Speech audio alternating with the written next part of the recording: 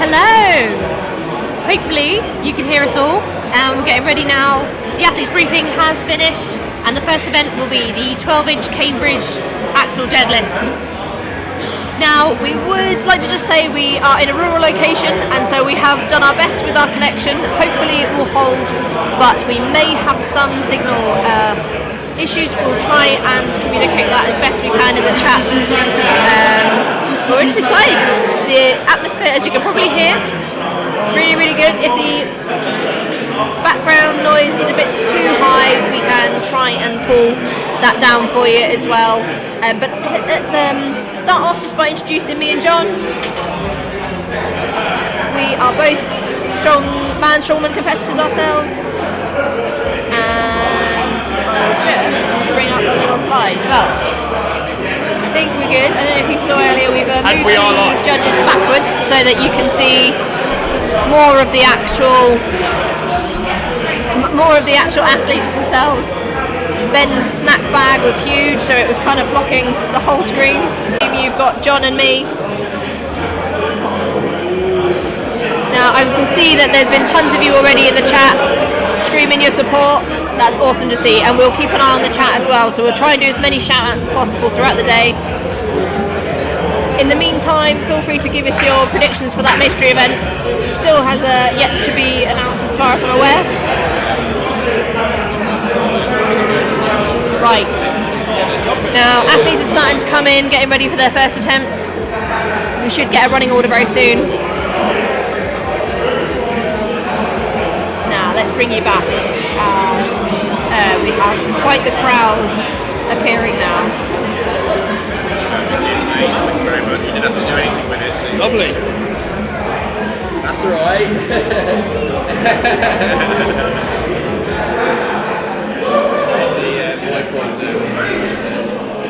Oh, perfect, John. Yeah. Woo! So, I'm mic'd up now as well.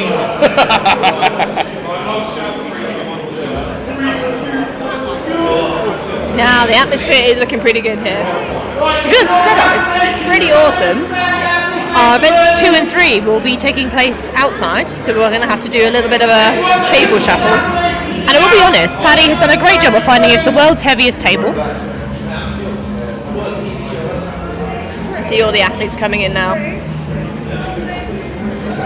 Like I said, I'm just going to get the staff lined up so we can get a good live shot.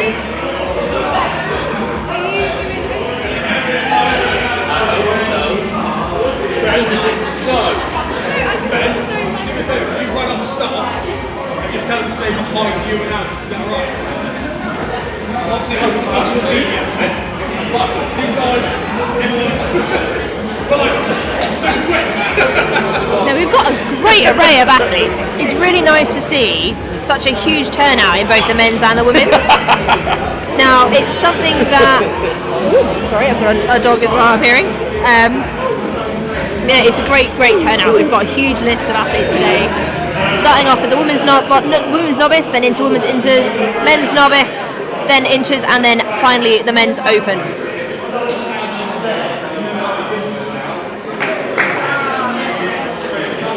Now the first event will be for reps. Yeah, it'd be a good habit if we can see people rep well. Like Ben goes too far forward, so we lose that. So we'll keep everything a little bit back.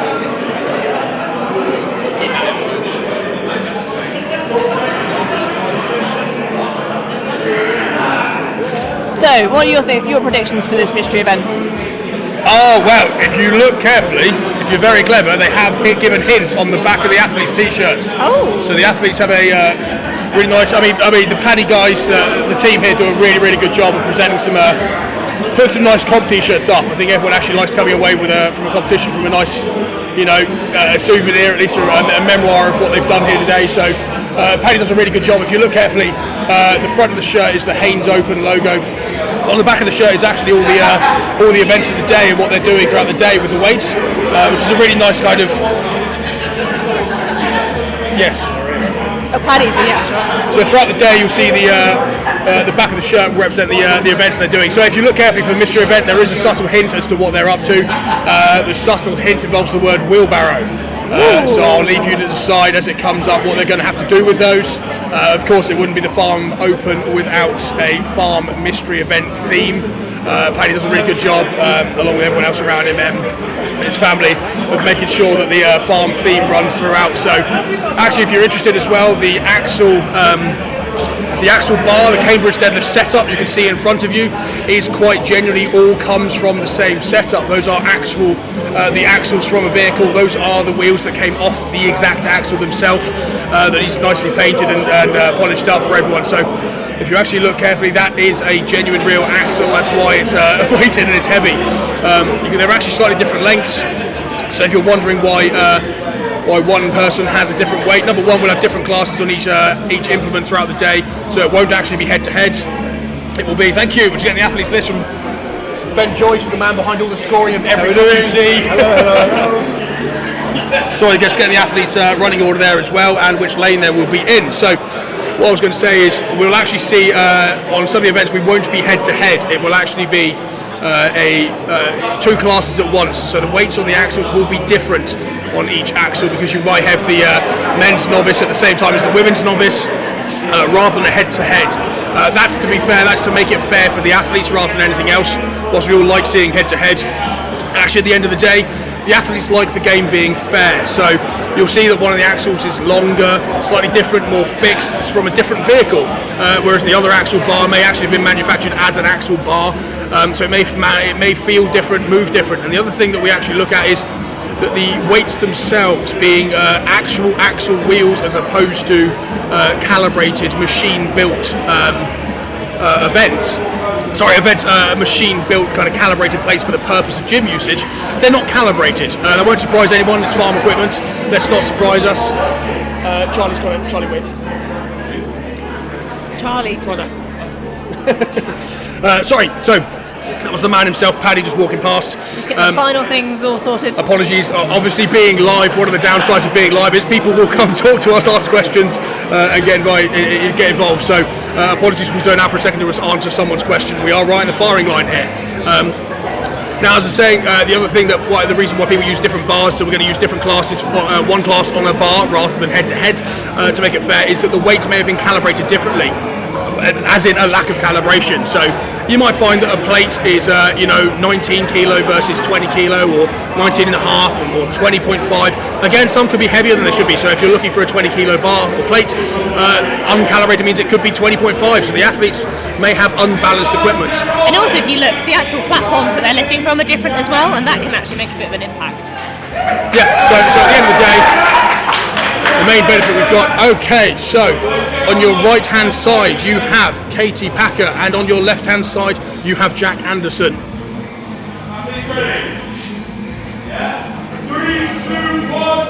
So they have to lift this as many times as they can, and as you see, we have our judges in the corner who are giving them a signal, so they have to wait for that signal. If they don't, that is an incomplete rep, even if they have physically managed to lock out the bar. That's one of the key things they have to wait for. Make sure that they get a solid lockout. What we're looking for a lockout is straight knees, no soft knees, so we want the legs nice and straight. You need your hips completely through and underneath the shoulders. You'll notice that if the athletes are rushing, as in they're not holding the lockout for long enough, the refs will be taking a point away from them. So it'll be very interesting to see. You can see that Katie on the right is performing some absolutely wonderful solid lockouts. Really strong, really clean, good consistency. Really good rhythm. Really good reps. On the left, Jack, I think Jack has done some unbelievable reps. He's got really high pace. Now the high pace can sometimes backfire. Notice the ref, if you look carefully, the ref's been a little bit cautious on how many reps he actually locked out with a down signal. So I actually lost count of Katie's reps there, but that was very, very good. Very good. Wonderful reps, wonderful reps. So on the right for the women's novice you have Rachel Owen, and on the left for the men's novice you've got Phil Samuel. Some wonderful lifting for those first guys. This is Rachel's second only competition.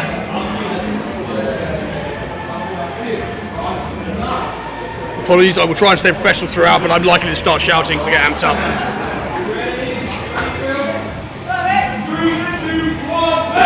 Now you'll see a lot of the athletes actually don't have shoes on. That's mainly because they're going to want at this point to maintain as much. Go on team, let's go! Let's go! The best one to get Yeah, well done!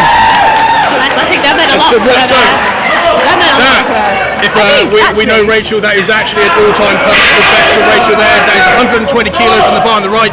She will be over the moon with that, so she came in with one goal of lift out and come out. Phil Samuel in the men's novice though, doing some wonderful reps, absolutely wonderful, really clean position. Look at his form there. He's got a nice solid...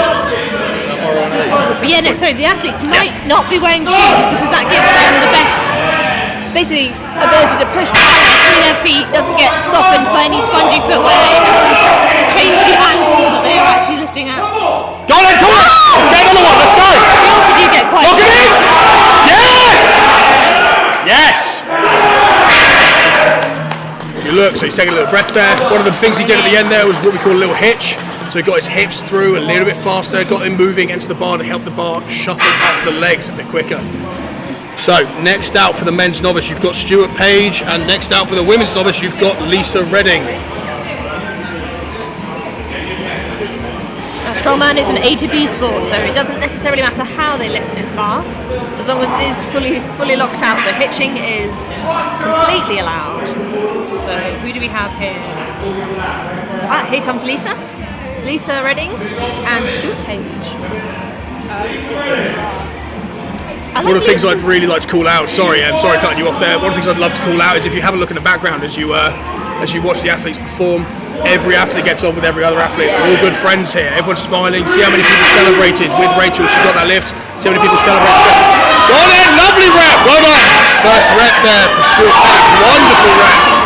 Got a nice steady setup here from Lisa. Really well done, that's it Lisa. Go on then buddy. That's it Lisa, come on. Come on. You can see, we need to see the actual, it's hard. It's very easy to see people throwing these weights around, but everyone's coming in at a different standard, everyone's got different experiences and length of time of experience. Remember, she's got the full time to play with here. Full time, make sure she uses it. She's doing a really good job here of not rushing, not panicking. It's real key to stay calm in these events. That's it Lisa, come on! And I think because we had some really, really strong lifters for the first round, it's easy to think that these weights are really easy to lift. They're phenomenal weights. Yeah, it's easy to forget that the weight for the women's novice there is 120 kilo. That is astronomical weight. Let's compare that to something a bit closer to home. Fridge freezers, for instance. That's probably the 4 fridge freezers there that Lisa's just, attempted to lift. If you think about going around a friend's house, ask you to help move a fridge freezer, you wouldn't just by yourself sling it up to your hips and walk around with it. You'd ask for a hand. So, overall, fantastic effort from everyone here. Really, really powerful. Absolutely loving it. Thank you, Jane Ray. Sorry about that. I think it hadn't quite switched over, but hopefully now it says Cambridge Axel Deadlift and you can see us as well. So on your left-hand side, you've got Tom Murphy. On your right-hand side, you've got Eve Wallace. Wonderful reps from both. Wonderful reps. I've seen Tom compete before. He's very consistent. Really consistent. You can see there that Tom Murphy's there pulling a bit more of a ramp technique. So you see a lot of the athletes. Some of them prefer a much more posterior chain dominant lift, i.e. they stay over the bar for longer.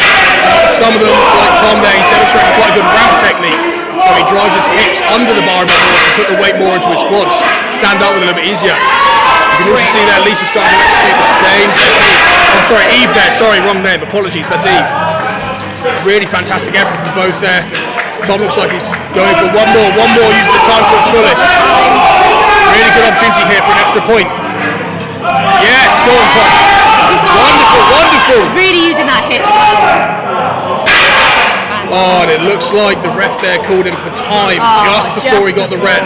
Nearly executed to perfection, but unfortunately fair's fair, and the name of the game here is ref's decision is final. The ref's decision will always be the final call, so there's no favourites, unbiased refs to make sure that everything's conducted in the right time. Also, thank you so much, Jane. It really is helpful and really nice to hear that we're doing a good job so far. We're just hoping that the internet connection in this rural location keeps us going all day. So up next, I believe we have Kerry Sullivan and Ethan Lynn. Go on everyone! Really powerful reps here. I'm loving Kerry's determination. These are looking solid. Also wonderful demonstration here from Ethan Line, showing that actually it's not all about mass moves mass. That he looks like he might be one of the lighter athletes here today, but executing some wonderful deadlifts. Actually adopting a little bit of a wider stance than some of the other athletes, got a slightly wider foot position at the bottom, slightly wider hands. Often plays more into the bigger guys' favour rather than the lighter guys, but it's evidently working really well for him here, so it'll be interesting to see how he feels afterwards, how it carries through to later lifts. And both of these athletes really, you can tell, have a good rhythm in terms of getting their breathing, because that's something that I think the reps in a minute event can get forgotten about. The adrenaline kicks in and you just want to rep as fast as you possibly can, but a minute's quite a long time, especially if you forget to breathe. So getting in that air regularly, keeping that rhythm is genuinely a huge asset in these types of events. If you find a good rhythm and you can keep yourself calm in terms of your breathing, then you're on to a winner. So we now have out for the women Nicole Way, and out for the men you have Phil Woodward. Also, a quick shout out to the refs here, doing a wonderful job. For the women's lane, you have Ben Glasscock. Off to England. He went off to England's Strongest Man last year for his debut at Giants Live. Phenomenal athlete, very powerful, really well all-rounded. And in the men's lane, you have Alex Valkyrie, absolutely wonderful athlete. 121.5 kilo athletes, fiercely powerful. Now, men off to the really good start there. Phil off to a great start. Looks like you've got Nicole doing some really good first reps, just nearing her limit now, but using the time really well, making sure she has a rest, gets swapped in. That's it. Wonderful one. Yeah, that's it. I think if she can get it just over her knees, I think she can. Let's just call it. Sometimes it is worth it. We've got so many events coming today. Sometimes save the energy, walk away is the right thing to do. Well, Phil, doing quite the phenomenal show. That's it. Moving consistently. He's got really good rhythm here. He's not rushing, but he's just being consistent all the way throughout. It's really, don't underestimate how powerful that is to be able to move for the whole 60 seconds. Some people come out the gate running, they sprint out the gate a little bit fast, they get a lot of good reps really quick, but after that they actually fade off. It's actually, you want to see the actual, you want to use the whole time to your fullest. So he went all the way to 60 seconds there. Really powerful endeavour. That will pick up a lot of good points. Fantastic. So out next we should have Stacey Snedden and Gary Powell.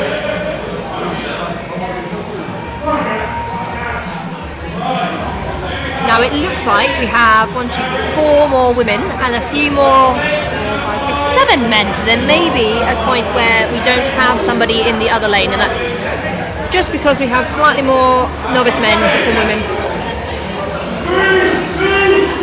Here we go. Oh, that was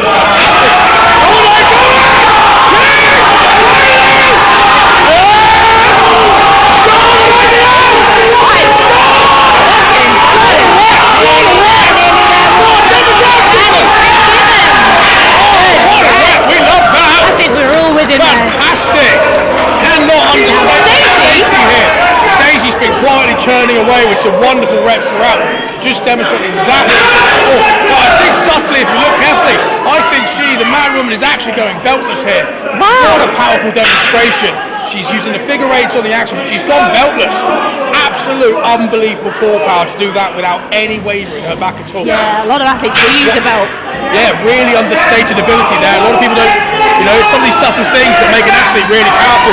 She's clearly got a lot in the tank where she's now pushing hard to a limit, but also knows where to call it. She's actually saving a bit of energy there, didn't push the full limit there. Yeah. The belt just gives you something to brace your core against. So you're still going to have to be engaging your core with quite some phenomenal power for this kind of weight. And that belt usually gives people something just to press against, but sometimes athletes just find that they prefer not having that restriction because it will also impede your movement slightly. It all just comes down to personal preference. Now the axle bar is quite thick, so you'll see a lot of the athletes using straps. Right, probably the size of a Coke can. It is, yeah, about the size of a Coke can. So we have Flick and Ashley. Now Flick is looking very strong.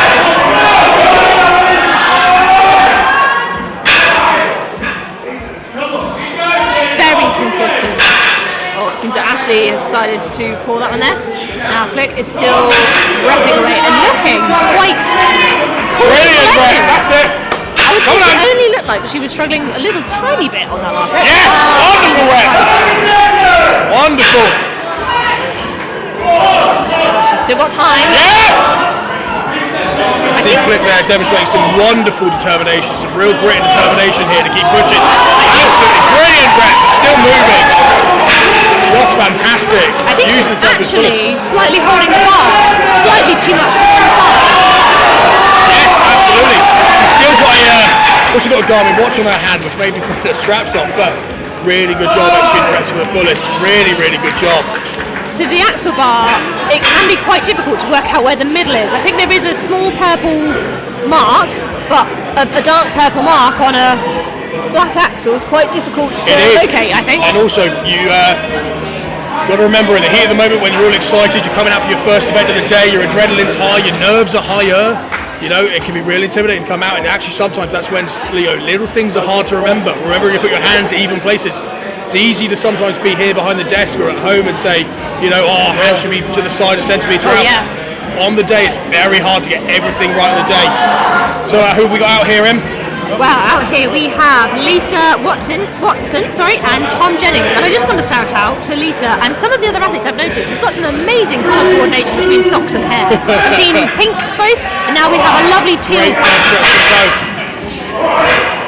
Also, the thing to remember here is some of the athletes, now these two are both clearly very capable deadlifters. But you've seen some athletes who've, they've maybe come out and they've struggled on the deadlift. Now that doesn't mean that they're going to struggle for the competition. But remember, some athletes very, very powerful from floor deadlifting. Some athletes, much more coming to their own overhead medley. You've got many, many events left to go. It's a whole day event. It's never make or break on the first event. So actually we'll see a lot of things turn around. Strongman, and especially the events we've got today, it's a really good testimony to being tested in such a variety of ways. She's still going. Her reps are looking solid. Really fierce display here. Really fierce display from Lisa. She's doing a wonderful job. Maximising the time here. Maximise time. Looks like Tom just hit his limit there. Absolutely fine. You've got to know when to call it to make sure you've got some energy for the rest of the events. But Lisa here maximising every single rep. Yes. See a little bit of CNS leg shake going on there, so she's definitely pushing.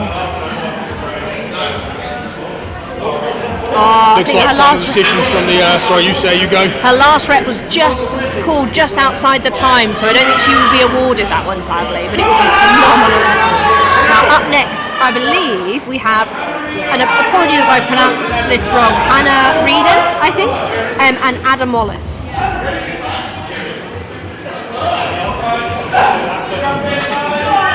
Now, I believe this will be our last woman in the novice category today.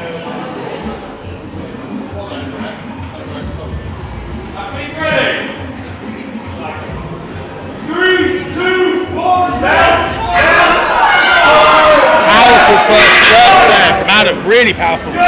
Let's not say Hannah here executing some wonderfully crafted reps, really clean reps here.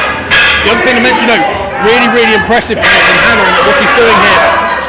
The cleanness of her reps clearly means she's got a lot more on the tank. She may not be, the fastest in the floor, but every rep looks exactly the same. Really good for energy conservation. She's clearly got a very well practiced, very strong deadlift going on. Adam here looks like he's just had a bit of a tech malfunction partway through. Looks like his belt might be coming undone. I'm hoping that's just the way it's built rather than the actual coming undone there, because that could throw him off a bit. But hasn't put him off. He's still moving. Fantastic reps here. Got it! That's it. Wonderful. Let's go! Come on, let's go. One more rep. Maximise the time. Can she do it? Come on, come on, come on! Fantastic. Just seeing everyone give everything there. Fantastic. There are smiling faces all round from the women in the novice category. They're all actually just off camera. I won't turn around just because I think we're about to go into the next round very quickly, but they're all genuinely supporting each other. There's hugs, there's cheering. It's absolutely wonderful to see. It's actually one of the reasons why I love this sport, is because actually athletes tend to support each other, and it's just a really nice environment to be in. Great Here we first have Tom Borrett.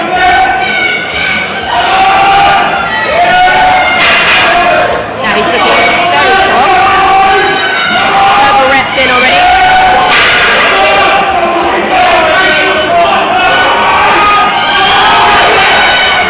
Okay, starting the using it very efficiently.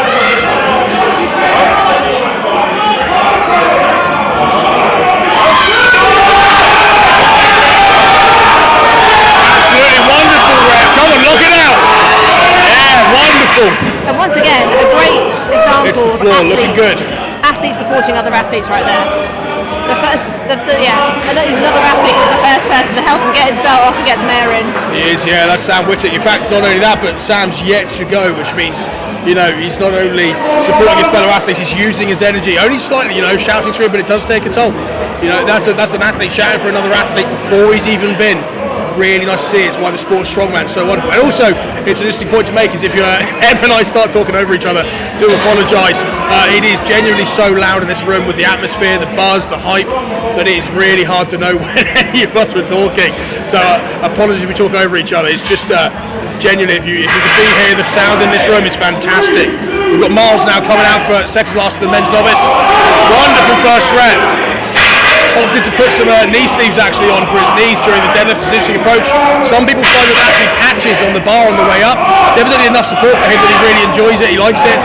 It's one of the nice things about strongman. If it helps you, often it's in the rule. If it's in the rule book, you're allowed to do it. There's nothing that says he can't. So more than happy. It may not even give him an advantage. It may give him an advantage and not someone else. So it's nice to see the flexibility given to the athletes. Although the sun is shining outside, and when we move out for events 2 and 3, you'll get to see that. It is actually quite chilly in here, so it could also be keeping joints warm. He has, I think, into the socks, which I think is a really good way to stop that bar catching on the knee.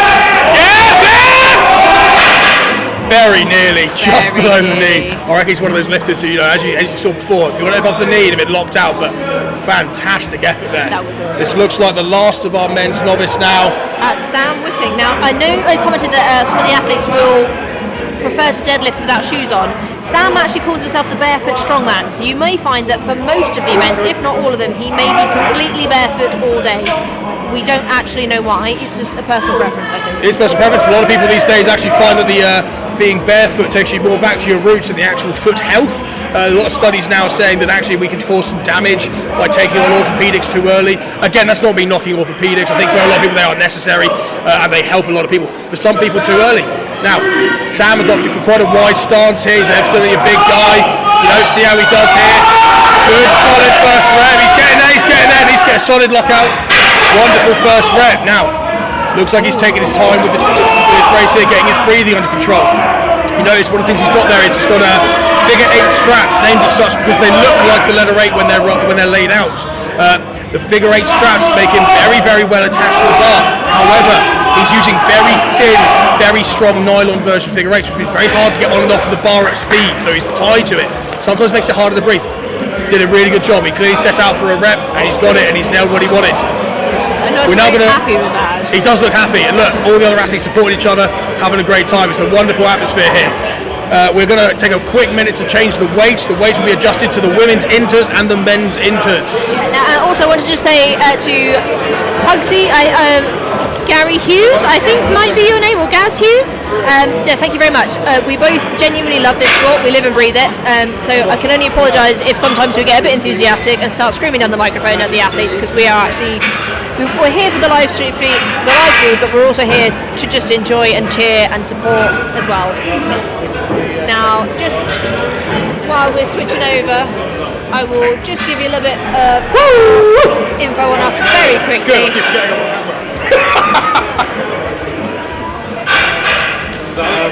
Getting positive feedback from the commentary, so I'll get any car roll comments yet? None yet. Oh, hold on, I am now. So yeah, we're both athletes ourselves. I've competed at World's Strongest Woman, Europe's Strongest Woman. You've competed in, you competed in here. I have actually. Yeah, I think my first or second year competing was actually at the inaugural Paddy Haynes Farm Open. Wonderful, really good competition. Our mystery event that year was a really well crafted keg medley, where it was a race, 10 kegs laid out from 60 kilo to 150 kilo. And it was a race to see which ones you could load first. It was head to head, but there was only one keg of each weight. So first come, first serve. Whoever sprinted to the keg you wanted first got their hands on the keg. You couldn't fight, but if they dropped it, you could take it over. Again, imagined out the brain of Paddy Haynes, a really fine clip. Ooh, I shouldn't swear. Apologies, everyone. Nearly. It's my hardest thing to do. Is not swear. Sorry. Been doing my best behaviour all day. Sorry, behind us, I don't know if you can see, but actually one of Em's clients, Em doing coaching, one of her clients is here today and is over the moon with their performance in the first event. What an event it is as well, absolutely fantastic. Now, a big thanks, you can see Ben Joyce walking in front, a big testament to the actual calibre of that this comp is becoming. You know, whilst it is in a farm, it is in a rural location, it is a very well run and very, very good competition to take part in. Heavy weights for the classes, heavy weights for the women and the men's. You know, and actually it's really sets a strong precedent for how your competition year is going to go. It takes place just before the competition really starts. The competition year starts for a lot of these athletes. So a lot will be planning to go on to quite a few more competitions. Now, try and find out for you what the weights of these are, but we are moving on to the women's novice in the right hand lane. Will be Ellen Davies out first, and the men's inters. Sorry, I might have said women's novice. I meant women's inters. Apologies if I said that. Women's inters on the right, Ellen Davies, and on the right we've got the men's inters with Clan Fulham out first. Phenomenal beard from that gentleman. It is a good beard. Wonderful. Come on. That was a fast rep. I honestly. Feeling heavy for Ellen on the right. Feeling heavy, but don't let that put you off. It's always a good, interesting start. See how she recovers from this. Often we see people taking a hard start and then getting back into it. Clan over on the left there though, absolutely flying through his reps. Fantastic effort. Very consistent puller, very powerful. Hasn't really even ramped yet, so we wonder if he may be one of these people who doesn't actually ramp at all. He may just be staying nice and tall, staying over the bar. Ellen unfortunately looking like she's very frustrated with herself. Again, it's very, very difficult sport. We put a lot of time, effort, passion, love into this sport. Embodies a lot of our time. Oh, Clan just losing his footing there. Looked like he was on a good run for a good rep there, but unfortunately lost his footing. Ellen unfortunately there looking like she's very disappointed. She shouldn't be, you know, we've got to remember, this is a high adrenaline, difficult sport. You can put a lot of love, time and care into this sport, and unfortunately on the day, the weights just don't work with you. You know, it's a very difficult sport. It's easy to say 100 kilos is 100 kilos. They are lifting a lot more than 100 kilos, I'd like to say. I'm just using an analogy. But 100 kilos is not always 100 kilos on the day. It can feel quite different on the day. You know, Em's been beside me when I've had one of the worst competition performances of my life, and it's very hard not to lose your cool. The trick for Ellen now will be to just take 2 minutes to unwind, let some steam off, and come back into the next event as strong as possible. She's still in it for the day. Yeah, what's happened. Yep. There are still plenty more events to go. Who have we got here, Em? Here we have Lizzie Windus and Mark Jarrett. I'm a big fan of Lizzie's leggings. Mark is repping out. Brilliant, come on! A few reps already. I think Lizzie's having a breather. Now the athletes that Come on, go to Lizzie, their you've got knees that. or sit back, that is just them basically giving their legs a bit of a breather in terms of Just them by having your to knee, weight keep through, it going, mainly keep it about getting going. that air back in. That's it! Oh, I couldn't quite get it above their knees there. Doing well. Now Mark looks like he's going to go for another rep. Is he going to go? Yes, he's looking solid off the floor. Now it's just put his lock out. Can he use that hitch? Wow, that's it! Fight for it! Fight for it! Fight! Can he just get that lock out? So close. That was quite. I went through a lot of emotions in that lift. That was a very, very aggressive lift. Very good effort. Really Just hard in that that last moment to let go of that rep. But in the long run, that may have served him really well. It's really interesting. Sometimes that last 10% of a lift can cost you far more than 10%. Yeah, definitely. I definitely find that myself, to be honest. Looks like in the women's lane we've got Laura Thackeray, sorry, they are in the wrong place, that's me, and Toby Lively on the left-hand side. Another wonderful beard from a strong man over there. We We are keeping an eye on those comments, so if you're supporting any of these athletes, feel free to comment. We will do our best to shout out as many as possible. What wonderful pink deadlifting slips I was for. Oh, they are. Absolutely love those from Laura. Oh, Wonderful sweet. rep from both. What a powerful rep. Now we've seen two athletes here really struggle with this weight in the women's inters. Laura comes out and absolutely dominates. What a fierce performance she's going to set out. This is also quite an impressive thing to see because this will really stand out for the crowd here. The rest of the women's inters will have a surprise here for them when they see her absolutely throwing these weights. Cal. You've got Toby in the left-hand lane making an absolute light work of this axle as well. Fantastic. Getting real heavy now. Toby, one of these lifters who's getting his knees locked out just before his hips are through. It works for a lot of people. Paddy's one of those guys as well. It's a good tactic. He's evidently more posterior chain dominant. Relies less on his legs and more on his hips. It's a good way to do it. The deadlift is a hip dominant exercise first and foremost. So move. You've got Laura here. Come on! You can see the spotters behind him as well, just there in case an athlete does fall backwards, to give them a little gentle nudge forward to keep them upright, safe there if anyone needs to be helped off of the bar. Yeah, we also saw one of the fun things of Strongman there when Toby right at the end there was on what some athletes may call a questionable lockout, but he's staring down the ref, he's giving the ref a hard time. It's what we all do when you're at the end of your rep, you're at the end of your 60 seconds, you're fatigued, you're tired, your muscles start giving out, you've basically completed the rep. Sometimes it comes down to a stare off as to who's going to actually give out first, you or the ref. It's about dying down the ref. They're your friend at the end of the day, but you are trying to push them for that lockout to try and get the win there. So, you go. So I think up now we have Lucy Hardwick and Bob James. Now I believe that Lucy is the last woman in the inters category, and that there are quite a few more men actually in the next, and there will be men lifting on the other platform on their own after this, but Lucy is looking pretty strong. There's a little bit of CNS shape, but she looks like she's got the determination to power through this.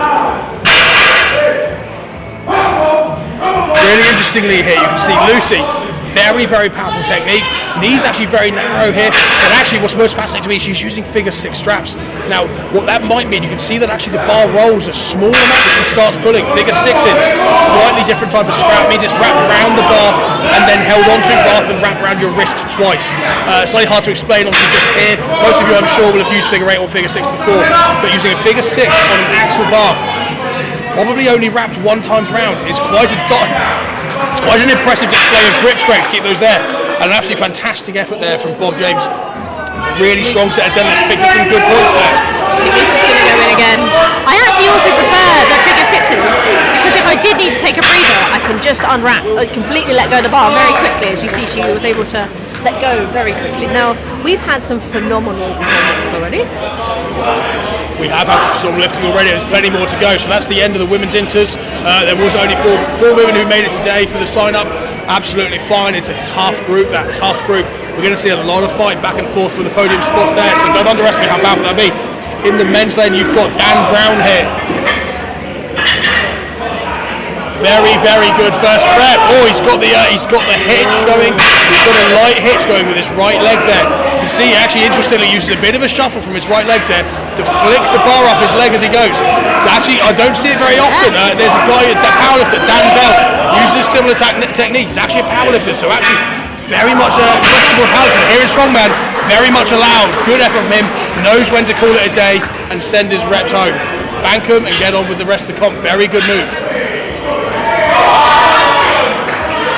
Up next, I believe we have Maxton O'Neill. He's a very tall lifter. Very tall lifter. Might play very well into his favour some of these events, but sometimes being a taller lifter doesn't actually just mean that they're going to be better at anything. Sometimes it will actually, it can be tricky here for them to move that extra range of movement, but bigger frame. That being said, a wonderfully clean deadlift. Fantastic start there. Really nice and clean. Let's say he's got no hitch going on at all. He's not ramping. He's just staying nice and tight here the whole way through. He's waiting for the ref signal as well. It's a very, very strategic lifter. This is clearly not his first comp. He knows what he's doing. If it is his first comp, he's amazing. He's performing just wonderfully strategic. Look at that deep breath at the top. Really well executed. That deep breath at the top, right? So for a lot of lifters, when you're strapped to the bar, being bent over at the bottom is a really hard place to breathe in. You're bent over, you're keeled over, you're out of breath already. and he's at the top of it there. He came in and he is absolutely just setting out what he wants to do and calling it a day. He knew what he wanted and he's picked up some good points there. We're now moving into James Merry for the men's inters, doing really well. And shout out to Unbreakable Promotions who've just nipped into the chat. Good to see you here. Absolutely, Phil Moss with the power shorts. We love them. Unbreakable Promotions, fantastic promotional company, taking on a lot of the England's qualifier and the men's opens routes for qualifying this year, and open up a lot of women's comps as well. So big shout out to empowering the women's sports. But I don't want to miss the start there, but James just absolutely sending his first rep. Fantastic effort. Blink and you'll miss a rep. Yeah, almost missed it. Blink and you miss it. What a rep. Go on, mate, let's see it. Go on. He's looking very consistent. Wonderful. Go on, James. Good. We have Liam in the chat also cheering.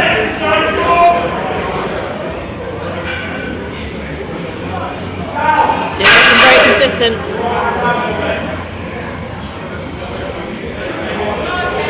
That's it. Wonderful. See James now off to a strong start, but it's now into the hitch point, so he's got 10 seconds left. He's trying to lock it out. He's getting a little bit of a hitch on. He's using his upper body to pull it up his legs. Very, very hard. Good effort though, very strong. Thomas, you're right, I had to have another look at the list. We have a Sam Richardson and a Sam Richards, so there is a slightly different in the name, but I hadn't realised that. We're going to have to make sure that we don't make that mistake. I do like Thomas Ince's attempt there of just supporting the bigger one.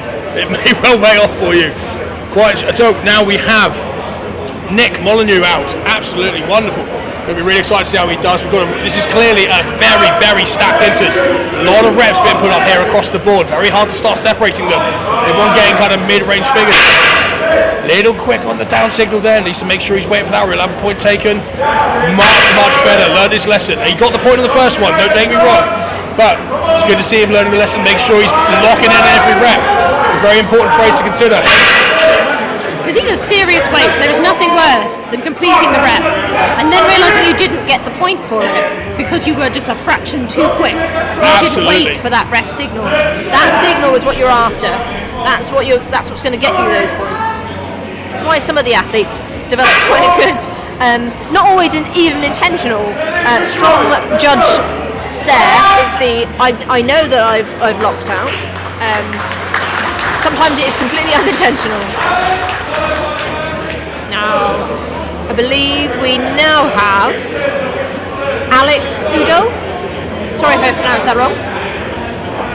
Now, one other thing to mention is that you can see the beautiful array of Atlas stones that will be used in our final event, currently in front of us here. They look stunning. I think there's a lot of excitement to see who can lift the heaviest, because it's a max stone lift, which is actually quite unusual. I haven't seen many of them as a strongman event. Well, now there is a very powerful hat. Shorts too, but the hat I think is magnificent. Absolute hero. We love it. Alex Udall, love it. I agree. The inters here on a 250 kilo deadlift. You saw me on my phone a second ago. I didn't want to be rude. I was trying to make sure I have the up-to-date weights for these athletes. So, just to recap, the men's novice were lifting 210 kilos. The men's inters now lifting 250 kilos. The women's novice was lifting 120 kilo, and the women's inter were there with 120 kilo for the women's novice, 150 kilo for the women's inters. Fantastic weights. That is a phenomenal lift. Absolutely phenomenal. Especially, you must consider this is on an axle bar. Makes the lift a lot harder. But it is very stiff. There's no flex. You need to move the weight from the floor. Deadlift bar gives you a bit of it. Alex here setting a fierce score. He is moving well. He has got no give in his movement at all yet.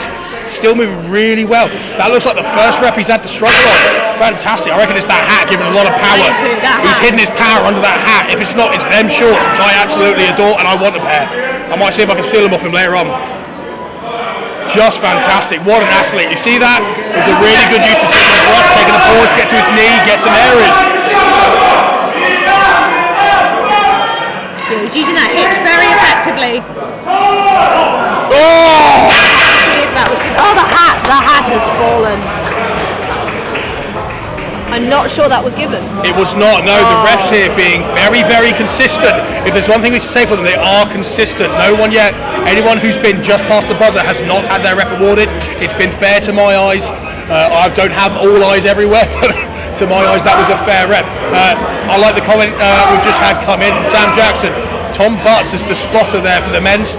Really, really powerful athlete. He's an under 90 kilo world's strongest for the natural class. Fantastic. Sam Richardson here coming out being absolutely awesome with his first rep. One of the few athletes only using a single belt. Seen a lot of the athletes who have a belt and an underbelt. Sam Red with just a single solid leather belt. Really powerful technique. God, shaking his head, getting his brain in it. Let's go, let's go! He's going to call it save the energy. We've got plenty of events to come. Sometimes the axle's an interesting bar because sometimes we see on the deadlift bar a lot of people fail just below their knees because they've got the whip and they've got the movement out of the bar. But he knows with an axle, if you can't move it from the floor, it's just not going anywhere. Joseph Locken, I apologise for my pronunciation there. I am as southern as it comes. We got Joseph here. I'm not even going to try the last name again. I could be doing someone a massive disservice. So, Joseph here, probably Joe, I imagine. Absolutely saying it. Looks like one of the smaller athletes of the Inters. 250 kilo. He has got that axle lopsided, which is making it harder. And that there is exactly why the spotters are here. That man has absolutely got that lift. He knows it's in there. What he needs to do is reset, stay calm. Don't let the weight intimidate you. Take a deep breath, get his hands in the right place. If there's anything we can take away from that first lift, it is that was a pure technique issue. He absolutely has this in the tank. He was moving that well. For him to be able to move a lopsided weight, because so the lopsidedness comes from his straps being slightly off center, by the way. The weights are loaded correctly, but the straps can be off the center, and that's what causes it to fall sideways like that. It's really hard to find the center of the axles. Here we go, here we go! Here it is! He knew he had it. He knew he had it. There was no question. He just needed to get set up again. Now look at the crowd. Everyone getting behind him. We absolutely love it. Good effort. And as you said, Sam, some very quick work there from Tom Butts, sweeping in to help get that bar back onto the platform. So do we have Pete Way? We have Pete Way. Pete Way, known on Instagram as the Strongman Dad. Referred to by Paddy and Em as Dad. He is not actually their dad. Their father is actually, Paddy's dad. He's actually not Em's dad. They are not related. Also, there are two M's. I'm one M, and then Paddy's M, different M. Absolutely, yeah. So this is who they refer to colloquially as their friend Dad. He is a wonderful athlete, really, really good. Last year, year before, I saw him pull his first 300 kilo deadlift. But he has had some time out to make sure he's taking care of his family, make sure he's happy, healthy. It's a very valuable thing to do. Make sure you're always happy and healthy. The sport should add to your life, not dominate it. But as expected, a fierce first rep. Just needs to make sure. There we go. Lesson learned. Rush the set, rush the down single at the start. But that time he's got it. Fantastic rep. Wonderful hit. Really consistent. Nice and strong.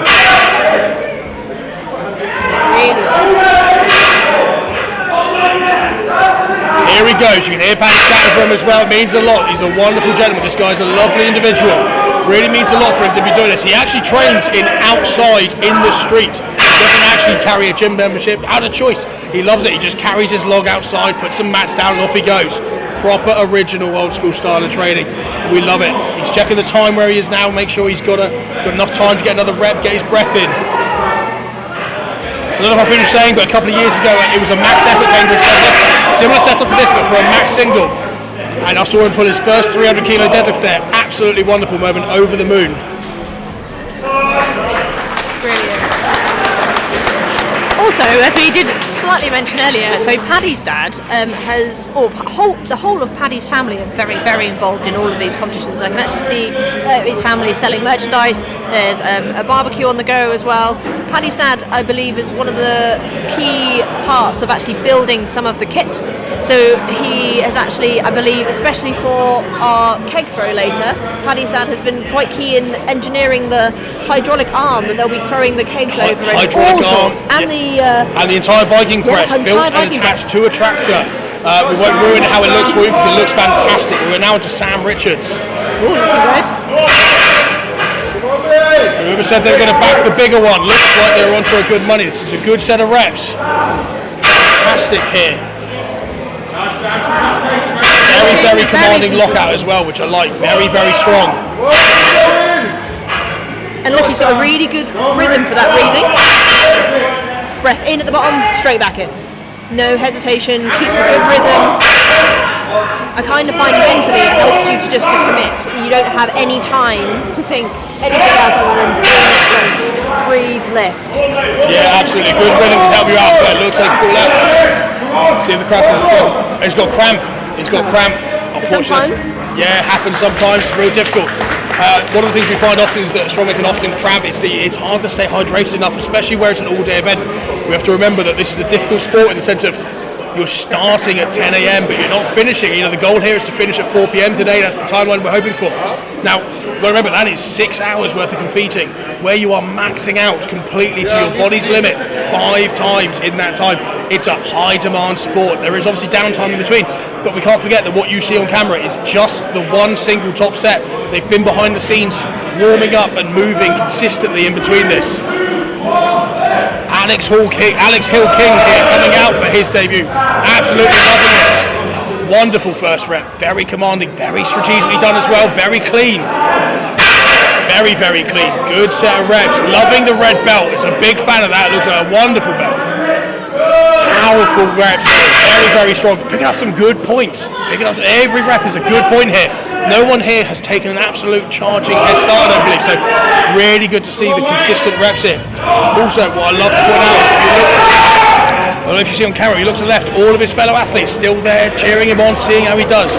Everyone's supporting each other. He's asking for what the time is. 20 seconds left, so he's going to have a bit of a break. Go on, mate, let's go, another one! Let's go, big deep breath.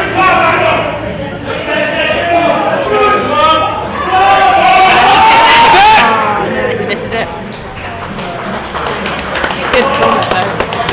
The other thing to mention on the hydration front is that the worst that their nerves are likely to be as a group is probably before the first event. Nothing started. That's when I would say the nerves are going to be at their highest, and therefore it's not the best situation to be putting in food and liquid. Sometimes it just makes it just a bit harder if you're already absolutely. quite nervous. I remember one of my first comps. It was incredibly hard to get my breakfast down. My nutritionist asked me to put down a huge amount of oats. It just wasn't going anywhere. We learned, and to be fair, she adapted. Next time it was not oats. Outlast for the men's inters. You have Lee Brown. Let's see how he sends this first. Oh wow! That was He needs to be careful not to rush the ref. Yeah. There we go. He's to understood. breathe. I don't know if he's actually breathed yet. Now he is. Doing a very now soft he's back at the breathing. bottom, but Yeah. what an unbelievable dominant set of reps here. This man may be one of the he may be lost out. Now this is an interesting place to be. He's clearly a powerful deadlifter, but he also knows exactly what he needs to do to actually win his heat here. Remember, going out last is a great place to be. Mark. That's Honey Badger there, not to dob him in, but actually a phenomenal strongman. I'm not just dobbling him to the public there. That was Honey Badger, Mark Cummings, fantastic. That is an absolutely unbelievable strongman. Now this here, back to Lee, phenomenal deadlifting. This is just so strong and using the whole time to his advantage here. That's it, lock it out! It just fell forward. I think he's going to go again though. I do think he's going to go again. Fantastic. So as John was saying, there is a small advantage to going towards the end of your group because you kind of know where everyone else has placed. Now the first list I believe was drawn by random ballot, and I believe that we're going to be using the sort of normal strongman style for the remaining events, which is reverse order. So whoever scored the most reps in this first event, they will be going last. They get that advantage in the next event. So Anthony, I just in your comments, so the novices for the deadlift, they were the first out, so they have gone already. We've had some phenomenal performances, but they will also be the first out for the next event, I believe, and I'm not 100% sure exactly how it's going to work, but I believe events 2 and 3 are going to run side by side, so I imagine you might get to sort of see a bit of both at the same time, but we're not 100% sure. We will keep you as updated as we are. ourselves updated. So sorry that they've already gone. For the deadlift, we will get results to you as soon as we have them, but I believe we're going to go for the men's open next. We have 1, 2, 3, 4, 5, 6, 7, 8, 9 lifters. And do you know the weight for this deadlift? Yeah, absolutely, just bring that up. So the men's open, they're going to be repping out 290 kilogram. Fantastic. I mean, now for a lot of people that is a fierce amount of weight. You can see some of the guys in the background really setting up for a good set hit. It also looks like a very interesting for a good long amount of time. Interestingly, he was at my first competition ever at Lansing's 2 or 3 years ago, and he is just a fantastic athlete. I remember from there, someone told me he's done a 200 kilo per hand farmers.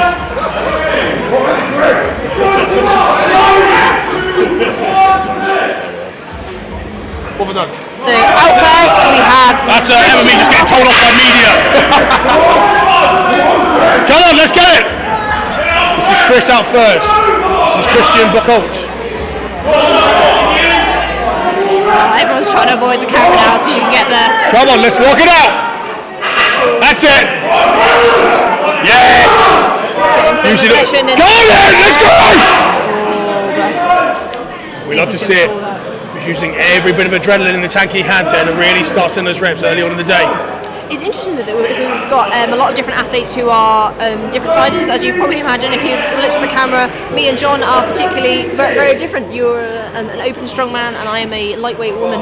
So the way we move is quite different. So you might find that in this category we have different techniques being used so that people can kind of play to their advantages. I think it's a walk away from this one, but that was good performance, a good fight. If you heard from the side there those wise words of leave it, that came from Tom Place. Very powerful individual. He knows his word. He's been to Europe's Strongest Man as well. Fiercely powerful. Knows what he's doing. Out now, we've got Kieran Lynch, looking like a big dude. Looks like he's ready for these deadlifts. He's got the smelling salts. You wonder what they're smelling. They've got some hair in case I start drifting off. Here we go. Smelling salts. Fantastic way to slam some ammonia up your nose, wake you up, clear your airways and get ready. I don't know if anyone's seen, but he's actually been quietly in the corner staring at the bar, so I think he's been just getting into that right mental space. Remember, it's it. Let's go, Karen! Yes! Locks in a rep. It's going to be good points. We don't know yet how everyone's going to do. So, being one of the earlier people out, his only goal here is to do as much as he possibly can. Your strategy goes out the window if you're out one of the first ones, unless you know your competitors really well. Looks like he's set out to do, and he's... Looks like that. He's taking a breather, I think. This is the thing with the figure 8 straps, that if you want to stand up fully, you have to completely undo the strap. He may well know exactly. I mean, in training, he'll know how his training's been going. He'll know what he's aiming for with this kind of weight. You know, even if on your best day you're aiming for 5, you'll know how he's feeling today, whether on for 5, or whether to do a little bit more. It might also be. Someone's told me not to use smelling salts whilst I'm commentating. I absolutely will. I'm going to make no apologies for it. Wonderful there. Oh, looks like it took a minute. He knows where his limit is. He knows what to do.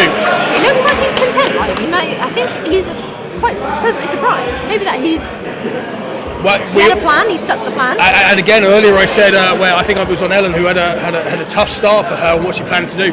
Some people come out and they have a much better day than they expect. And it all goes on the money. So out next we have Craig White. See how he does.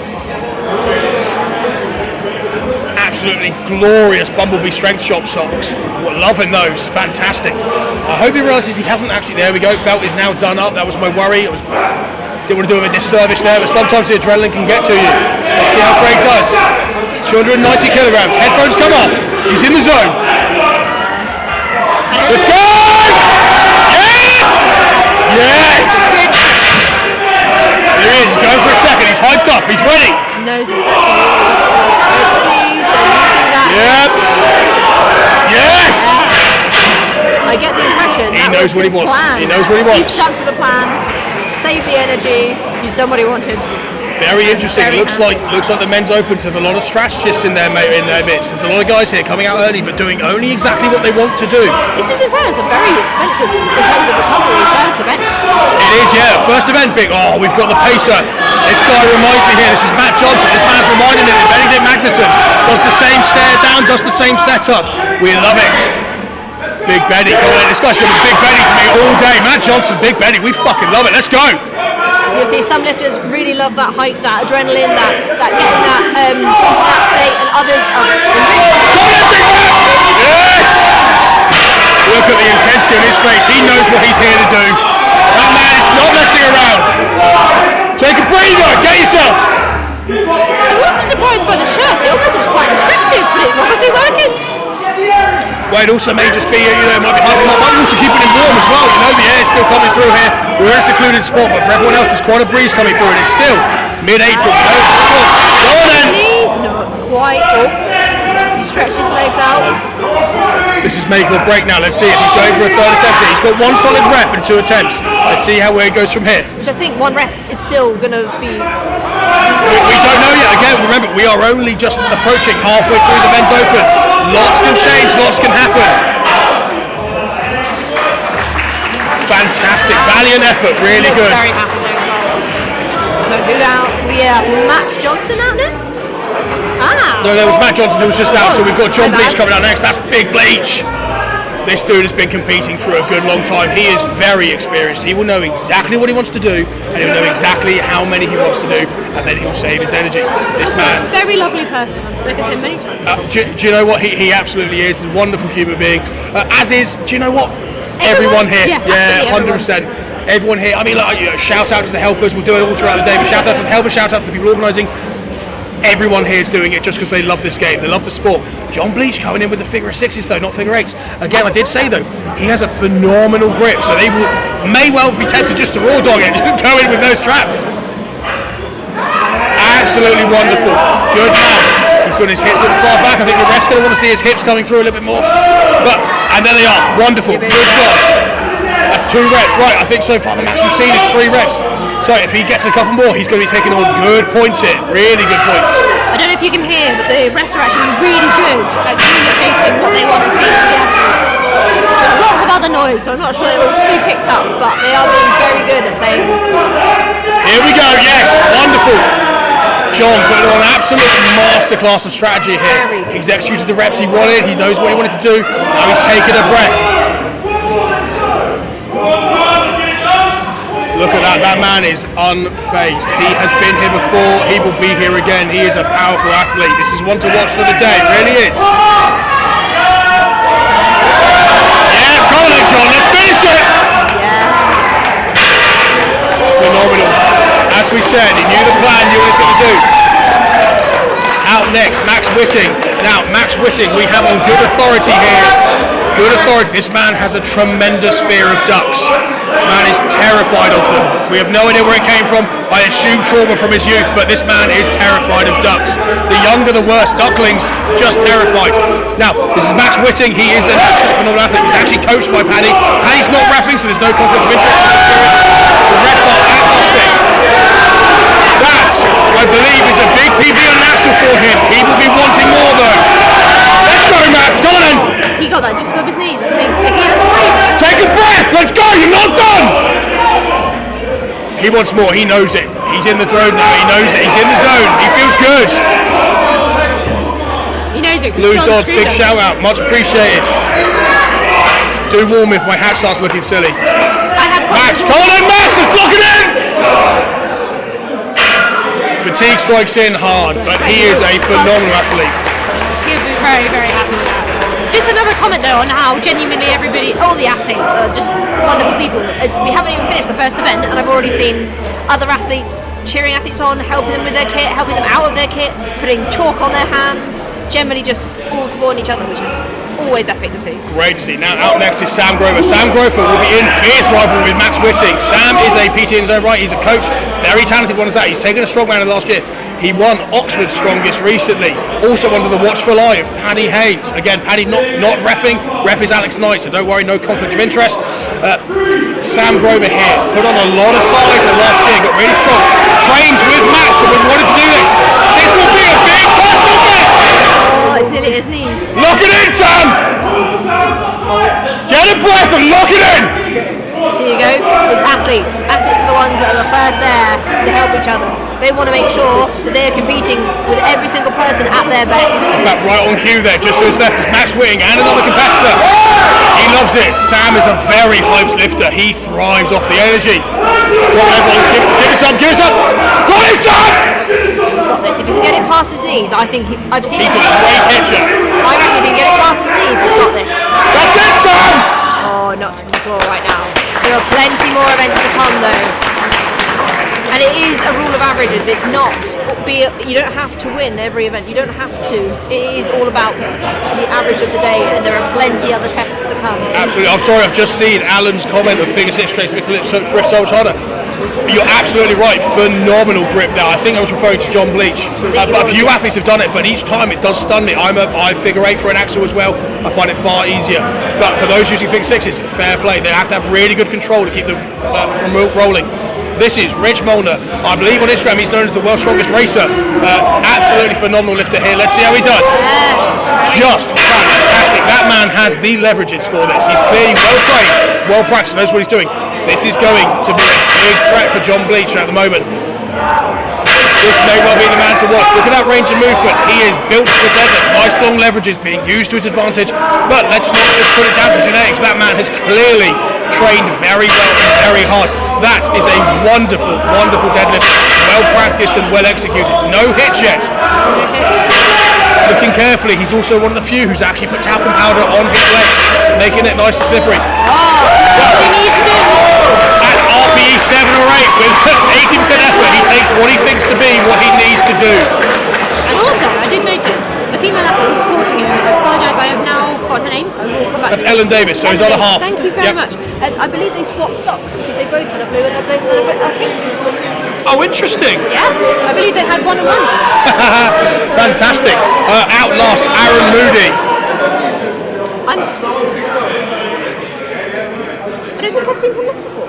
I don't think I have. I do recognise him. I do know him. Now, Aaron looks like he's using long figure sixes, which means he can double wrap the bar, almost like a normal bar. Doesn't stop it rolling, but it may well help.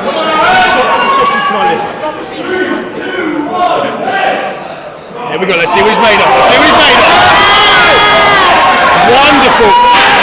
Very, very strategic lift that. Very structured. Nice and stays in position all the way, no matter how hard it is. Look at that. Yes. What a fantastic Lots lift. of grip from this lifter. What a grip as well. Also, I mean, look, if you wanted that demonstration of how hard this is, look at the pressure in his face. That is just building up. Fantastic. Right, so we will now be moving outside for the next 2 events. So I will put a little hold screen on for you, and we will be back very, very soon. And you can enjoy the sun with us. Thank you very much for being with us so far. Don't go anywhere. Feel free to send in that support from all of the athletes you're cheering for, and we will try our best to do as many shout outs as we possibly can.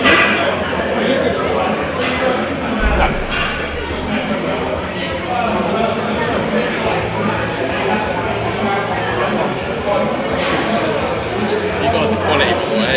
I'm listening to you.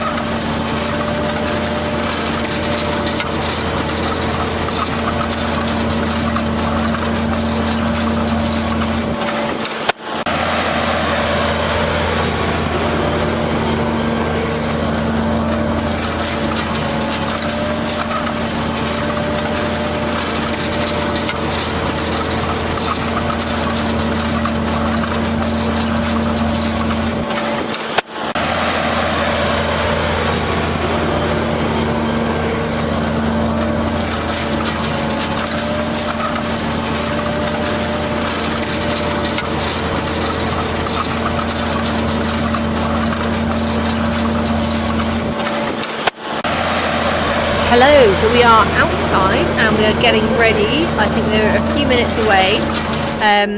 Now our setup is a little bit ratchet, so if it's wobbling, we're really sorry. We're actually balanced on basically pallet and a water butt at this point, but it seems to be working. So hopefully you'll be able to see both the events at the same time.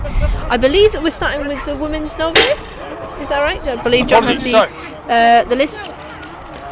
I do know this, so you will have all at once you will be going. You will have on the Viking press will be the women's novice and then the women's inters. Meanwhile, the men's novice, inters, and opens will be going on the Keg Toss. Then they will, assumingly, they will swap. So the women's will take over the Keg Toss and the men's will take over the Viking press. Would you actually be better if we moved around a bit, do you think? So we could get the Viking press on this side and then... So we can what, sorry?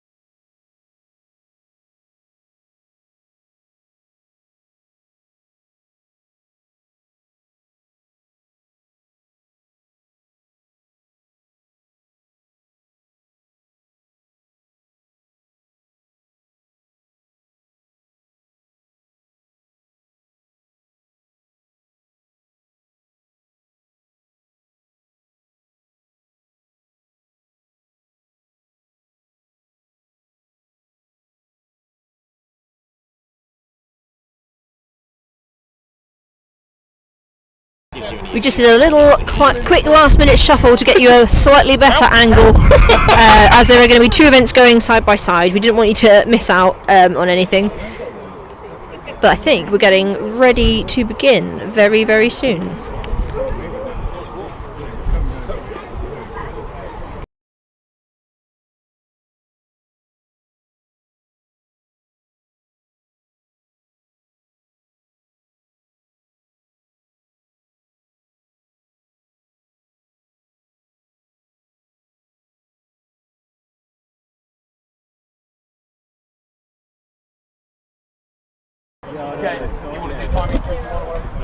Okay, I think we are ready to set off. We will try to adjust the camera as we go, but unfortunately we are in a bit of a difficult position. Ready, lift. Right. So, who do we have? In the women's, we have the Lisa Redding on the Viking press, and on the men, you have Ashley Roth in the men's novice on the Keg Toss. Go for it. Maybe we can also have a chat with the judges, see if we can move them around so that you can see the men, because apologies, you can't actually see them at all. John has completely extended. He's actually holding the camera up by hand so you can get a better view. I'm doing my own personal event here, which is the camera hold for time. Looks like Lisa's having a difficult time here with the Viking. It's incredibly heavy. Ashley's onto his third keg and is struggling with that keg. I don't know if you've seen on the camera that the Viking press is actually loaded on the back of a John Deere tractor and with hay bales. It is quite the cool bit of kit.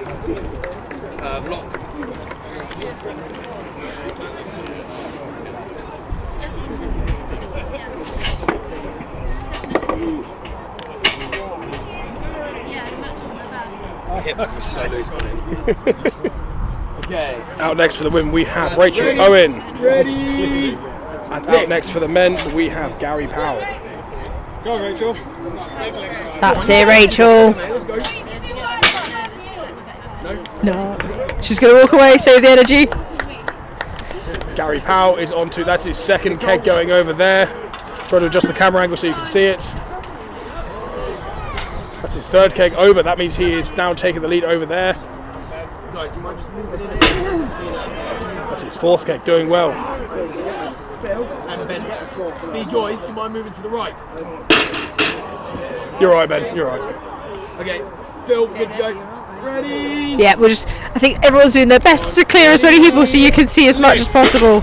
Now, these kegs, they roll, They are unwieldy. They are not the easiest thing to throw, and I actually don't know what they're loaded with, so that could be moving around in there as well. This could be quite a challenge. You've also now got 3 reps from Nicole, 4 reps from Nicole on the Viking press. Very impressive. Very, very formidable bit of kit for everyone else who's been so far. It's been really interesting to see how she does. Clearly a very, very heavy bit of kit. Very difficult. That's it. And amazing Very pit good. vipers. Very, very good. You got a bit of a glimpse of our setup there with the. This is what we're working with. We're doing our best with what we've got. Hopefully you'll get a good view of the proceedings. It's farm style. We're using what we have to hand. Sam Whitting on the kegs. Wow! That was close with the bounce. Oh, just a bit too far away there. And reps happening here with this Viking press. This is very impressive. Sam going again, trying a different hold for the keg. Now, the way you want to hold that keg, completely personal preference. Fantastic grind there on the Viking press.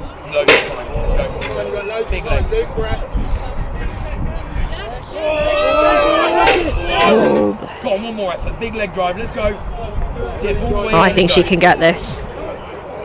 No, not quite got the energy. Now, with the Viking press, once they've unracked it, the Viking press then can't touch the floor as the end of their time. They need to basically, once it's in that position, it's the weight's in their hand. That is the that's when they can perform their reps. So that's why they're not dropping it in between. They're not taking that rest because that would count as an end of their performance.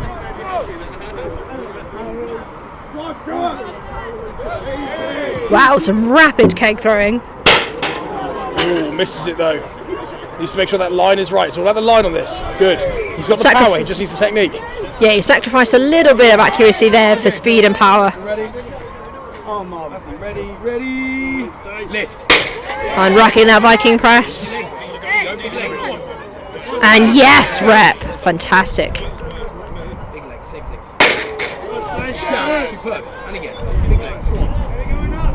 Using those legs to power, because with the Viking press as well, the athletes can't perform what is known as a double dip, where they jump back underneath like a jerk. They have to, once they've dipped that first time, they have to keep their legs straight. They cannot drop under that weight. Oh, fantastic performance there. So the kegs, I think this is, the way you throw a keg has got to become down to personal preference. Now I think I have to throw it sideways on because I have a feeling my legs are too short to allow me to actually swing them through my legs if I hold them the other way around. But a lot of the athletes here are significantly taller than me, so we'll not have that problem. So it will come down to just what feels better, what feels like you can transfer as much power as possible into that throw. Brilliant, we've got another clearing of the camera zone so that you can hopefully see. Clears wonderfully. Fantastic, well cleared. About a metre over there, I think. This is a fantastic run, really Oh powerful. yes, A lot of and he's explosive taking his time, which actually, so he doesn't make mistakes, can actually mean you have a faster time overall. Over, fantastic. Great start on the Viking press as well. Apologies for the camera angle again, working, just holding it in the air here. Fantastic. Well, can he get that last keg? He's done very well to now. I believe that the keg medley is also going to be split timed, so if multiple athletes were at, say, 4 of the kegs, it would come down to who came fastest. Good, yeah. I think that was Stuart trying to catch his own keg then. Block as well, Phil, yeah? Ooh, trying to catch his own keg. 0 blocks, 1 block. As you can see, the sun is out. We have blue sky.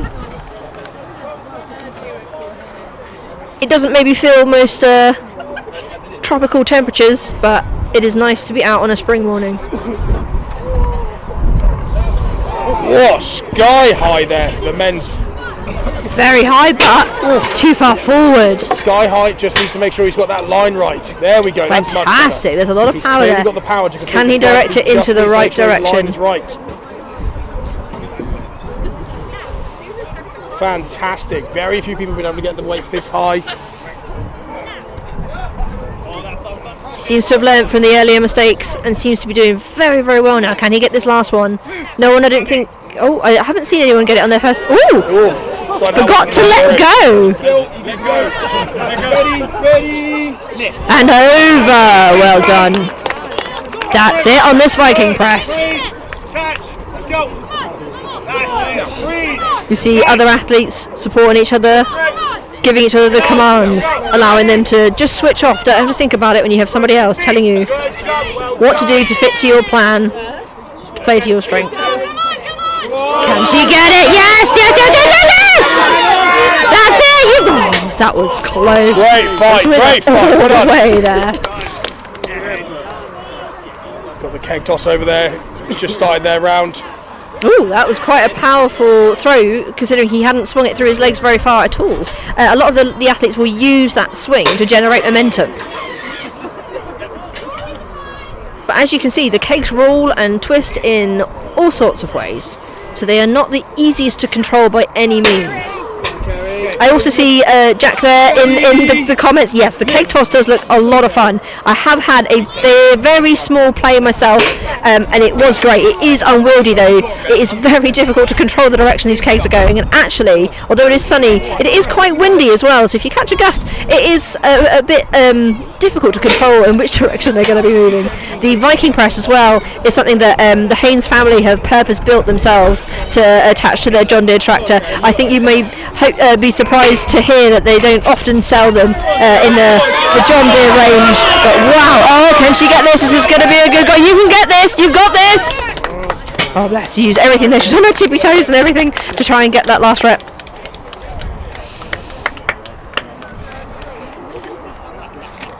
Is it one block, Phil, yeah? Thank you, Jane, for the continued support. Phenomenal first keg from the men's over there.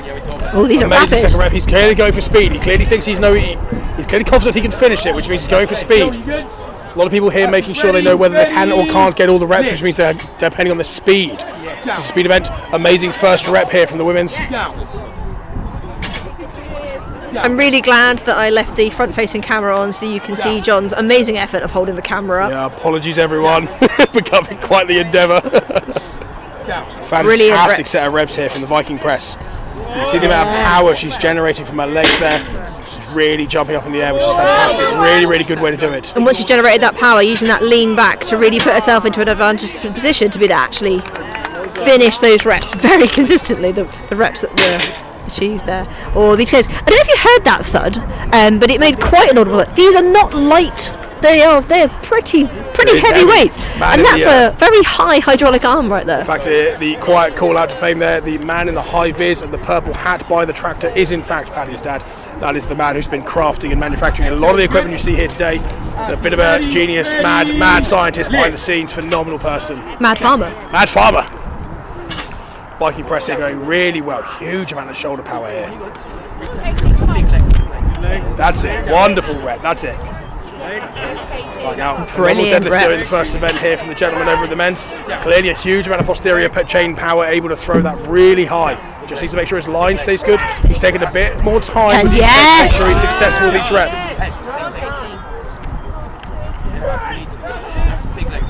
Big work. brace. That's it. Yes, Shoulder power. behind.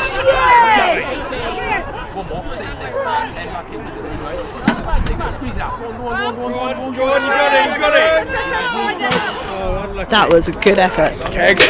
That's it. Oh, that keg very nearly It went is over allowed there. to touch and go over. That didn't quite go over the right way, but he's nearly there. If you can just finish this run. Big points here. Big points. Last keg. Kegs are very different to the sandbag throws. Very tricky. They don't move the same way. And although our ratchet setup might be not the most ideal, I think also you're going to get a really up and close view of the Viking press. I think you get a really good view of how powerfully these athletes are thinking through their strategies, how you can literally see that the thoughts going through their heads, when to breathe, and how they're bracing into their equipment to perform these reps. Because although I can't give you a weight for what this Viking press is going to feel like, every Viking press feels different anyway. The weight is added to this Viking press in hay bales, which you'd be surprised to know can't be calibrated. So I can't really give you much of an idea as to what it feels like. All Paddy has been able to indicate is that they are all heavy. Yes, some very, very solid looking reps here on this Viking press. Viking press is just warming up. Oh, warming up, yes. I just realised the hay bales have moved. Thank you very much for that. So we're moving into the women's inters very shortly, and as you see in the background, we still have the men with the kegs. Ellen, you good to go? Yeah, go for it. You want to bail on? Yeah, do one with that. How excited are you here to be here, John? You this excited to be here, John? Cheeky.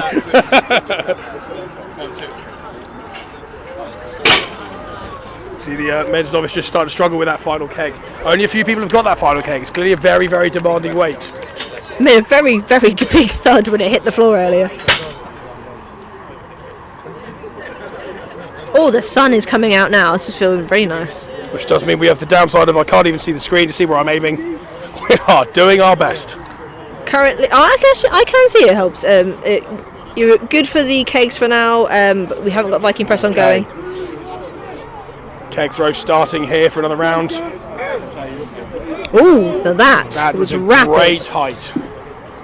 Fantastic throw. Needs to keep this pace up, needs to keep this speed up. This line is fantastic. A lot of the guys here struggling to get the right line with the keg because it moves differently. A couple of different approaches. This guy's going for both hands on the handles at the top. Does make the keg slightly longer. Some guys have been going widthways to make them shorter, easier swing through the legs, but actually less to hold on to. Bit of a payoff depending on which way you are, depending on your height. Fantastic. That was a perfect run. I think will probably have taken the win on that event so far. Yet to see what the others do, but that was a fantastic run. And I don't know if you saw, but he was taking the second for each rep to have a look to see where the keg was flying so that he could adjust where he stood. So he started quite far out because he was able to clear it very, very well. But as he could see that the keg was getting closer, actually adjusted and stood closer to the platform. Oh, very solid reps here with this Viking press. For the Viking press, clearly a fierce presser. Like we said earlier, never write someone off in the first event. They can always come back and absolutely dominate the weights. It's clearly a phenomenal presser.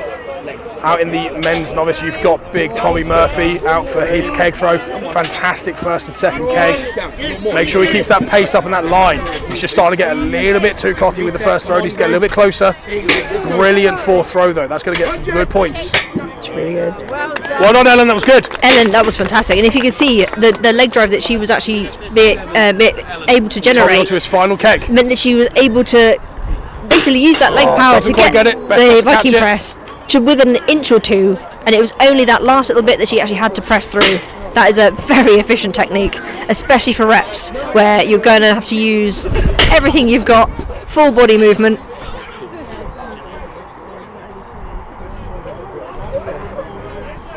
Can he get this? Oh wow! Big Tommy Murphy trying to take out the crowd there. It's good effort. You did that here, didn't you? I did do that here, yeah. Came and visited Paddy. We had a single arm sandbag throw off, and I managed to embarrass myself by letting it go straight ahead of me and flew back and sliced my arm up. I believe that was actually your Paddy Haynes YouTube debut. It was, yeah. At least I'm used to making an ass of myself. I continue to do it today. Don't worry, everyone. So out next for the women's inters, we've got Lizzie.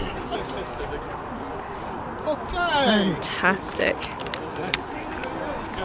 And the men's, we are opening up the next round. Good speedy sprint in there. Wow, just remember, phenomenal height. Actually didn't even do much of a throw through the legs. Just fierce height here. Remember that run out from that starting position. Really powerful. Counts really you. Powerful. That run out from that start position. That counts. Fourth keg. Fifth keg going up now. It's going to get some good weight. It's good points here. Okay, our feet ready. And the final keg. He's got good time here if he makes this. Well done. And on the Viking press, we have Lizzie coming out for second. She's doing really well here. This is a good set of reps. Remember, the rules here are you can only touch the ground on your first rep if you lift the weight off the floor. After that, the Viking press may not return to the floor. If it taps the floor on a dip because of the height of the Viking press, that's no problem. They'll take that. However, the athlete must not take a rest with the Viking press on the floor. It must only rest on the shoulders.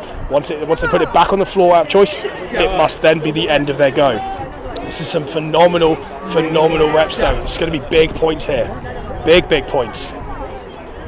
So you can imagine the athletes actually have a good amount of really long time to rep out this Viking press, and the limitation's probably going to be when they get to the point where their body has just given everything it can, the lactic acid is built up, they're fatigued, because they would have had to have held that weight throughout. If you look in the background, interestingly, whilst they're setting up the height here for Laura to come out on the women's inters, the men's, you can see here, the Haynes senior, Mr. Haynes himself, the OG, he's using the tractor to raise the height of the keg throw. So the keg throw will remain the same weight of the keg, but the height that they have to throw over will actually be increased for the class.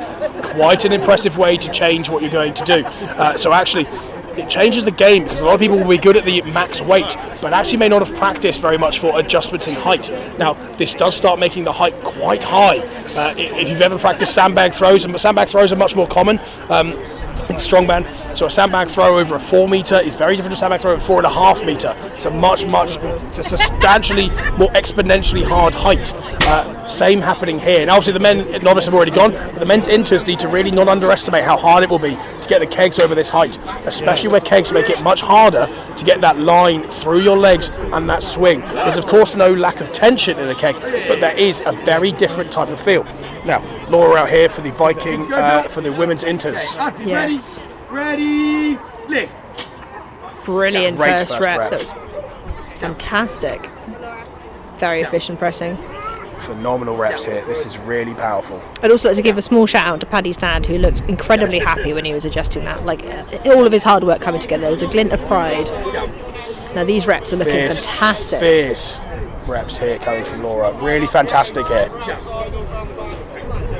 Looking very cool and collected. Yes, that was the first. That was the first one. There's been that extra need for a little bit more effort, but she's still got this. Oh, fantastic effort! Brilliant. That last rep was a good one though. And I don't know if you've noticed on the live feed, but they're lifting on grass, so it's not going to be a fully flat surface. It's not it's not like their gym conditions that they might have been practicing in. It's something we always like to say as strongman, is that actually train hard, compete easy. Remember, the conditions on the day will be different than you're expecting.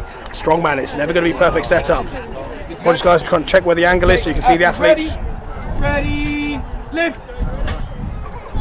So we have fantastic first rep, clearly huge amount of shoulder power here.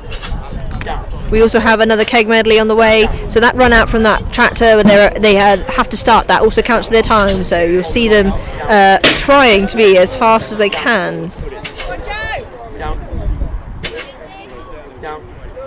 They also have to lift the kegs in weight order. They can't do the heaviest first, they have to start with the lightest and then build up to the heaviest. Lucy here picking up some phenomenal reps on the Viking press, and our first men's inters is out. That men's inters is Joseph McLaughlin. Oh, I said I wasn't going to say his last name again, butcher it. That's the 5th keg out of 6, doing really well here. Should point the camera slightly down. Perfect. That's the end. You are doing a good job. That's the end of the women's. So that's the Viking press finished. Oh, fantastic! That's the 5th keg over. So it'll be also interesting. Obviously, it's done fairly in that we've had each category, every athlete has done each implement in the same order as everyone in their category, just different categories, if that made sense. But it'll be interesting to see how people fare, as they will be fatigued in different ways at this point. They've both done deadlift. But you hold that. I'm going to be full strongman and get some gaffer tape. Oh, John is going to get some gaffer tape. We're going to You go are only full looking at the men's inters. You're up to Bob James. Okay, fantastic. Right, I have the sheet. We're up to Bob James, I do believe. Right, okay, I will now do justice to John's amazing work of holding the camera and try and do the same at over a foot shorter than him. So hopefully you still get a good view, but it helps that we don't have the Viking press ongoing right now. So some very good throws. Well clear, and he's staying quite close. He's not wasting energy throwing it lengthways, so not wasting the energy. It's all being powered up.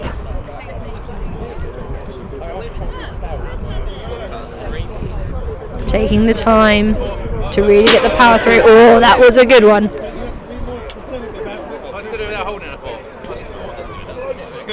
Having a think, having a breather, really ramping up to get that power between the keg. That was better than the last one. Oh, he's hyping up the crowd, getting everybody cheering. Hopefully you can hear a bit of the background noise here. There's a great atmosphere. Oh, that was so close. I think everybody held their breath watching that. Oh, no. Oh, good duck out the way there. That was a very good run, and he was very close to getting that last one. The gaffer tape is back. I was trying to gaffer tape to the front. Is it a good enough view with only the keg toss going on? With only the keg toss, yes. The Viking is now finished with the women's. Yeah. Until the men's finish. Yes, that I think that works for just the throwing.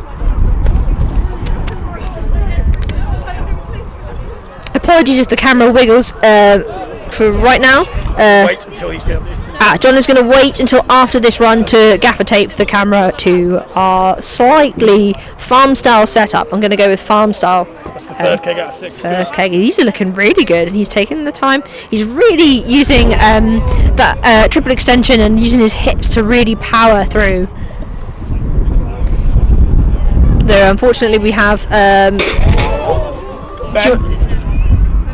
Sorry. Thank you very much, Ben. Moving everybody out of the way for us.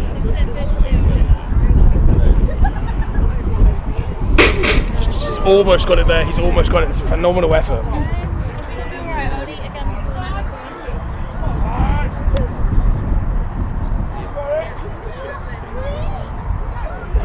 Oh, this is so close, but these kegs are heavy, and that is very high. Do we know actually what the height is? I think it's now 4 meters. 4 meters. Okay, sorry if the camera wiggles just for a moment. There is some camera gaffer taping in action. We'll be back in just a second, and hopefully this will actually be a little bit more consistent as well. Oh, fantastic. Okay, gaffer taping appears to have completed. Let's go, Sam! Phenomenal height there. So we have Sam out here. Come on, Sam. Sam Richardson's. Oh, that was. He's clearly got the height and the power. He just needs to stay controlled and keep that line right. That's fantastic. it. That's fantastic. Onto his fourth keg now. Sorry. Oh, very nearly. He's just got it. He needs to make sure he gets enough of a movement there to get it over the line. Most of these kegs seem to be hitting the top and then able to roll over. You just have to make sure you get the angle right. Notice here what I said earlier, he's actually going for a side technique, so he's holding one hand at the top and one hand at the bottom of the keg. It actually means that whilst he's got less handles, so his hands are in a slightly different position and maybe a bit looser, less control for the actual line, what it does mean is actually it's narrower, so it means he can actually get a bit more of a swing through the legs. You notice, because kegs aren't they are tiring, but they're not like a deadlift. Oh, that was a good save. Dude just throws it off him, what an absolute animal. We love it. As we said earlier, it's so easy for us to stand here and say what athletes could or may or may not been able to have done. He may have gotten the height if he'd let go of the keg a fraction earlier. Strange, we've wandered off camera. We have indeed wandered off camera. Apologies, we've been trying to sort out the best angle for everybody. Though in fairness, they don't want to look at us. They don't want to look at us, no, 100%. So, I believe this is warming up. Do you want to hold this for a second? Great first throw, that's fantastic there.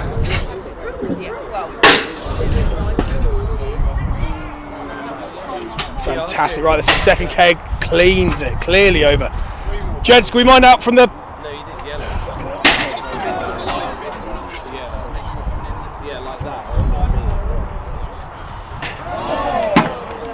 Fantastic, right, this is now his 5th keg, there's some good points here, really good points. It's really interesting to see how many athletes here have a good clean run until this point, and there's clearly a step up here. There's just a real difference in the weight. That was just a bad line that went straight to the bottom of the actual the keg throw. I think Paddy's dad there having a little quick check of his own ability to weld there. Probably best that the lads don't try and catch the kegs on the way down. Tom. sorry.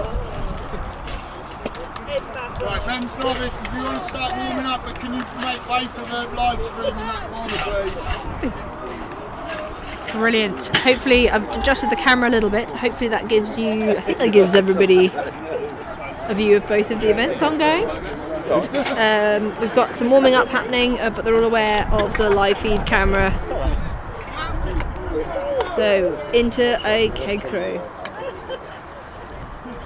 Ooh, so that was maybe a bit quick. He's got amazing height, just the line was a bit off. You can see there when he reassesses himself, absolutely fantastic with the right line. So much power. There's definitely enough strength here to get over all 6. He's just got to make sure he keeps that line right.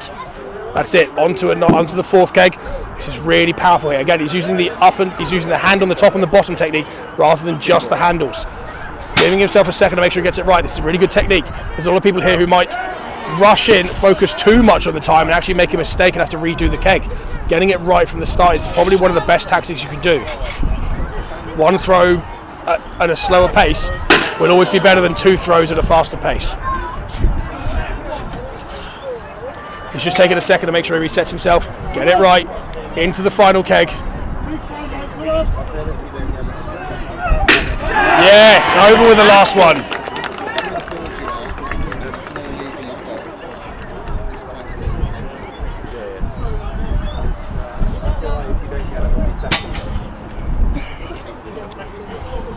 Do we know who? Apologies, I'm not sure I do know who's out next. Yeah, apologies, we have in fact gotten a little bit confused. Been trying so hard to get everyone out of the way of the camera that I've been losing track of who's out now.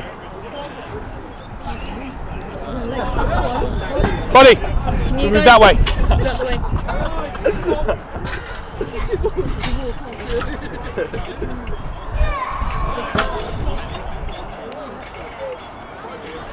Some rapid warm-up reps. Ooh, fantastic 4th keg.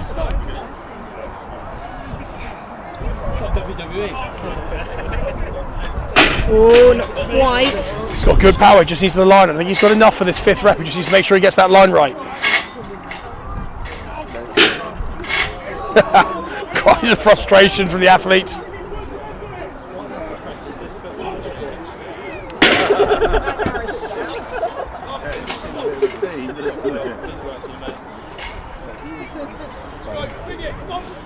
How are you all doing in the comments? Who are we cheering for? Any more guesses for the mystery event?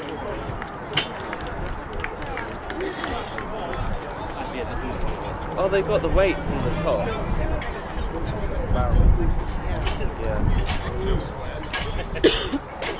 How long is it been on?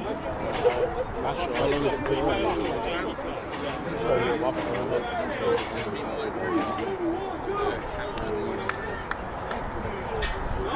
Phenomenal first throw. This guy's got so much power. Already onto his 3rd. He's not even really looking back to check they've gone over. He knows he's got these. Whoa! Might be the hardest hit yet on the Haynes strength sign. And that's sometimes where the confidence can just That's nip it. you. He's back into the rhythm. He's just got to make sure. Ooh. So it looks like he's been called because his throw didn't go over the sign. It went over the bit next to it. Now, subtly, that does make it about a quarter of a metre, a couple hundred centimetres too short. So, or a couple of tens of centimetres too short. So he needs to make sure it's over the right place. Just called for it. Might have interrupted his time there, but it doesn't look as if it's interrupted his power. He's just got to stay steady here. See if he goes for another attempt. It is moving a huge amount on the top there. The wind is picking up as well, so that arm is moving a little bit more. We love a strongman variable. We may have to head in because we are running out of battery. What? Already? Yeah. Oh, good. I mean, like... How much you got? Like, it's going to go. Yeah. Oh, run then. Yeah, run. Okay, we are going to have to head in temporarily. We will be back as soon as we can.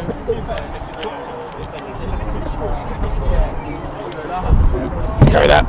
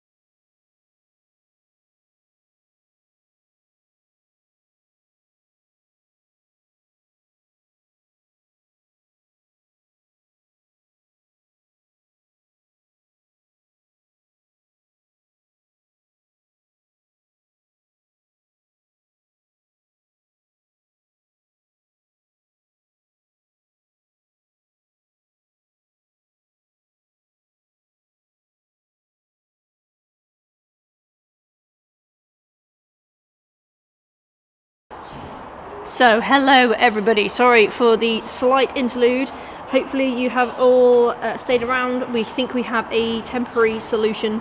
And in a moment I will walk us outside and we should be able to connect in a different location to some power, because we thought the power would actually be okay for these events. Of course it was going to be the technical issue that we didn't foresee that was going to be the one that crept up on us. So in just a moment I will move us back outside.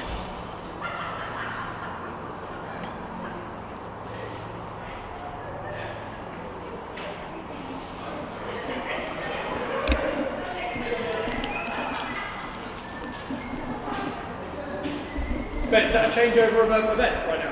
No, if you look at the men's going to Keg Toss, they're in the warm-up. We're just going to do the running order so we can get the men's novice going in the Viking. Perfect, okay, right. Should we do the dash? What do you have? What do you think? It's not much, but we can, do you reckon it'll do? Should we just walk around the corner? Probably. Okay, right, we are going to Got your do... phone. Are we actually live audio-wise? Yes. I would do that off whilst we run.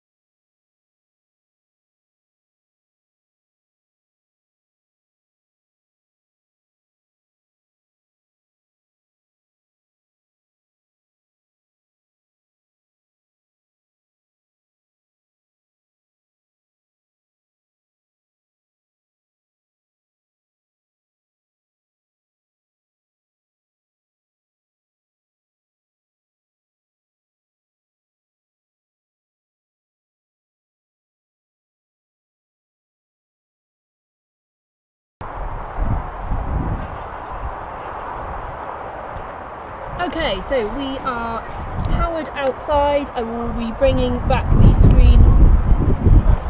We are powered outside, sorry for that, and I will be bringing back the screen in just a second. You have a slightly different angle, and so apologies for that, but we've done the best we can.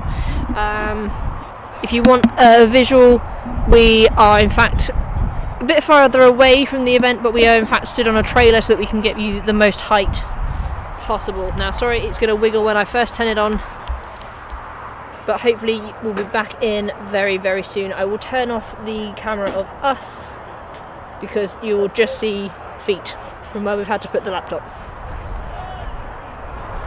Okay, you've got a quick glimpse of our setup now.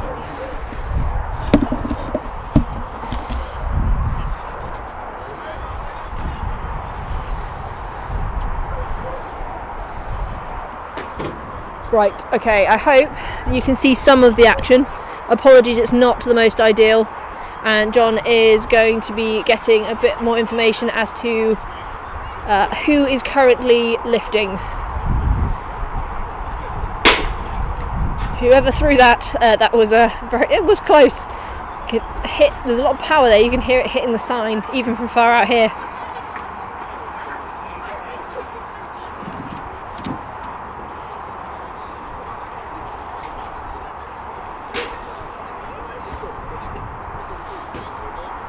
Try and find something to balance it. Yeah, but could you sort out the cable? Oh, detangle you? Yes, please. What a professional setup you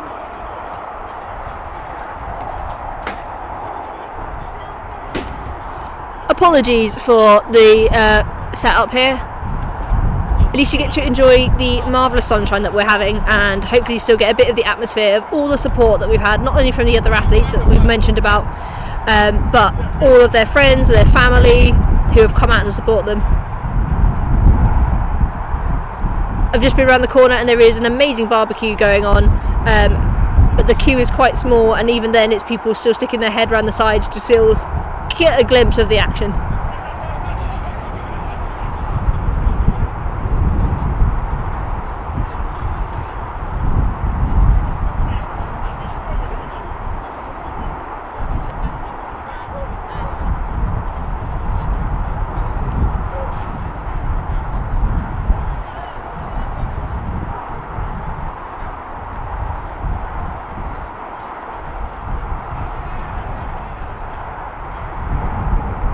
John's coming in with the trusty stool that we can probably put the camera on, so you get a bit of a smoother setup than me holding it.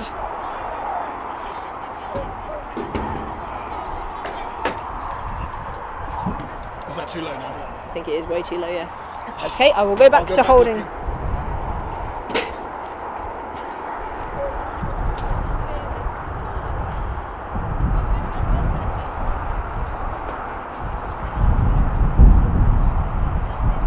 Now, I believe we still have an entire class to go for the Viking press. I believe they might be doing their warm-up reps. I have just done their warm-up reps, sorry. I briefly spoke to Ben as we were doing the camera changeover, and he was getting the final list ready, so I think that they are still yet to go. I presume that would be the Opens men.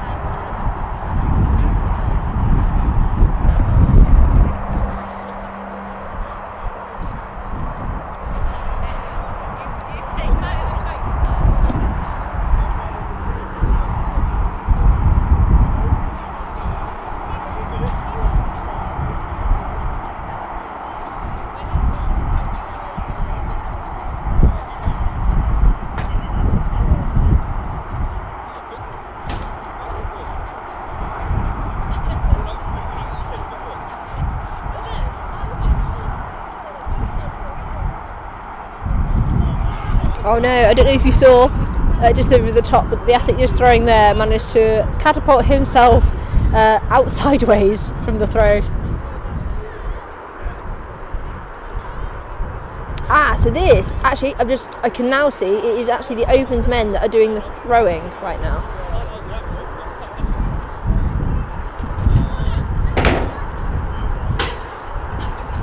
Yes, the Opens men are warming up their throwing, I believe.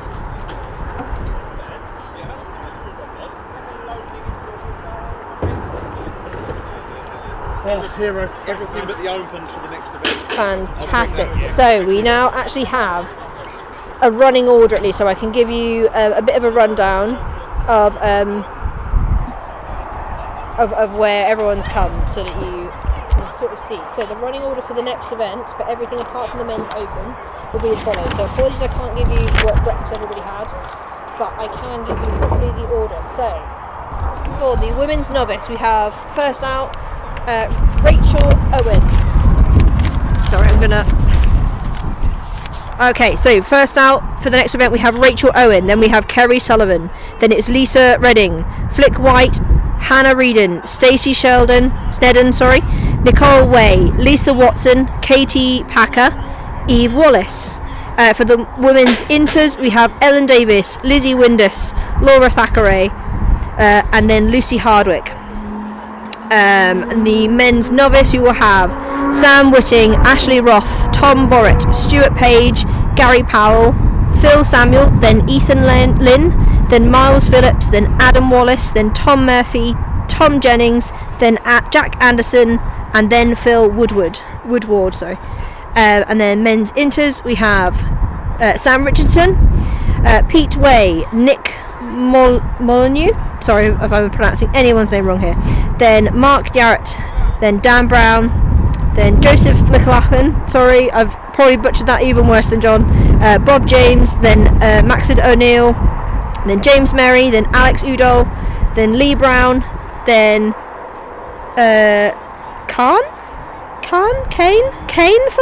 Kane Fulham, sorry, then Alex Hill King, Sam Richards, and finally Toby Lively. Now the men's open hasn't got theirs because they're still lifting, and we will get them to you very, very soon. Right, I'm going to stand up, I'm just going to put that on there. Okay.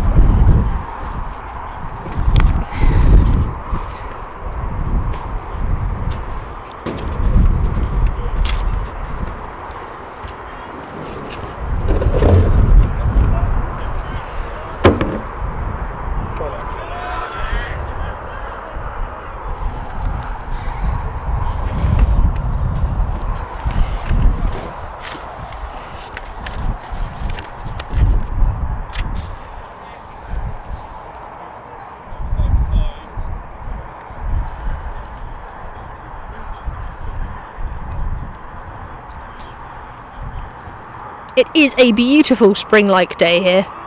spring-like. It is spring. But it's actually quite warm As now. you can see, that's Sam Grover out first for the men's opens. So we have Sam Grover out. Absolutely sends it on the first keg, second keg, third keg.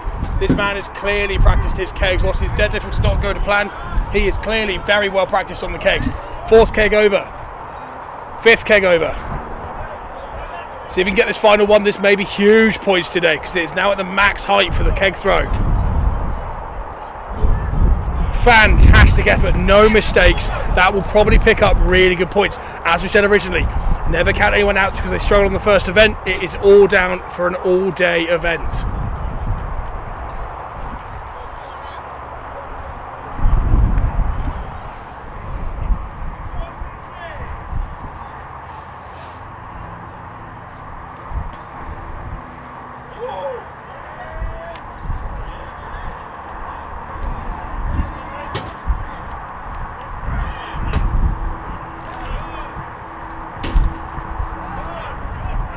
Two kegs, three kegs, four kegs well. Actually, Sam Grover may be in trouble here. Fifth keg, oh, misses it. Here we go, this is where you pick up the points. Haste, not waste, make sure you're never making a mistake. Oh no! Loses his grip and throws the keg forwards. Those kegs do look very, very shiny. I wonder if they are actually quite difficult to grip.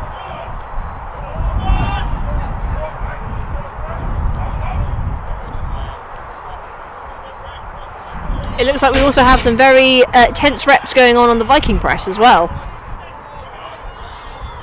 These lifters not only lifting the weight of the hay bales added, but as you can see there's also now plates added as well.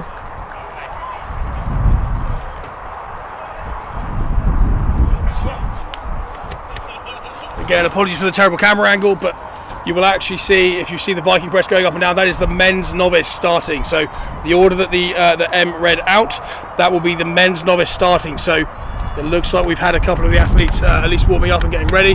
So now the men's Viking press novice is underway.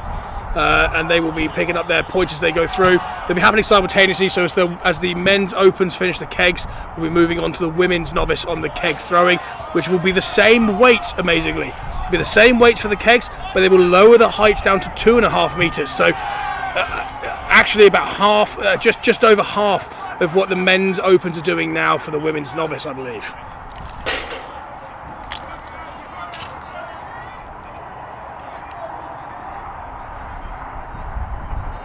I haven't seen the screen. Can they actually see the Viking press? Oh, can you see all of it? Yeah, you can see bits of it. It's not the easiest, but you can see, yeah, the top bit.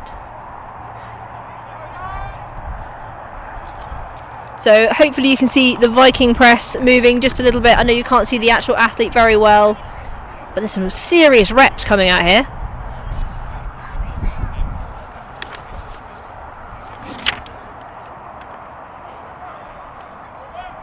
Is it Ashley? Actually can't see it, unfortunately. We're just trying to get a confirmation on which athlete is actually lifting. Max Whitting is going up for the keg throw. That's him. Max Whitting is now going up for his keg throw. Oh wow, that was a very good rep. Very, very clear. That's 3 over in no time at all.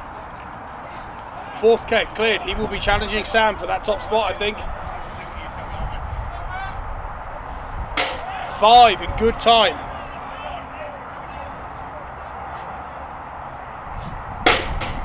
Misses the 6th. That may cost.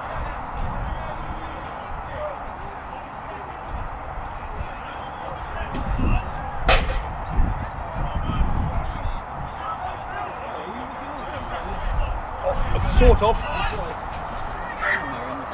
Oh, goodness me. Yeah, I can pass that on. Cheers. Don't recognise them.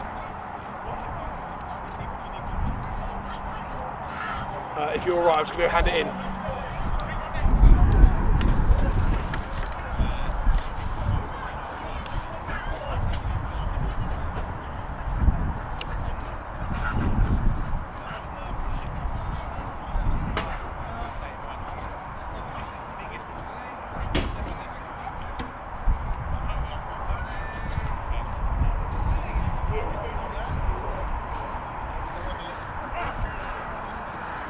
So after this, we will have the mystery event. Now, things have been kept very much under wraps all the way through. Our actual overlay for the next event that you'll see on the screen, the text will actually still read mystery event, because we still don't actually know what it's going to actually entail. All we know is that a wheelbarrow will be involved in some way or another, and there have been rumours that it will be some kind of loading into a wheelbarrow and then moving a wheelbarrow.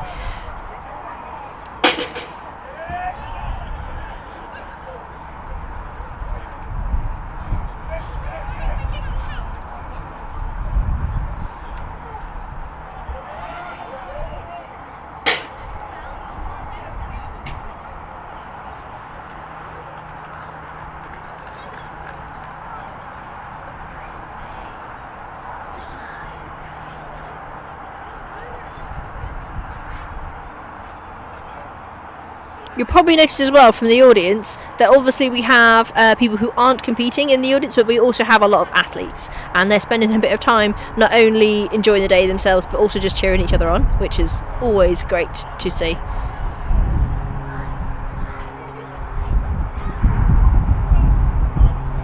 Oh wow, that throw was very far over. You can see how the kegs do spin and roll in very unpredictable ways at times. They're very unwieldy. It's not the easiest thing to direct, so sometimes they will move in ways you're not expecting. I think the lifter that we've currently got, I couldn't quite see who it was, but I could see that they are actually taking the time to have a look at where the keg is being thrown.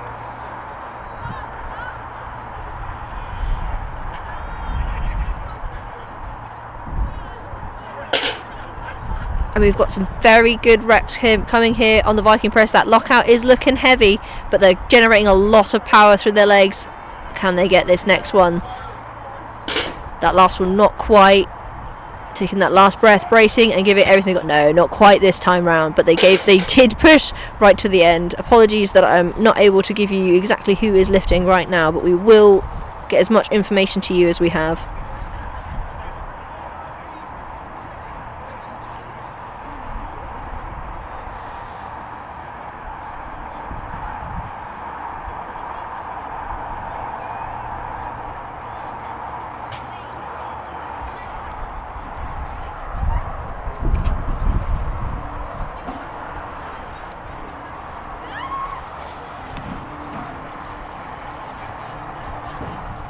So wow, that was a powerful throw. Oh, being a bit closer now to the arm. Will they be able to get this next one? Oh, not quite, not quite. There's a few inches and that might have rolled over.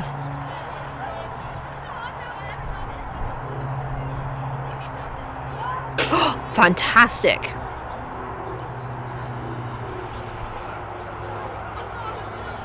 Oh, not quite, but it's close. Oh, so he's missed keg 5.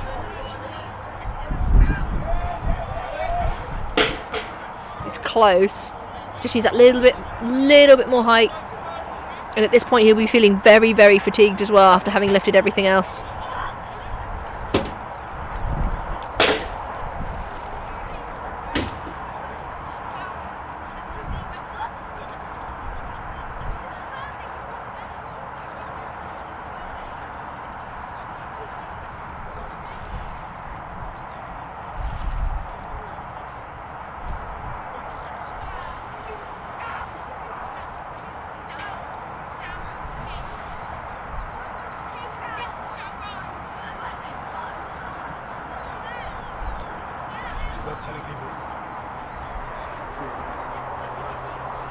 So as a little reminder for everyone, the order of the events is we will be doing, it's the Viking press and the keg throw will be simultaneously, continuously, till we finish with both.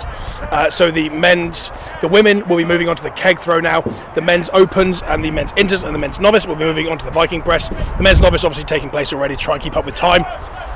Once these events are done, so we apologise that right now outside it's been technology has been working against us, unfortunately, with signal, battery, cable length, stuff like that. It is what it is. I'm sure you can all appreciate that being out in the middle of a field with a laptop trying to live stream to everyone is a bit of a difficult thing to achieve. So we're doing our best, but as soon as we're done with these two, we'll be back inside the barn for the last two events. So if you're struggling and you're getting a bit frustrated with the live stream, try not to worry, try to relax. We will be back inside the barn, I suspect, in about 35-40 minutes, give or take. Keep an eye on the live stream every now and again with half an eye if it's being too frustrating for you keeping up from this distance. We're doing our best, but I do appreciate that it's probably not the best angle and not what you want to see. We're trying to keep up as much as we can, but we will certainly be back inside the barn. It's not going to be like this for the rest of the day. So whilst it's wonderful for the athletes out here, I'm sure it's frustrating for you, but we'll be back in the barn. I would guess 45 minutes, about that, give or take.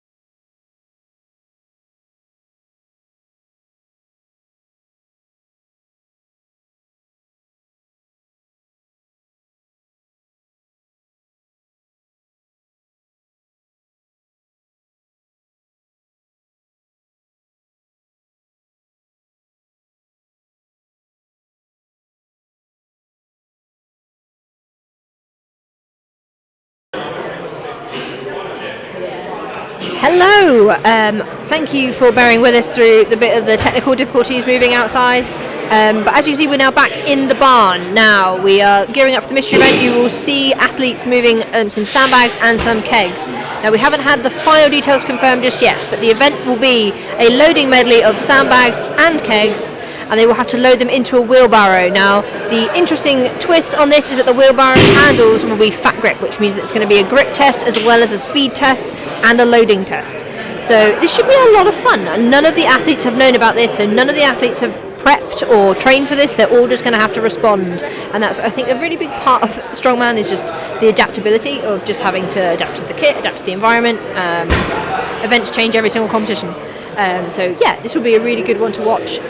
We are back inside now, we believe, for the rest of the day, so hopefully we will not have any more issues with moving back and forth, which has caused a bit of the technical difficulty as we've gone, but thank you so much for bearing with us, and I hope that you're going to enjoy coming back for the final few two events, which should just both be spectacular. The moving event first, the mystery event, and then the max stone, which is also not a very common strongman event. Usually stone events are for reps or a stone run. So I think this will be a lot of fun to watch as well, and I think Paddy is hoping that somebody's going to lift that massive 200 kilo stone that's right at the back of the room, and looking very brand new and very untacky as well. So I think it could be a nice challenging one to get their hands on. So yeah, thank you for bearing with us. Hope that you're ready for the next bit. We are just literally gearing up, athletes just getting their hands on the kit, because again, nobody knew that this was going to be the event. That's half the fun, so they're just sort of getting to grips with it. We know that the wheelbarrow is going to be involved. We don't know yet if there's going to be an order that they have to lift. We don't know if they have to load one then the other, or if they can pick. I'm sure we'll get all that information very, very soon. But I think it won't be too long now until we kick off. There's been a little bit of a gap now between events 2 and 3 and this one, so I think athletes have had a bit of time to sort of unwind and start getting their head around the mystery. I'm sure Paddy and the team of people who were running it are also very grateful to just grab some food, grab some liquid, because they've been fully back-to-back moving all day. Yes, so I think I will leave you to watch the warm-ups happen, and yeah, we will be back very soon.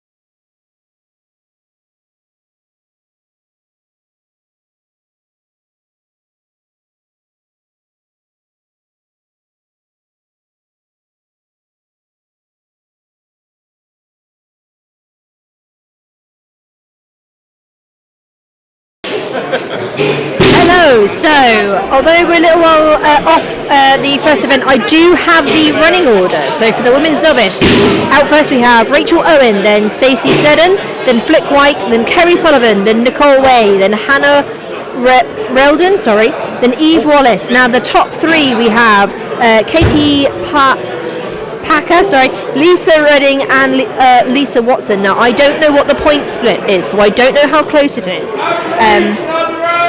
There is an athlete's briefing about to happen, so I will pause giving you the rundown just because we might get some more information for you. I will leave the mics on as well, so you might be able to hear some of it.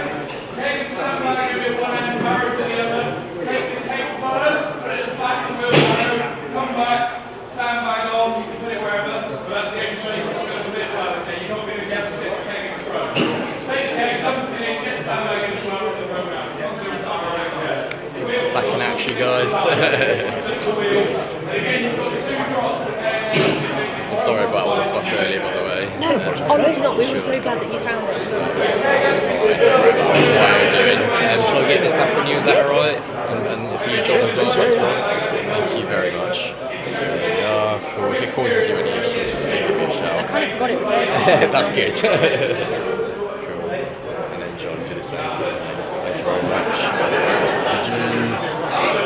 You guys managed to grab something to eat and everything, yeah? Yeah, smashing the burgers. Do you know what? The live stream falling out, mate, gives us the only window to get a burger. Yeah, it worked out pretty good. It did, yeah. Lovely.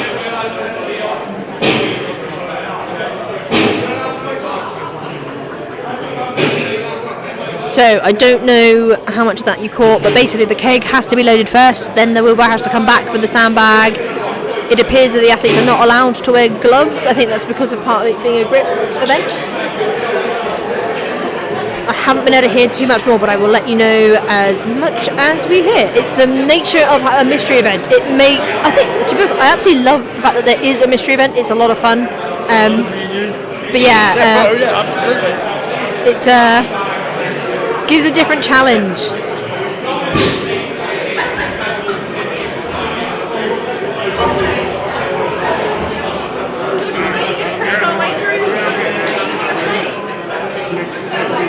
Alright, so as we're having a bit of a wait anyway, I'll go through. So for the men's novice, we have, unfortunately, Ashley Roth has pulled out. I do not know why at this point, but he's out now. We have, in the running order, so the first out, we have Stuart Page, Phil Samuel, Miles Phillips, Tom Murphy, then Ethan Lynn, then Tom Jennings, then Jack Anderson, then Gary Powell, then Adam Wallace. And our top three currently are Phil Woodward, Sam Whitting, and then Tom Boret. Now, I don't, again, know the point system, so I don't know how close we are in terms of points, but it could all be to play for. That's half the fun. For women's inters, we have out first Lizzie Windus, then Ellen Davis, then Laura Thackeray, then Lucy Hardwick. And for the men's inters, we have Joseph McLaughlin. I'm really sorry that we're butchering your surname. I really apologise. Dan Brown, then Bob James, then Sam Richardson, then James Merry, then Pete Way, then Maxid O'Neill, then Alex O'Donnell, Nick Moynier, Mark Jarrett, Lee Brown, Sam Richards, and then we have Kane Fulham, Alex Hale King, and Toby Lifey, the top three athletes currently from the last event. So these aren't the total scores yet, these are just from the last event, so this is the running order of our mystery event. Now in men's open, we have out first Rich Molnar, Sam Grover, Craig White, then Max Whitting, then Aaron Moody, then Christian Boycolt, then our top three currently for the men's open is John Bleach, Matt Johnson, and Kieran Lynch. Again, that's just the points from the last event, which for some would have been the kegs. For the women, it would have been the keg throwing, and for the men, it would have been the Viking press. Now, I believe the system they're going to use is that this will dictate for the mystery event, and then the final event, I think, because it's going to be like a rising bar setup, it will just be dependent on the weights the athletes have elected to lift as their 3 attempts of the stones. Now you might be able to hear some thudding. That's the kegs and sandbags being picked up and just tested out ahead of the final event. Now, if you're just joining us again, as I know we did lose connectivity for a little while, just to recap, as far as we know with the mystery event, it will be a loading and grip event. There is a wheelbarrow that has fat handles on it, fat grip handles. The athletes are not allowed to wear gloves, and it is being used as a grip event primarily. That also has a speed and loading component. So they have to bring the wheelbarrow to load the keg. The keg ranges between 50 kilos for the women's novice and we believe 90, but I will double check that for the men's open. They then run the wheelbarrow back, unload the keg, bring the wheelbarrow back, load the sandbag, which is the same weight as the keg, and then take that back across the line. So it is a speed event that has a grip component. It should be a lot of fun. None of the athletes knew about this, so they're all just getting to grip with the kit right now for the first time, as they were before now completely unaware. So I think it's a very exciting event because it's testing so many components, as well as just the ability to just respond and just adapt in the moment.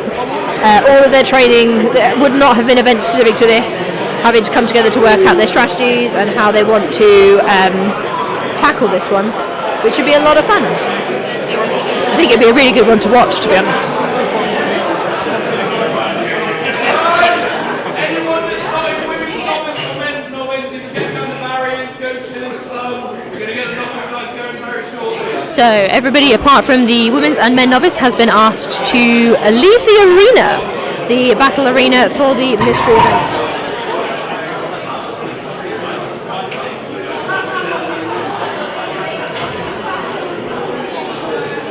I'm excited for this one. Say again? I'm excited for this one. It's going to be a fun one. I mean, Paddy always throws a really fun mystery event in. It's always a good laugh. So last year he had a farmer's carry, but the farmer's twist was that the handles themselves were rolling thunder handles, so they span, which was the grip twist, haha, the pun, I'm very proud of myself, on the traditional moving event. Yeah, I mean, Paddy's always got to throw something gripping related, isn't it? I mean, Em and I were saying before the comp, it was still a mystery event, you had no idea what it was, there was no clues. We were saying, knowing Paddy, it's going to have to be something to do with grip or moving, or evidently both, you know, so should have guessed it was going to be secretly both. We were having bets on whether it was going to be moving or grip. Really, we should have just guessed it was going to be both at once. It's very Paddy of him. It'll be interesting to see. I mean, it's a good leveler, to be honest, because he keeps it really, really secret. No one's in the know. Even the people he coaches, they haven't got a clue. So in all honesty, it's actually going to be a really fair playing field, and that's the exciting part. It doesn't come down to who's got access to the most kit, who's able to do the most. It actually comes down to who's all round the best. No one will have tried these before. They've also, interestingly, I don't know if it's mentioned from them, they are custom built for this event. So it's not like he's gone out and bought some wheelbarrows and you could by fluke get used to the wheelbarrow. I mean, as insane as that sounds, he's literally built them for this. So yeah. To be honest, most of the kit for this entire competition has been like purposely built. Yeah, 100%. Yeah, Viking press built by his dad, him and his dad. The keg throw, the sign built by him and his dad. The wheelbarrow built by him and his dad. You know, it's all completely unique stuff. And actually, looking forward to the next event, even the hitching posts for the stones look like they've been custom built. So actually, it's the kind of kit you won't find anywhere else. I would love to think that John Deere are going to start offering a Viking press attachment for all their tractors. Yeah, or any sponsorship from Paddy. Yeah. Paddy 10 offer all your John Deere products. But it's generally, all the kit, I would say, completely custom made. And as we were mentioning, like right at the beginning with the actual deadlift, the kit can be so changeable in strongman anyway. So it's going to feel different to anything else anyone had. I also very rarely see strongmen and women practicing with wheelbarrows outside of a specific comp thing, because it doesn't come up too often. It comes up every now and then, but not wildly. Okay, we have our first athletes about to go out. So in our nearest lane we have Rachel Owen, and I believe we will have Stacey Snedden in the furthest, but I can't quite see right now because people are still clearing. Right, I will try, and we might not catch the full lane.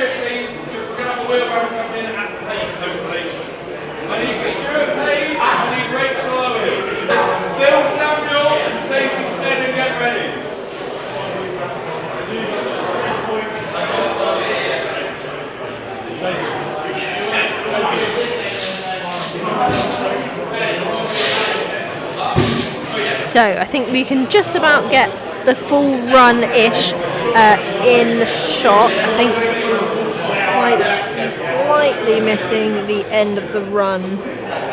We're slightly missing lane 1 at the end and we're slightly missing lane 2 at the beginning, but I think we've kind of got a good balance. You should be able to get most. You're all right there. You're actually okay there. Right, hopefully that's a good balance of the two. Here we go. 3, 2, 1, go! And they're off. Go on, everyone. Let's go. Good. Now, I can tell you that before today, Rachel had actually never picked up a keg. It's been a bit of a response all round because Rachel's been training for the throwing event as well on sandbags and other odd objects.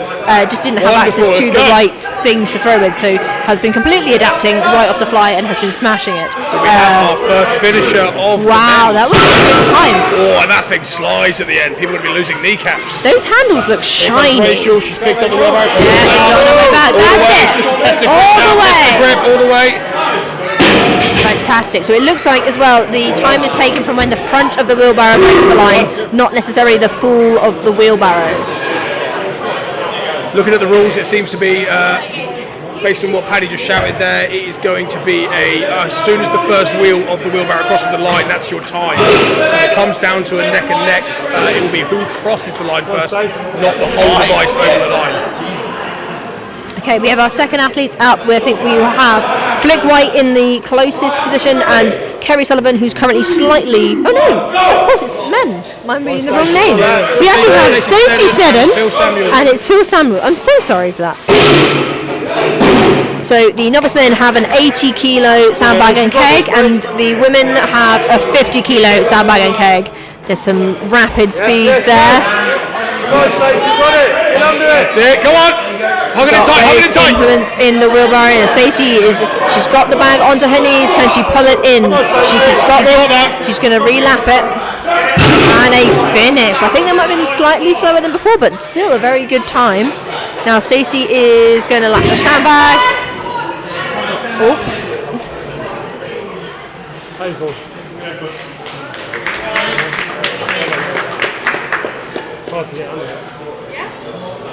Stacey there shaking her wrist. Looks like she might have picked up something during the comp or ongoing.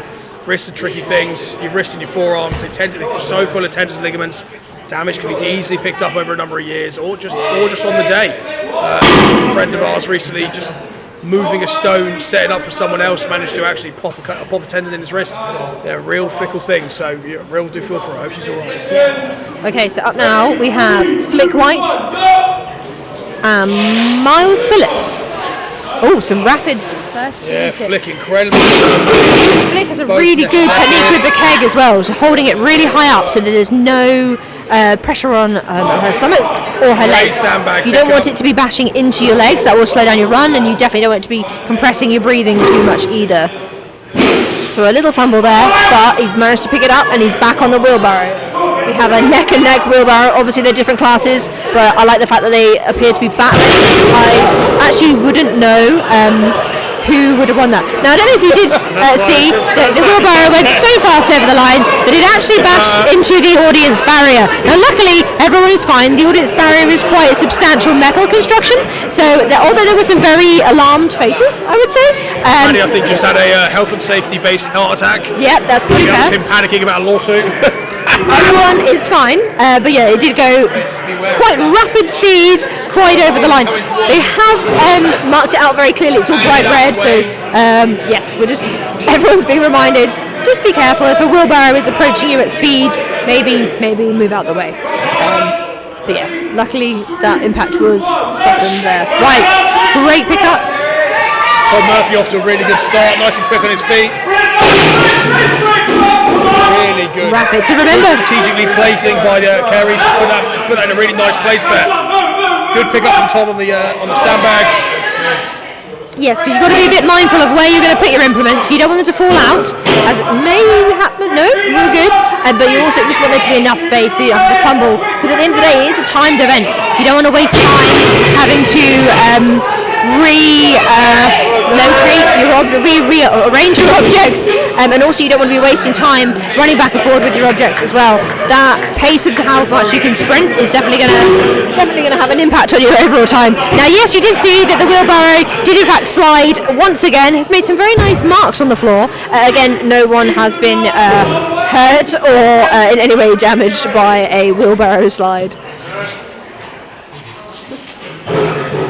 Cole Way, Ethan Line. Ethan fiercely good on that deadlift. See how he carries through. Yeah, okay. That was maybe a slightly rushed pickup, but I think maybe she might be with the speed. She is quick. She's sprinting in between the objects, which does genuinely make up a lot of time for these sorts of events.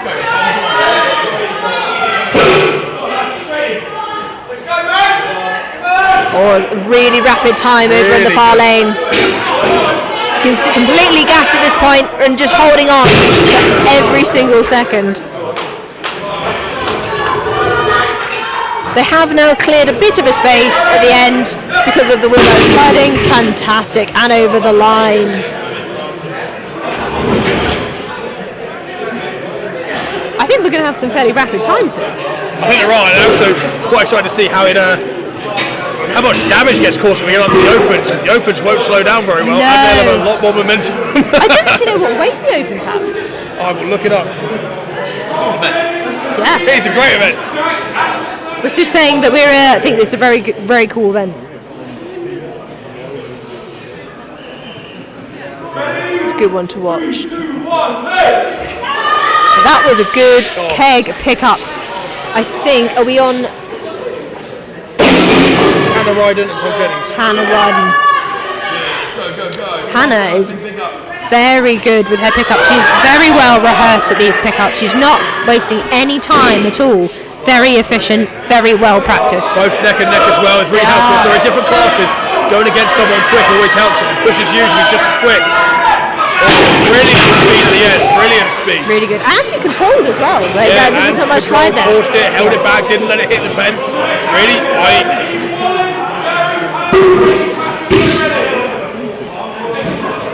You can tell in that last run, both of those athletes were at maximum speed that they could muster at that point. Because just think how much fatigue you're already going to have in your whole body from having loaded those objects, to then have to sprint another time with weight. That's quite an impressive feat. 3,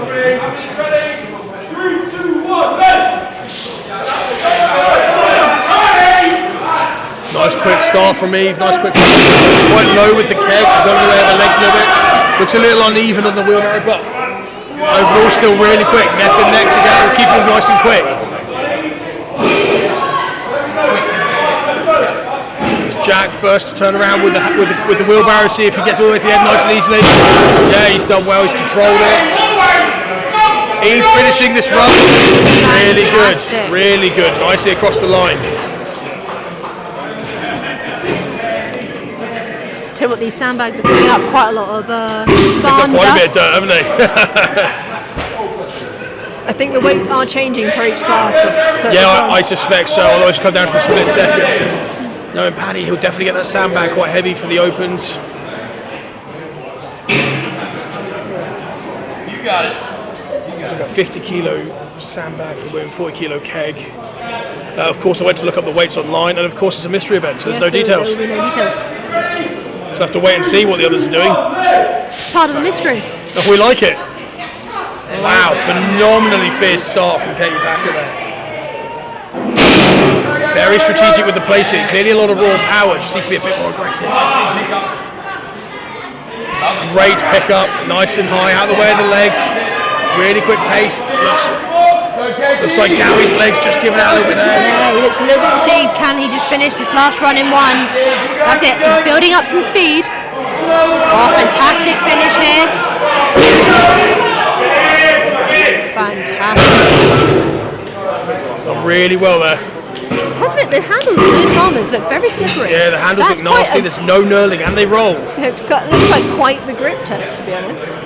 Also, we have to remember, everyone, this is the fourth event of the day. Whilst we had, unfortunately, take a bit of a pause from the live stream, The athletes didn't have a pause at all, they kept going. So they've done 3 events already, maxed out 3 times. There's been a lot of hinging as well, right? So you've done your deadlift, you've done a hinge movement, then you did your keg throw, which is an explosive hinge movement.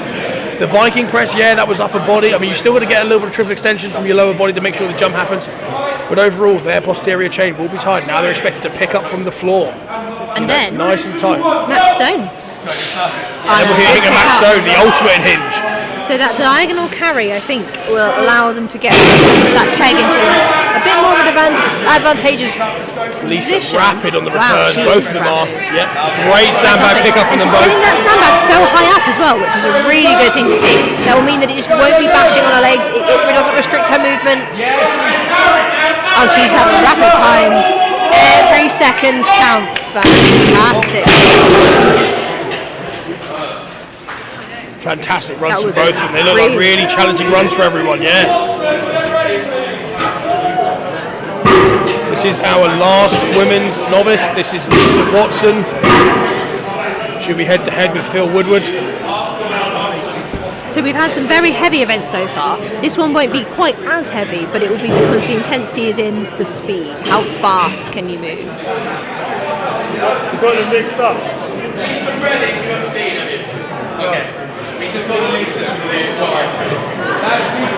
Ah, so it appears that we had the Lisas confused. The Lisas appear to have gone in the wrong order. Yep.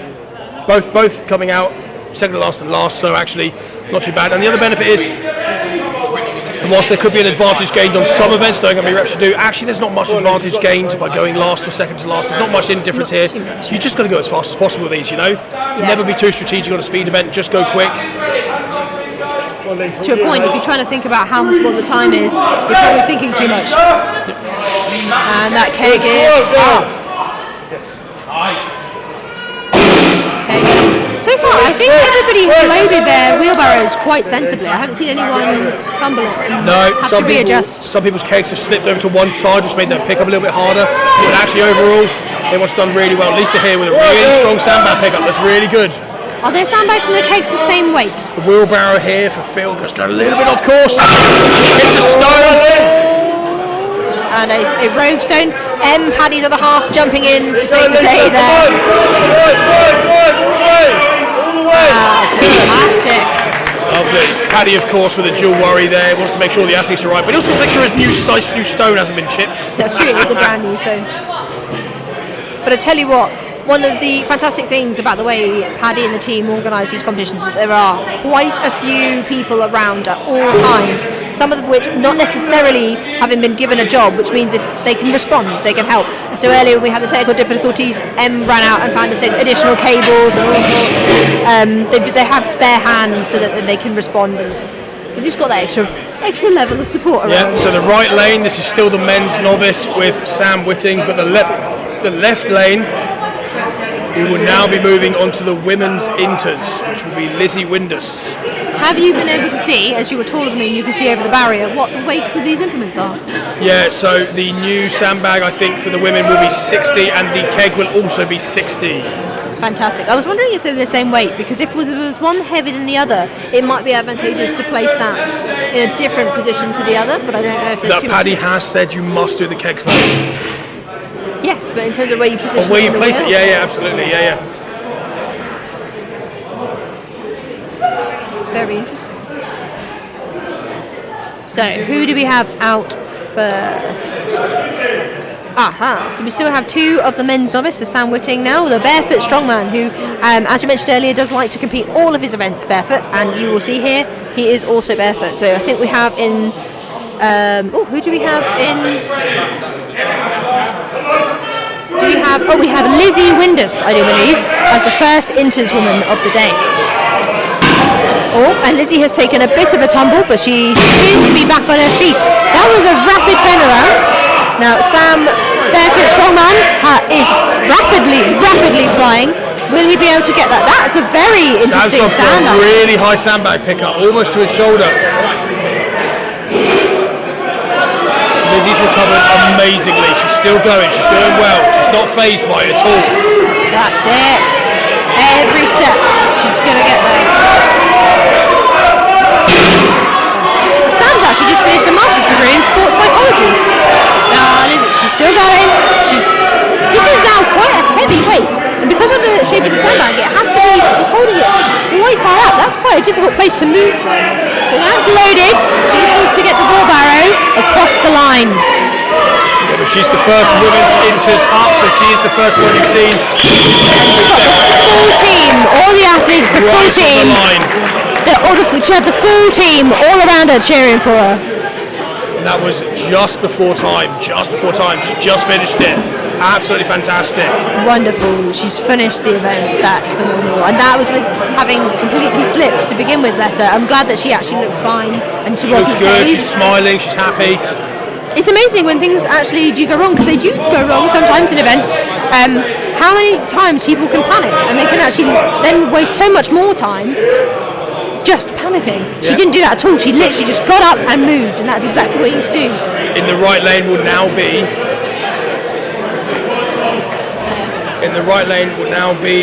Tom Borrett, the last men's novice. But in the left lane will be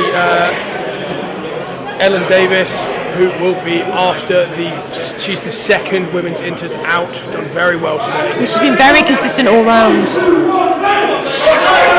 Really good pickups there. Great start for both of them. Great start here. Nice quick keg.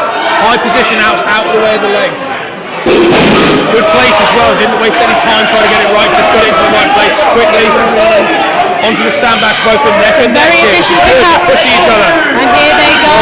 Very good pickup. This would be a good time. She's picked up the pace really quickly. She's leaning back and looking right at the ceiling so she can just focus on speed. A little bit of a fumble getting used to those handles. All the way. Ellen has made it over the line. Both have made it over the line. They were very, very good runs. I think also you can tell all of the athletes appear to be moving away from this event looking fatigued. This is a very tough event. Needless to think, respect to her. I think Ellen just swallowed down a bit of sick. Oh, bless her. I think the sheer speed of that event caught her up a little bit. It's fantastic. Great run though. Oh. Sorry, keep it about the way the camera thinks. Okay, so who do we have now? Laura Thackeray. And is there going to be anyone in the other line? Yeah, it should be. We are into the. They will be now moving into the men's. So maybe taking a second. I think, are they going to reset? It's going to go solo. So we need a lot of support here. Yes, good. She's got a good pickup, but she's picked up the sandbag quite low into her leg, so she's may find it hard to run. She's still moving strong though. It's already phasing her. Yeah, she picked it up just side on rather than diagonally, so that it's harder to keep it off of your legs. But it doesn't seem to have slowed her down. Oh, not quite the right pickup. Her hands were slightly too far back, but she's back on straight away. That's it. Adapting in the moment, that is a fantastic sandbag pickup, nice and wide. Adapting in the moment, that is a really, really key part of this sport. The kit is very unpredictable at times. Sandbags especially, they can move in ways you're not expecting or wanting them to move. And all the way. That's it! And across the line.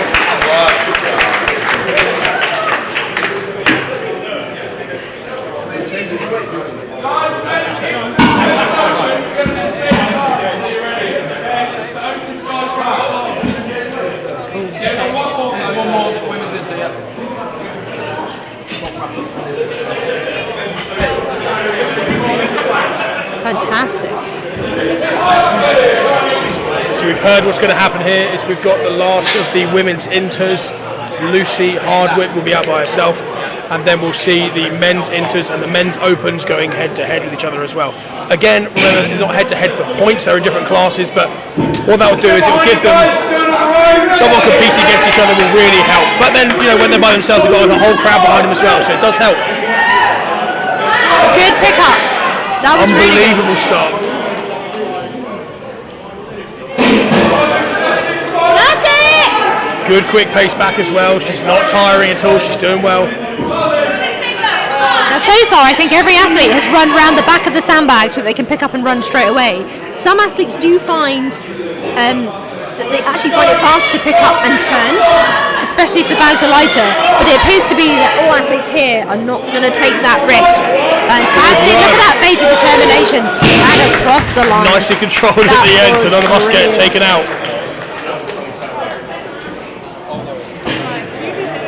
Fantastic. That was a very good run. Okay, so am I right in thinking that we have men's inters and opens? Yeah, so we're starting with, not sure which lane they're in yet, but you will have one lane with the men's inters, which will be Joe out first, and then in the men's opens, Rich Molnar will be out first. We'll also try to identify the weights for you, but we are also learning at the same pace that you are, so we're not 100% sure. Say again? Work out what the weights are. Yes, well, yeah, to be honest, given the fact that Mr. Ben. Mr. Ben. We'll grab him. Mr. Joyce, do you know the weights Mr. of Joyce, these that'll be Glasgow. implements? That's the other Ben. Yeah, you're all right. I'm so sorry. That's more attractive Ben. I'm sorry. Mr. Glasgow, do you know the weights of the implements? This one? Yeah, sorry. Well, looking at the bag, I can tell you that it's a Cerberus. Okay. Okay. It weighs one Cerberus. 120 kilos. 120 kilos in the lane closest to us. It's embarrassing that I've managed to misname someone on the camera. Sneaky sweet. Thank you very much. We should have told us that one of us had it. Do you want to do a live interview just after someone's finished? Right? Do you want to do an interview just after someone's finished? Who? Yeah, I'll do it. Fuck it. Well, let's commentate on these guys first. We'll do some afterwards if you want. Whatever, mate. Just give me a shout. Love it. Okay, so after my embarrassing mistake of misnaming someone on air, I think we have 120 kilos in the lane closest, and I think it's 100 in the lane over there. Yeah, it is. The other thing that if you look carefully as the wheelbarrows come past, the interesting part is that actually the wheelbarrows are having weights added to them. So although they're loading.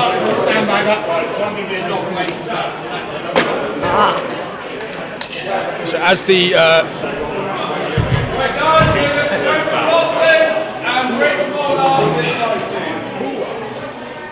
so if you look at the wheelbarrows as they come past, not only are the implements they're loading heavier, but the actual wheelbarrows are having weights loaded to them as well. So the men's opens over here.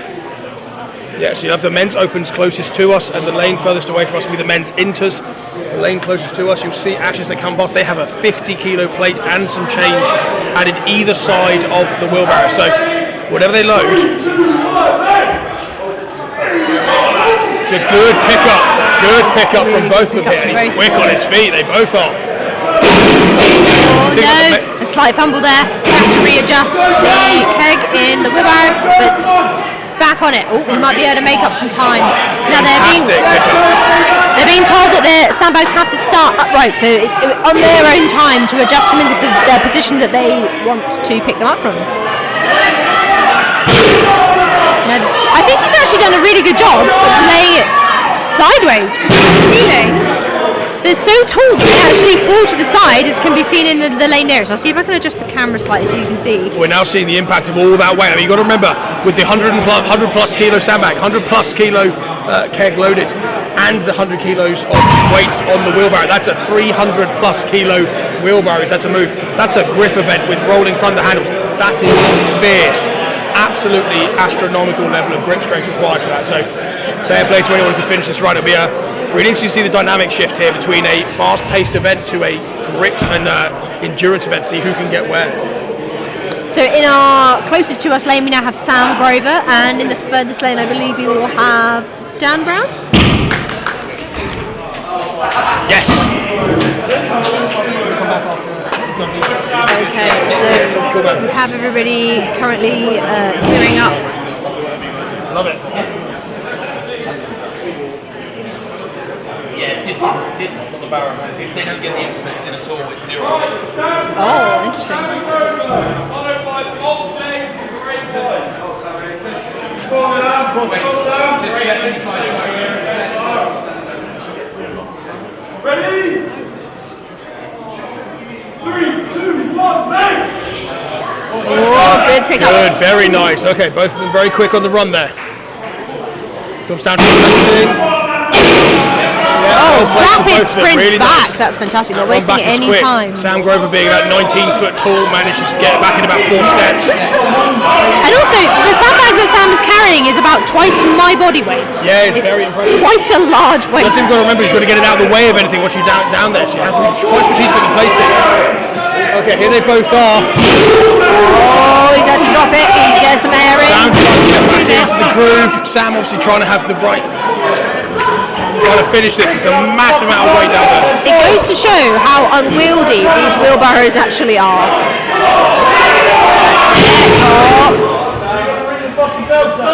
Finish it! Okay, Oh. that's it. Oh, Two drops and he's out. Okay. You're finished. Fantastic. So we now learn a new rule. If they drop the wheelbarrow twice, that is the end of their run. That is where it is called from there. So they won't get a third pickup time.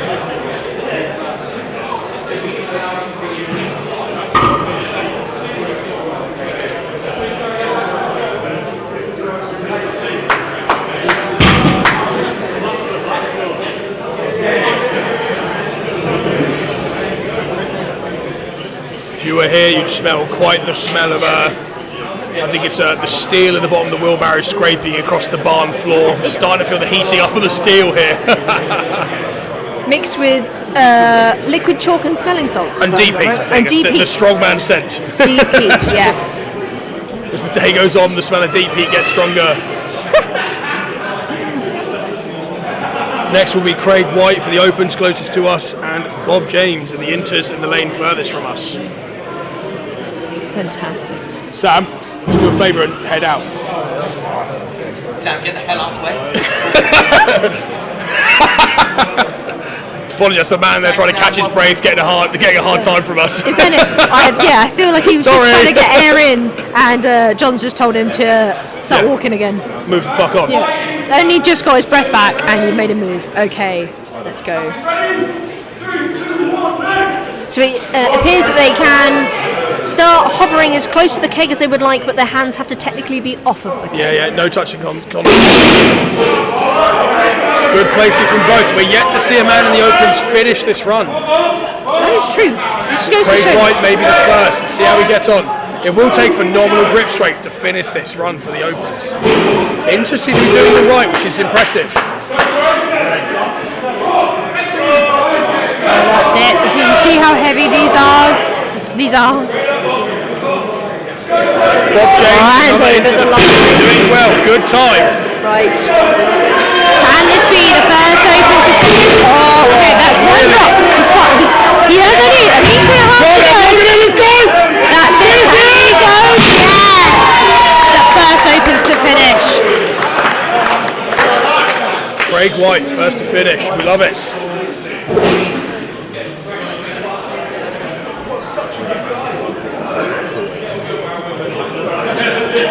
So it looks like everyone's absolutely coating their hands in chalk, because I will be honest, it doesn't look like anything is sticking to those handles. They are almost like Paddy's been polishing them for weeks, specifically for this, I don't know.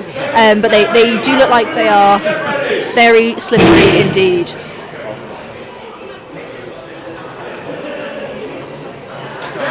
In the lane closest to us, we have Max Whitting. They first away with Sam Richardson. Very good from everyone, very good, neck and neck. That's really Very hard to know from these runs how anyone's doing compared to each other. They're all doing well. The opens, you only got one guy to finish. It's a bit more clear cut, but actually partway through, very hard to know.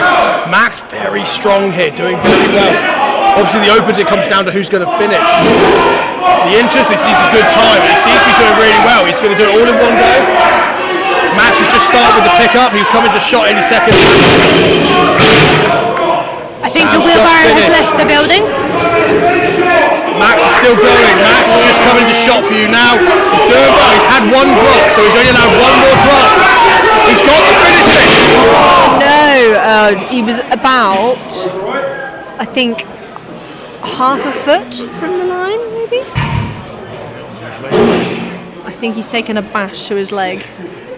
But he appears to be smiling, which is always a good sign. Yeah, he's either full of adrenaline with a broken toe or he's okay. It appears that something fell off the wheelbarrow as well, but I believe M has scooped it up, so I think we're okay. I don't think what came off it is actually anything to do with the actual. No, I think it was like a cap for. Won't have affected the run at all. Just the end of the cap. Well, he's limping, but he is smiling. Yeah, might be full of adrenaline. Maybe broken a toe. So it reminds me of the Harry Potter line that I think has come up in a lot of strongman memes recently, of Ron Weasley doing a prophecy and coming out with, so you're going to suffer, but you're going to be happy about it. That's fair, yeah. I didn't know where you were going with that quote, but I agree, yeah. You did look very confused and alarmed for a second Well, then. for the Harry Potter quote, that's not something I expected. I suppose it's not often that you have a Harry Potter quote on a strongman live feed.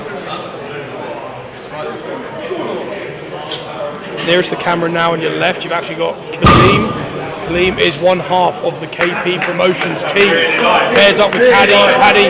Paddy's training partner as well. Very, very strong. He's one of the juniors in here, and he's well, he's not competing today. He's a very powerful individual, very talented.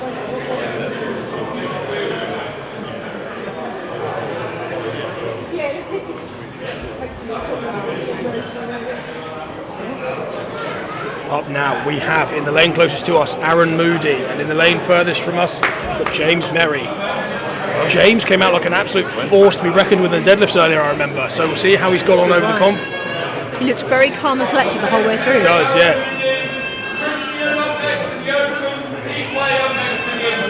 James evidently carrying a much more calm, collected mentality, whereas with Aaron here, much more outwardly aggressive. Yeah, very good. James with an absolute rocket-powered start. Phenomenal.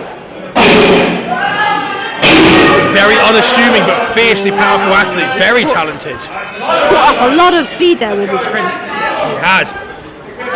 James taking off like a rocket with both implements straight into the run. This could be a really high run. This is a good time so far. This could be really impressive. That was impressive. Over the line. Aaron's taken off with the wheelbarrow. We haven't had a drop yet. He's nice and calm actually. He looks pretty strong. His grip is looking good. He looks good. He's going in a straight line. He's going at a steady pace. He's doing this in one. That's it. He's doing it. Nice and strong. What a run. His grip was so confident that he actually took the time to check, have I crossed the line? He looked like he wanted to give the crowd a look. He wanted to give him a bit of an eyeful. Bit of a Hooper type style. That was strong. It looked like, to be honest, looked like he was going so fast that wheelbarrow kept going, even though he wanted a bit of a pause. Yeah.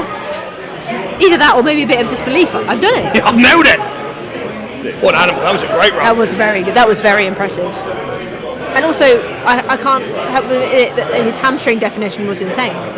Hamstrings were hanging off that. I was jealous. I was getting an eyeful. I was very, very happy about it. Loved it. Loved every second. Okay, so who do we have here? Oh, we have some headphones in use as well for an extra bit of kick. Lane closest to us, we have Chris. In the lane furthest from us, we have Pete Wade, the strongman dad.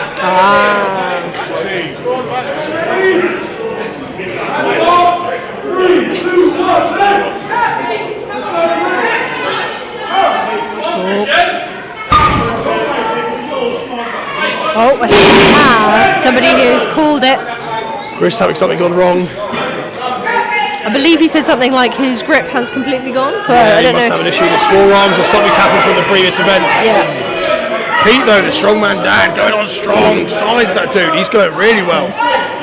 These events on their own are challenging events, let alone, as we've said before, the accumulative impact of just the fatigue they will have built up now from competing so many times. Yes, I don't know if you heard that, but Strongman Dad was screaming easy, easy as he finished the last few love it. minutes. I That's fucking brilliant. love it. Pete was just screaming easy as he ran down. Dude should have gone in the opens. He loves it. Have you heard Paddy there in the opens lane closest to us? In the opens lane, you've got John Bleach. Fantastic. And who do we have in the far? And in the inters lane, you're going to be up against Maxted O'Neill. He had a lot of power in the throwing. He did do really well.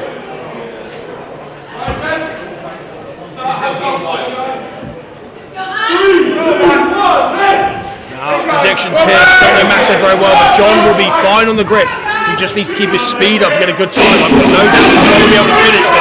John's very confident with pace, isn't he? Say again? He's John is very confident with Keg.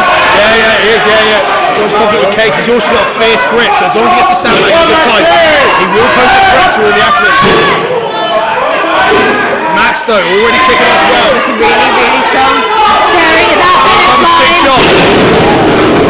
Max rides it to the finish. I feel like there was a... John still going, no cross. Knew he was going to be good for it.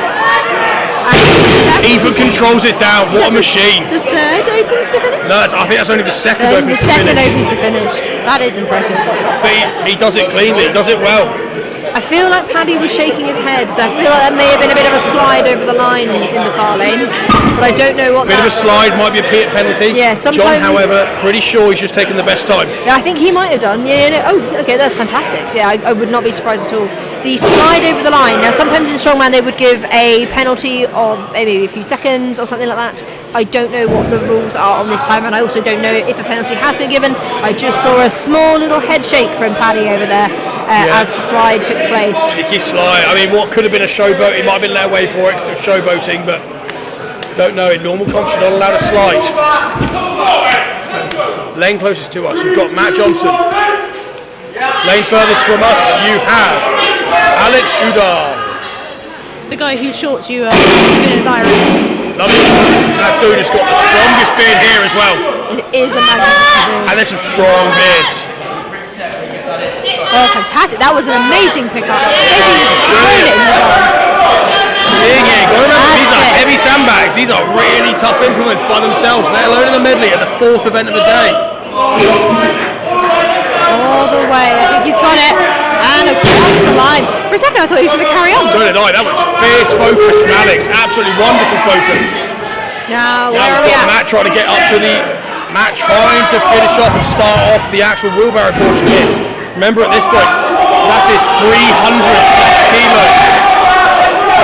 Probably closer to 350 at this point kilos. It's going to be heavy. And remember those handles are not... Oh, gosh. He may also be strategic as they can only drop it twice. Yeah, so he may also have been deliberately taking a bit of a breather to make sure he felt like he had it in his hands. Yeah, we just had someone say grip. Yes, this event is a lot more of a grip than I think people might necessarily realise. Yeah, absolutely right. Moving on to the last guy in the opens lane, you've got Kieran Lynch, and you've got him head to head with Nick Molyneux.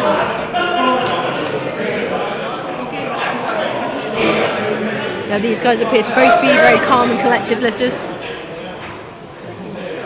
Yeah, it's interesting to see how it pays off during the day. There's a lot of people changing their stance, a lot of people getting more hyped up as they go.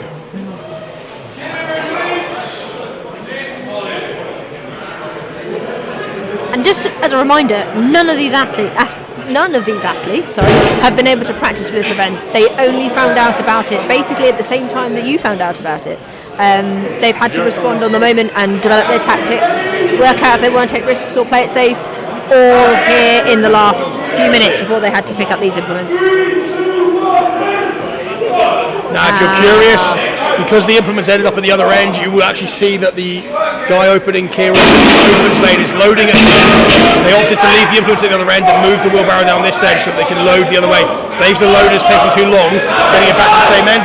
After all, it's still a flat run here, so there's no advantage going either way. So you have Kieran loading from one end. You've actually got Nick Molyneux doing a blindingly fast run, already finishing up.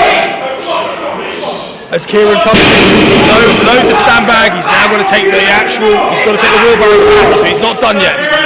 He's got his final length of wheelbarrow to go, so he's going to pick up. 20 seconds! Showing how aggressively heavy this is. So Paddy just called that as one drop. So there we go. As soon as that drop, there we go. That's two.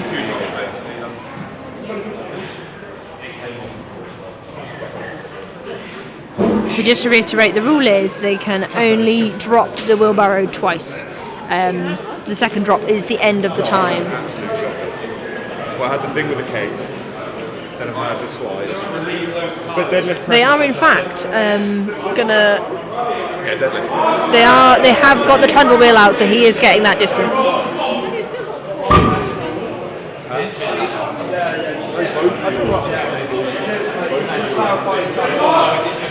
Jimmy. Buddy. But the thing is, it's that one.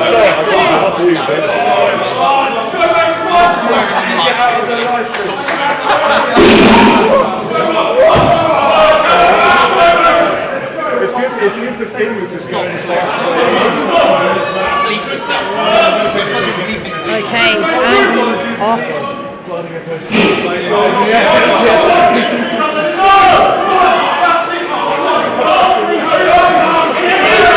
Every step, he is seriously fingers everything he has. Line. Now it did slide, but it was over, I think, before. Yeah, over the line before the slide, so he's all right. Thing to look out for is you can't slide over the line. I don't know how clear it is actually on the feed because I have a feeling we're over it, but there is actually a black line taped across the floor on both ends, so it is very clear to the judges and the crew exactly where to start and end each run. I've just realised on the video it isn't very difficult to see that. I'm actually impressed at how well the tape is holding up considering what it's had thrown at it today. So we'll have another few lifters to go for this event, and then we will be on to our max stone. This is Lee Brown. Oh, very good pickup. Basically using the momentum of the pickup to help his first few meters. And sprinting back. Oh, wow. Very good, quick pick. Quick sprint back, very good pickup as well. Very, very dominant time here. This is going to be impressive, I think. That's it, that's it, that's it. That's it, getting it moving, build up the pace. Now he's built up some good momentum, he's got to keep this going. Can his grip hold out? Oh, so he hasn't to drop it, he's only got a meter to go, and over the line. That, I think, would have been quite a good score, a good time.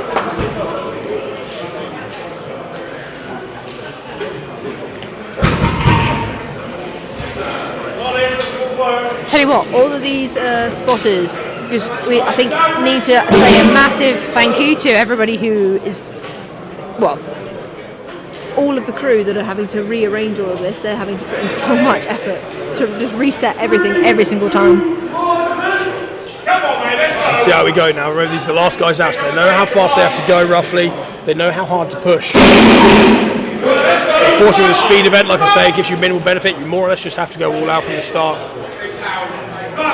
Good pickup there, very good pickup. Just got a little bit of a tough hold on it. Not quite the ideal position, but he's made it all the way, which is good, unbroken. That's fantastic. Well, that's the first drop, but he can still do this. He's looking strong. If he can just keep this going for a few more meters, and he wants the line.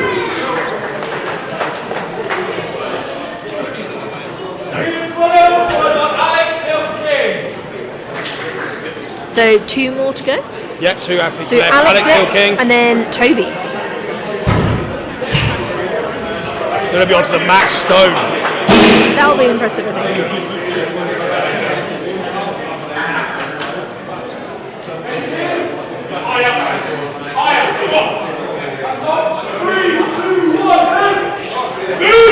That was a good pickup. Very, very fast feet here. And he's quick on the way back as well. He's going to get control, turn around, use the sandbag to slow him down. Very clever. Quick on his feet as well. Back he goes. Bad sandbag low, though. I've got to say, that's not going to be an angle. It's going to be very good. He's going to put all the weight into his left hand. Doesn't seem to have phased him. Hasn't phased him. Slams it over the line. Knows he's gone well.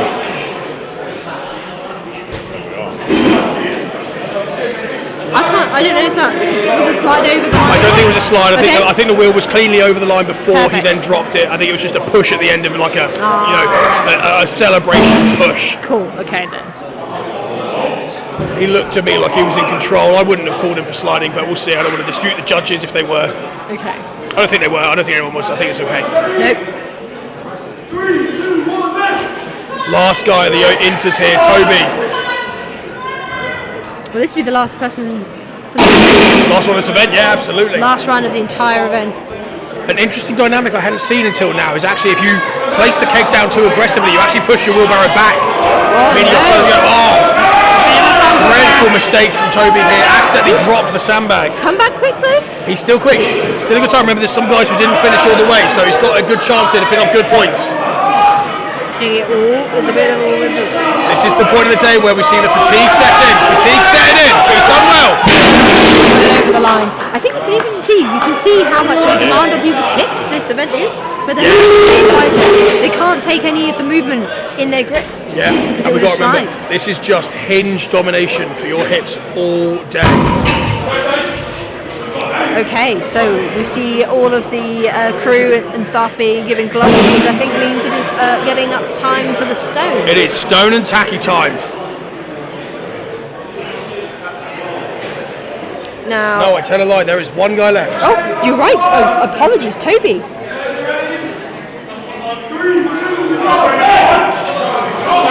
Wow, that was a quick I apologise, I've got the names wrong for the last couple of people. This will be Toby, the last guy will be Alex. The guy before that would have been...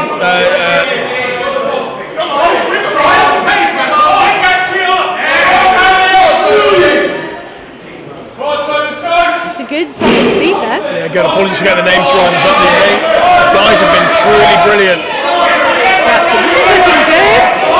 This is looking really good. Good run. I think that will was actually good. do very well. Now I'm presuming that the order of where everybody came has absolutely no bearing on the next event because it's a 3 elected lift max stone. So I presume it's more the weights that have been elected that is going to be the Good decider. question, yeah, I good could be question. wrong, but I think that's how it's going to work. So I don't think we're going to have a list for you, but I will obviously keep you, well, we'll both keep you as up to date as we possibly can. We will. Right, do we want to transition to hold whilst we wait for the... Yes, so I think we'll just quickly go to a hold screen for a little while, but just before we do that, I just wanted to show you the full range of stones that we have here.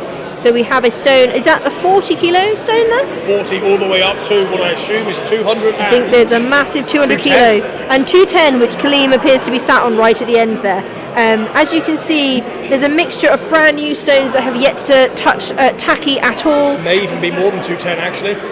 Ah, exciting! And also some stones that have been well used before, but they have been relatively cleaned. There is not too much stuff on them, so actually I think the surfaces of these could be very nice. The clean ones, they don't look too dusty. Sometimes the brand new stones can be quite dusty, which can make it really hard for the tacky to stick, but I do believe that actually these should be really nice stones to play with. I think we should see some very big numbers here. But anyway, we will leave you just for a little while while everything's setting up. And we will be back very, very soon. Thank you very much for staying with us.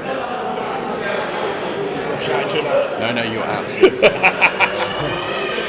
I was going to reset the recording. Apologies. Thank you. All right, thank you.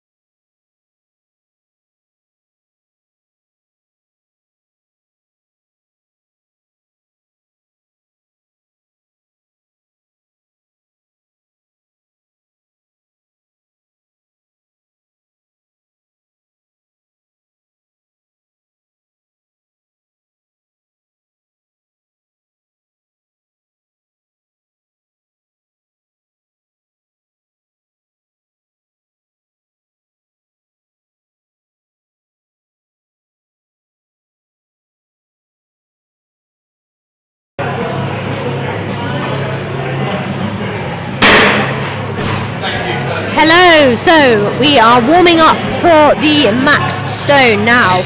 There will be 3 lifters going at a time, and I believe that the way it's been run is that everyone has 3 nominated lifts. So there'll be. It shouldn't go on for absolutely ever, as I think a few people were worried if it was just going to be you can keep going until you can't go any further. I hope we do. I'm fucking loving this. This is great. Now, I'm not sure I'm allowed to swear. I just did. I think you've sworn a few times, but we're okay. We'll let you off. I'm going to get hyped up. I'm going to have some smelling salts. I'm going to have a great time. This is good. Max stones is not something we've seen in comp. This is good. We'll stop you if you start putting tacky on. I might. Do you reckon I can join in? You're going to jump in. Where are you going to start? You're going to do a full run, right? You're going to start. So I won't raw dog 200. No, I reckon full run. You want to start at 40, and you're going to go all the way up. Okay, so that must be stupid. Let's have a look at this, right? So you've got 3 lanes. I'm assuming they'll be doing 3 classes at once rather than head to head to head to head. Now,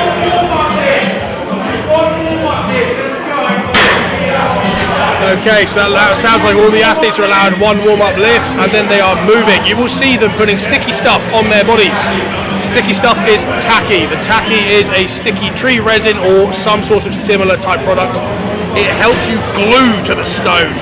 Stones are obviously a very smooth, round object, right? It's a real funny situation in that the smooth, round object doesn't have a lot to grip onto, so the tacky helps you use your forearms to squeeze into the stone. Especially with something like this where you're going for a max stone, it will be critical to make sure you are in a good place and hugged onto that stone nice and tight. It'll be make or break. You see a lot of people here today will actually fail more often, and this is a guess, I may be wrong, but a lot of people here today may fail actually off the floor, and it might be just because it literally gets to the point where they can't get enough of the grip on it. A lot of people find that actually they're okay if they can get it off the floor and they can lap it. Most of them are okay finishing it, but that being said, it's the end of the day. They've done 4 events. We think about the movements we were saying earlier. The 4 events that they've done heavy deadlift. That's a hinge movement. They've done heavy loading with that wheelbarrow. That's a hinge movement. They did throwing. That's a hinge movement. And now they're doing a max effort stone. That's a heavy hinge movement. No, this is an absolute max effort across the board on their hips, and they are going to feel it. We've already heard a few athletes saying that they're feeling a bit fatigued, so they might not be hitting the ones that they were aiming for. Or then also you may see that some of the stones appear to be already used and have tacky on them, the ones that have the kind of like black speckly bits. If you can see from the camera, it might look a little bit different. There are others that look brand new. They are brand new. And we have also heard some athletes making a few decisions on what they're going to lift based on which numbers are new and which ones are not. Because the ones that are not might be, and we don't know this, might be a little bit grippier than the brand new ones that might be a bit slippery. Or they might be the opposite, yeah? We don't know. You don't know. You don't know how it's going to work. Now, it's actually not too hot in here, so I think people are going to have to be working their tacky to keep it nice and fresh and soft, because the thing is, it likes to kind of become less sticky as it gets cooler and become a little bit more solid. So they're going to want to keep it in that nice liquid warm state. So you might see athletes moving their hands quite a lot to keep it just pliable, keep it in that nice soft spot so they can use it on the stone and sort of get the most out of it. I do know we spoke to a few of the lads already, and a few of them are definitely going for big PBs here. So we've seen people talking about going for something, on a elect 3 lift. You elect 3 numbers. Often what we see people do, a good rule of thumb is you open on something you can hit for 3 reps, something you'll get any day of the week. You want to get that confidence. Yeah, bad day lift. You want to know and open up with something that you're going to have confidence, it's going to increase your confidence. You don't want to go in with something that's going to make it feel like concerning or scary. Then we'll see on the second lifts, people start to really separate themselves from the pack. The second lift will be where people start realising, how beaten up am I? How much more do I have in the tank? Have I overshot? And that's where you might see people. A good rule of thumb is then to start equaling your best, go for a high number, and then that third lift. The third lift is where you'll see people absolutely going full send, just absolutely maxing out, right? So that third lift is where you're going to see people doing the most they've ever done. You'll see some wild celebrations, they start hitting it. I think anyone who hits a 200 kilo stone here is going to be up amongst the best here today, especially for the men's opens. I don't think we'll see anyone in the inters hit 200 kilo. We might, I could easily eat my words. There is a 250 kilo stone on offer here for the men's opens. That's absolutely astronomical. That will be arguably one of the heaviest stones this country's ever seen. So, you know, it would be surprising to see someone hit it, but let's not rule it out. You get, you know, the freaks come out of nowhere. We love them for it. And I have to admit, I think one we've already heard a few athletes mention that they're tempted by that 200. Not only is it a nice round number, but I'm pretty sure Paddy issued a little bit of a call on social media to say, is anyone going to do this? Because I think he would like to see it, if anyone could, anyway. So I think they're just doing their final warm-ups now. And I think then we'll be ready to go. Now, we have lost the ability to see the chat when we had our connection issues, so apologies if you have sent any messages and we've not been able to see them. We didn't realise they weren't coming through, but please do still cheer for the athletes. They are doing a phenomenal job, and by this point in the day they are very fatigued, so it does genuinely mean a lot, and the chances are a lot of them will also go back after they've lifted to watch as well, so it's always cool to see those nice comments of support, because they have all battled very, very hard. It's been a quite intense day all around, but a lot of fun, and the atmosphere has just been great all day. We were actually saying that when John competed here, it was the first competition he actually brought his family to, because he knew that it was going to be such a nice environment here, and that a lot of people echoed that same sentiment.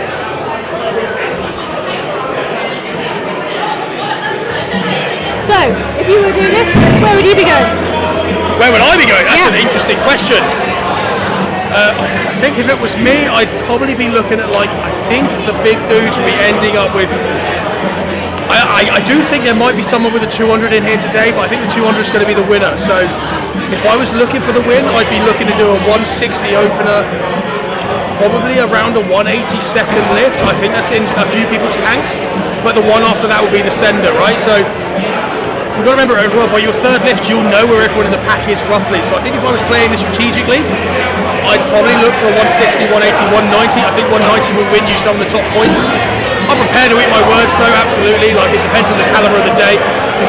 If other people are looking strong, I mean, the temptation's always to go full send, right? Like, we love a full send. I'd be tempted to bury my nose in some salts and hit that 200 just for fun. This is the last event, so they would use everything they've got left really now. As long as they're able to drive home. Hopefully they've brought somebody with them that can take them. If you've got anything left, now's the time to use it. The rule of thumb that I've always had in my head is you never leave a comp with anything left on the table. Finish your food, you get everything down.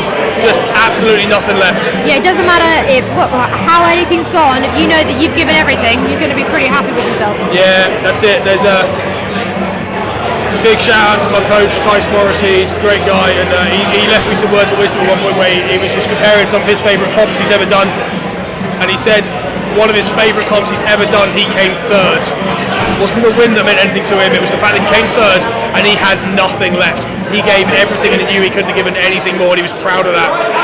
Actually, one of his less favourite comps, one of the ones he was most annoyed by, was when he came first, because he actually left a lot on the table.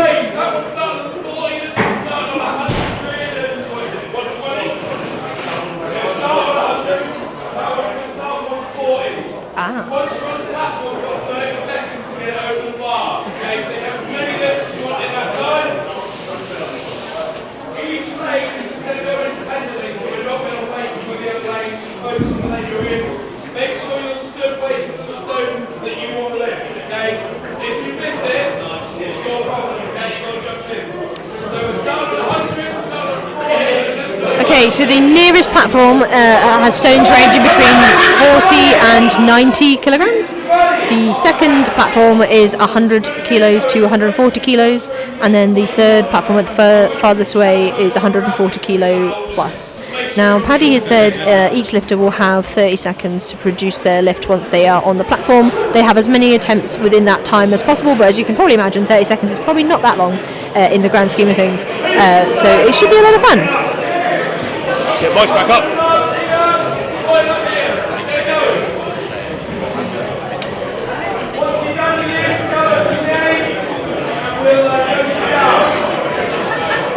Right, Right, so it looks like a bit of a first come, first serve. So it looks like people are not separated into classes. It looks like it is just purely done by weight. Everyone is in together. So by the looks of it, it's basically approach the bar in the right order, take your lift at that weight, nominate your next lift with the ref. So this will be chaotic. It will be a little hard to, it will make sense for the people, the athletes and the refs. It will be hard for us to keep up with, but we'll try and shout out things we see. You've got Sam Whitting right now putting up 100 kilos. Does it successfully, we'll have to nominate his next lift. I think he's walked off without doing it, but that's okay, he'll catch up. The ladies now. Yeah, absolutely. It's going to be pace, pace, pace. It's going to be the name of the game here. So they're going to be doing really well. It's bad. Paddy himself saying this is organised chaos. The benefit from our end is that at least we know the stones are largely new, old. So it might help us work out roughly what's being. That was very clean lift here on lane 1. Very clean lift from the women. I think that might have been an 80 kilo. Or was that 70 kilo? Not positive. I think it might be an 80. I think these women are the inters.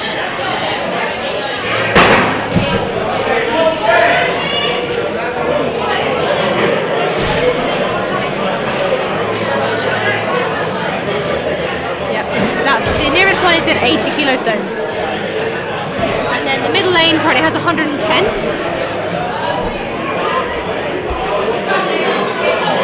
I think the furthest lane was 160.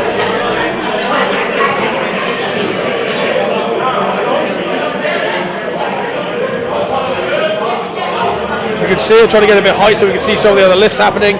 It is fairly chaotic in here, so I do apologise. Yeah, good rep there here. Yeah, enters. He's still got 30 seconds to finish the lift. I think he's going to call it though, because it is a very, very fatiguing movement.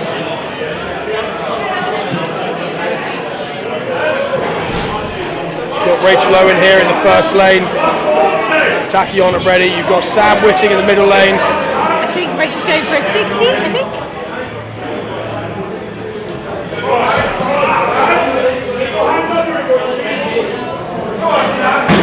Oh, very easy. Good lift from Rachel. Sam there struggling to break the floor. His feet are quite far back. Usually you'd want to get right across. I think because of Sam's body shape, he is actually struggling to lap the stone. So Sam almost has to one motion the stone every time. I had not considered that, but of course. So I think we have a 90 So the kilo final stone. lane, hard to see from here, but the last lane, trying to raise up as high as they can, are actually up to the 150 stone already. I think the far lane looks like 170. 150. Is it 150?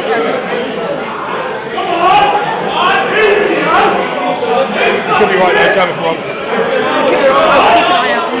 I think the closest lane to us is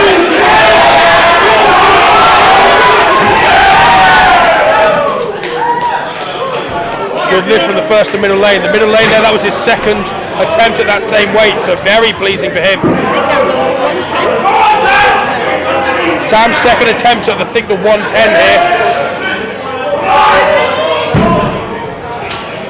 Bit of a wobble there. Looks like the blood pressure's getting the better of him. Looks like he's just started passing out there, so got to be careful.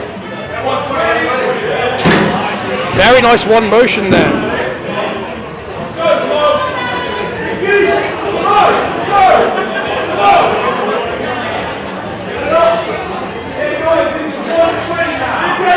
That's the inters in the middle there. That's the middle lane. Are up to starting at 120 now. Just to confirm, you were right, it is 150 on the far lane. Really good lift there. Good lifts.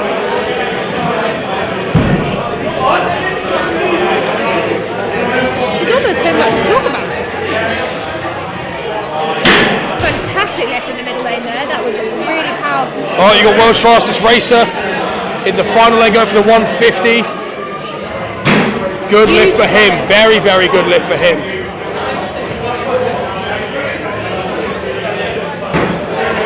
Good lift here in the first lane. That's the muscle mind team there. the masked monster actually leading them. Had a lot of health issues recently, but coming back stronger than ever. We love him.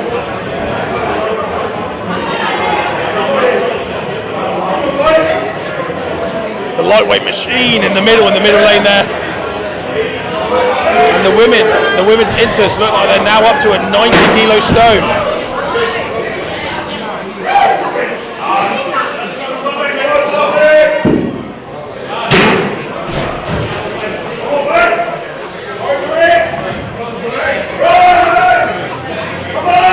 Up to a 70 for the women's novice class.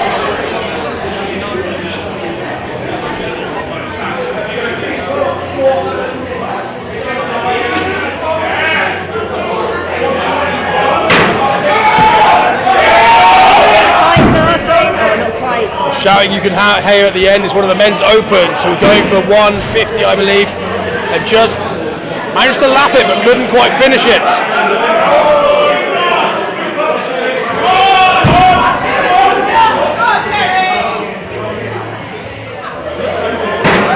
Great lift here in the first lane.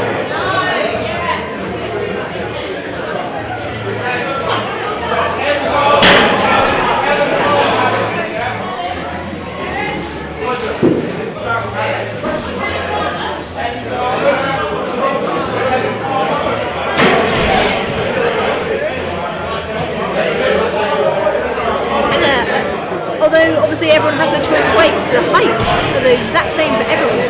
They are, yeah.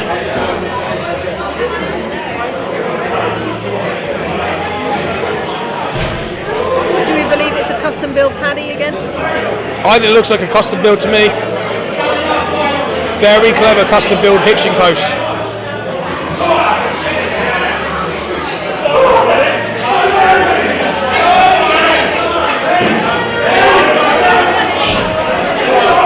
Good lift in the middle. That's Joe. One of the men's opens hitting 150 there. Down here at Rachel, she's up to 70. Good. Quick off the floor.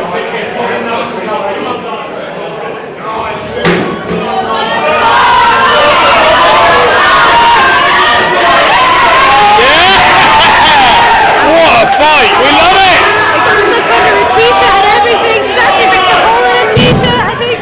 Absolute graft, we love it. That was a good one.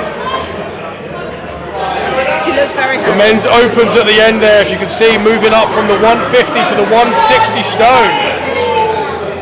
I do happen to know there are people in that class. Good 70 kilos there from here. There are men in the opens class who are actually opening at 160. Very, very powerful athletes.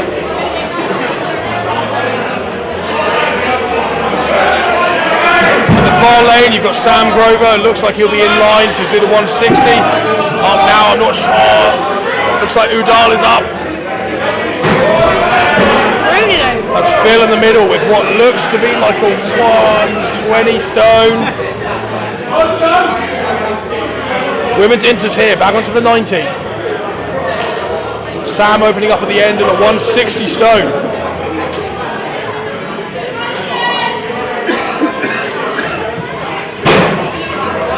All day for Sam, all day. We've had a full run, all three of them now hit a good clean open. The lift in the process lane at the 90, it was well clear, like inches and inches clear. Yeah, very good lifting here.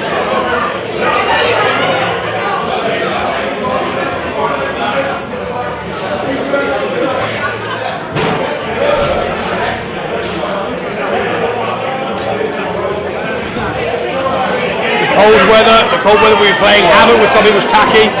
Oh, she stands up cleanly, just places it over gently. What an impressive lift.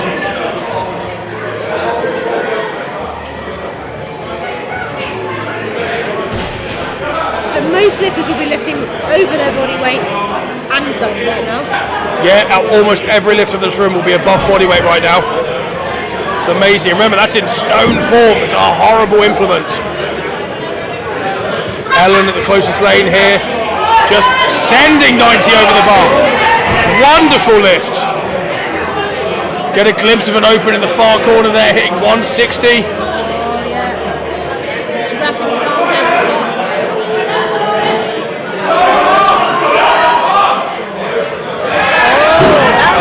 successful 160 over at the end there. I thought for a second he was going to wobble. Middle lane up to 130.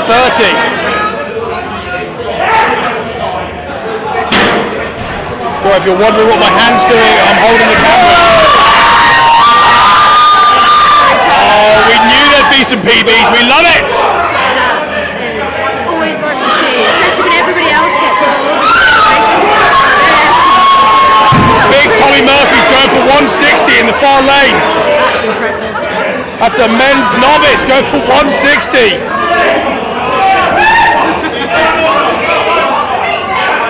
That's another 90. Wow. What have we got in the middle, do we know? In the middle lane we're up to 130, I believe.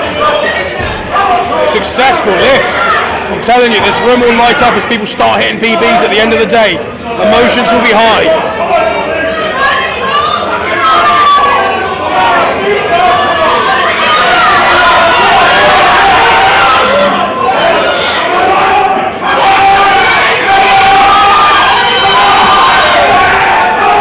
Big cries of success on the middle lane there. The shape of these stones is so Oh, just a very, very close miss there from the 90 kilo here. She fought as well.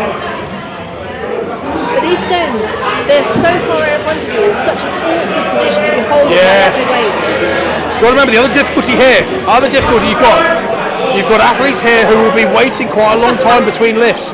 Actually, it's warm here, but it's not warmed up too much. It's still quite cold for the athletes. So we're in Mozilla. Yeah. I'm in a hoodie. That's rare for me. So don't forget, a lot of this will be hard work for the body. And also keeping that tacky warm as well. A brilliant lift there. Is that 80 or 100? I believe that's an 80.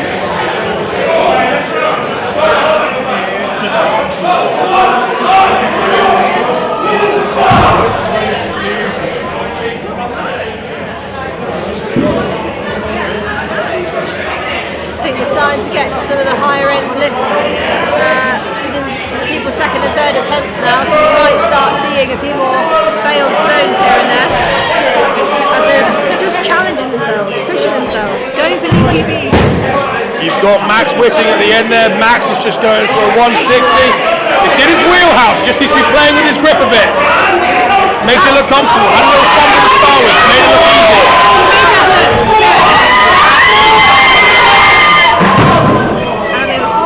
She right? Here, but I believe she's smiling. Yeah, she is smiling. She's all good. Getting a little bit of chaos in this far corner. I think she did quite well to push herself away from the stone as she fell. Very clever.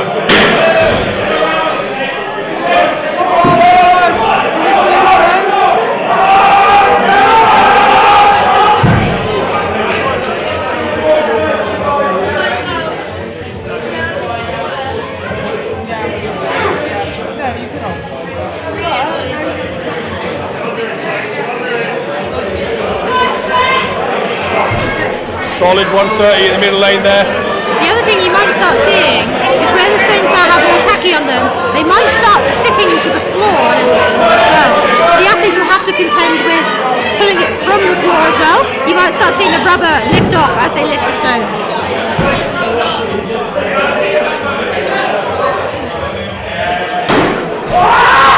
There we go, we're starting to see people hit some PBs now. So we have 130 in the middle.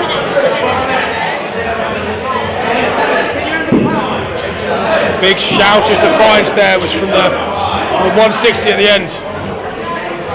Guy in the middle lane who's tacky's not playing ball with him. And there are lots of different types of tackle, so it'd be interesting to see what people's decisions have been.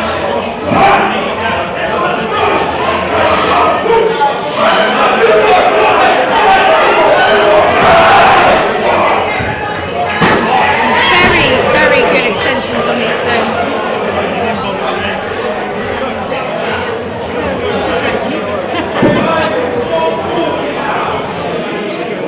Okay, so that's the middle lane up to 140 now. You can see them there. Fantastic.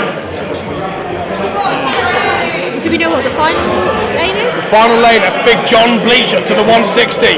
He's got big plans, so let's see how he gets on. So I think this is his first lift. Very comfortable first lift for him, That was his opener. He's been waiting there for a little while there, and he's just done his first lift, so he's getting cold.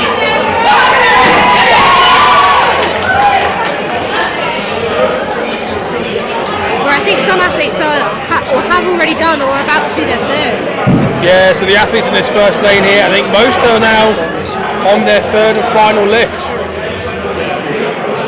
You can see in the second lane, they're inching the stone back because there's so much tacky on it that it is stuck to the floor.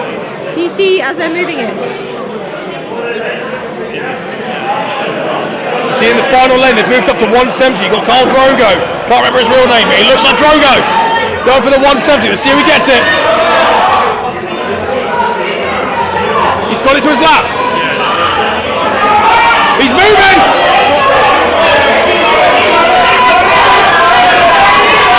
He's moving. Oh no. Not quite got it. Close.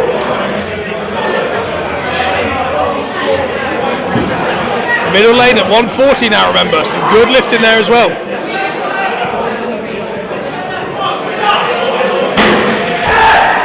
That was a good lift. Here we go. Starting to see the celebrations come in now.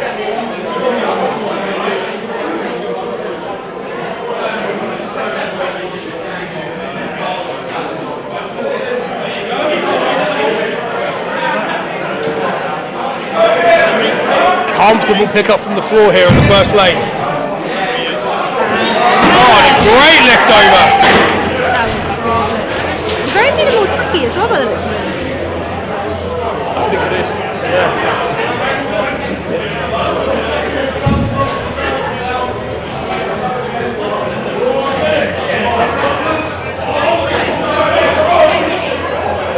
Looks like Sam Whitting's getting ready to go again in a minute.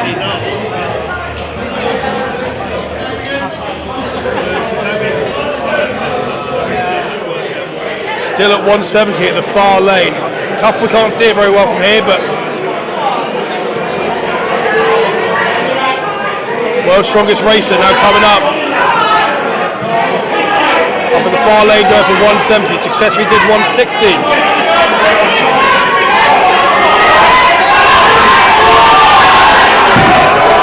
don't know if you saw, but in the lane closest to us, there is quite a lot of tacky and it was very Oh, when he gets that comfortably, fantastic lift. He needs to debate where he's going next, because that 180 may be too light, and he could have more points on offer here. Because I have a feeling, without giving away his strategy to anyone, he wasn't going to push too much further from where originally. Oh, I didn't talk to the world's strongest racer, that was the racer. Ah, sorry. So I'm not sure where he's at. Don't know then. I don't know what his strategy is, but that 170 was comfortable. There may be more points on offer here. We have M on hand here, ready to help athletes. John's doing an epic job holding the camera. Just having the piss ripped out of me, don't worry about it. M's on hand to help people get the tacky off.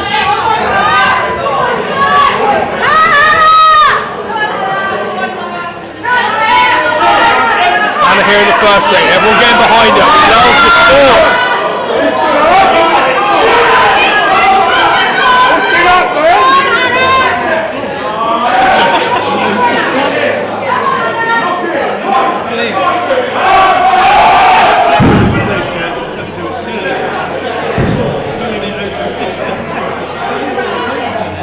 Also, just to comment on how much of a working farm this actually still is, their sheep live in here over the winter, I believe, or at least through lambing season. And Em was very, very grateful that this year she didn't have to clear this area or all the sheep poo for this event. Yes.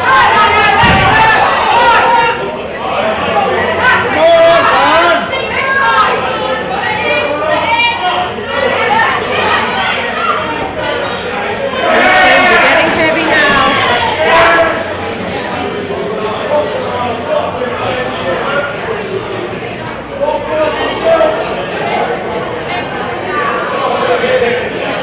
Now I might be biased, but I am very interested to see the heaviest lift from the women.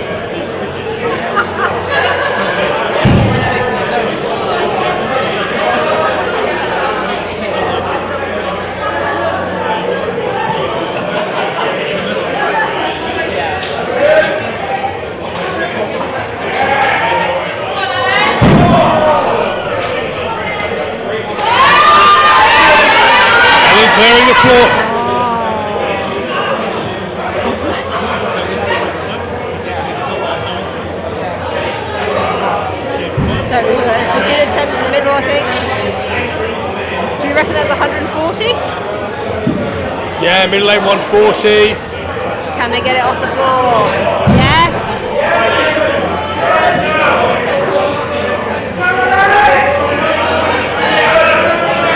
Is it a good extension? Yes. That was a good PB there. And we have Rachel in the first lane, 80 kilos.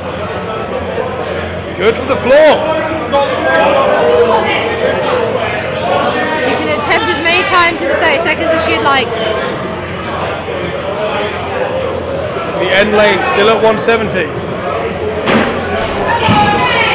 More and more successful lifts at 170. She slapped it.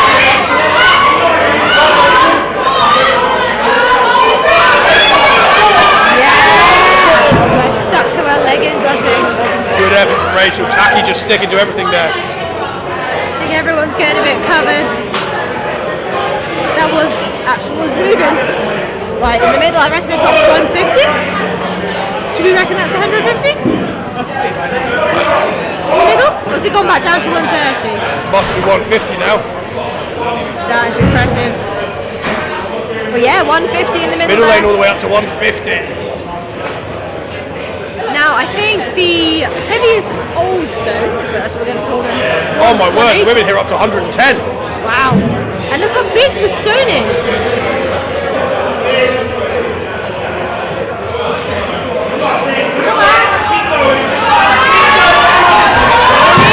So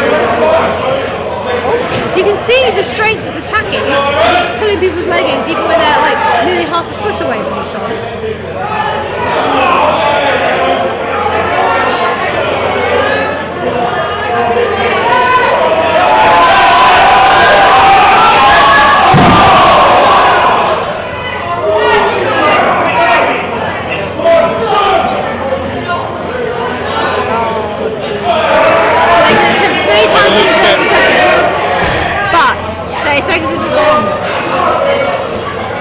By the looks of it, had a bit of a heartbreak moment in the final lane there. Gentleman had 170 kilos on top of the hitching post.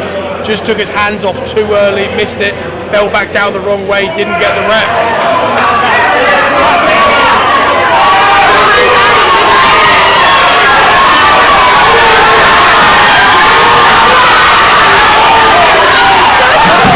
Oh, so nearly had 110 here. I think she's going to go again. I think she's going to try again. Yeah. Oh, sorry. Just realised she's already got onto her knees. It's getting really in tight there. Just not quite got the extension. Very difficult by the end of the day. This is quite a high mark to load over. I would guess it was around about 48 inches, which is quite a standard height in strongman, but it is quite a high one, especially for the shorter of the athletes.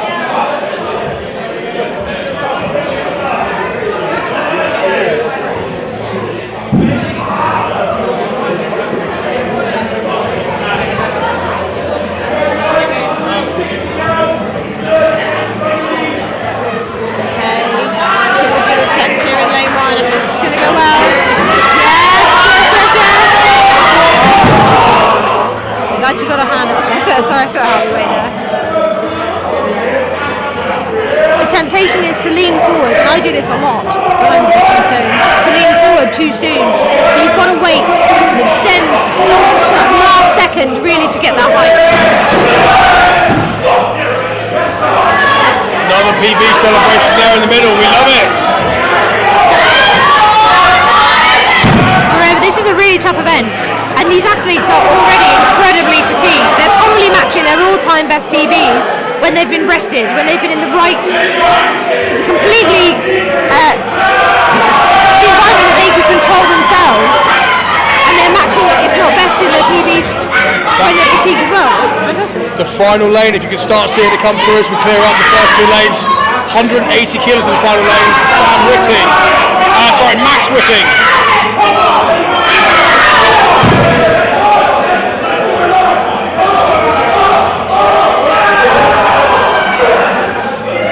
Max is on form He's today. doing Puts up well, isn't he? a comfortable 180 kilo extension. Mr. Paddy Haynes himself slapping the hitching post out of pride.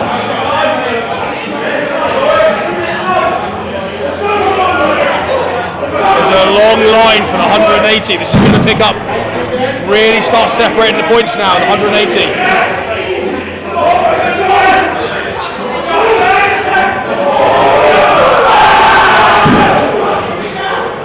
It's another success for the 180.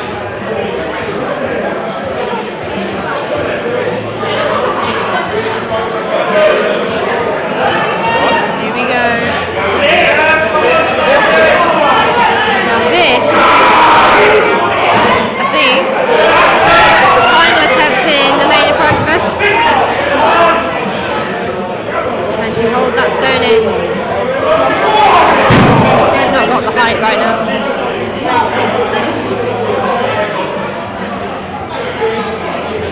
Are we at 150 in the middle? Probably you've got Big John Bleach at the end doing 180. Comfortably does it. I think he just chatted to the ref as he put it over. I think that was his second attempt. Yeah. There's big numbers on offer for above 180. I wouldn't be surprised if we see at least an attempt at 200. Yay, some cheering. That scream was wonderful. That was from Pete's daughter.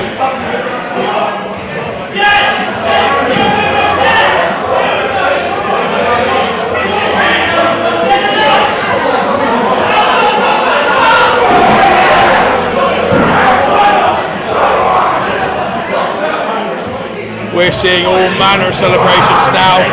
That's world's strongest racer at the end. Lightweight athlete who just hit 180.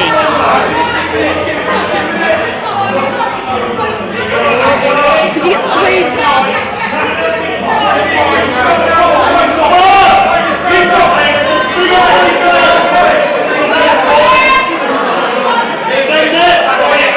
Actually getting it off of her lap. There's a little tucky there now, and everyone's very fatigued. Oh, bless her. The hinge just giving up. 170 in that middle lane. Remember, that's heavier than the far lane was starting. Wow, that was an impressive lift. That looked clean.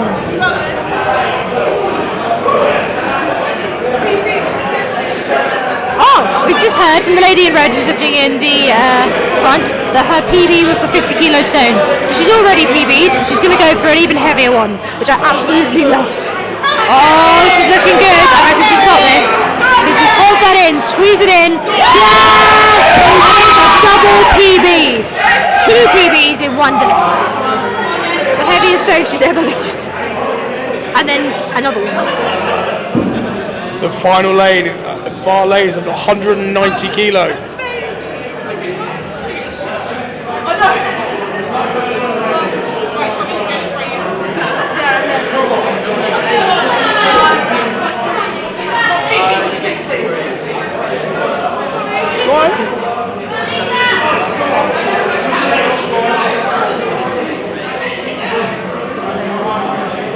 So what is that?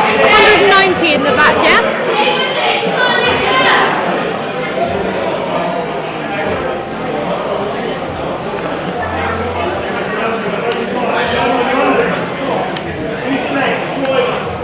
How much battery do we have?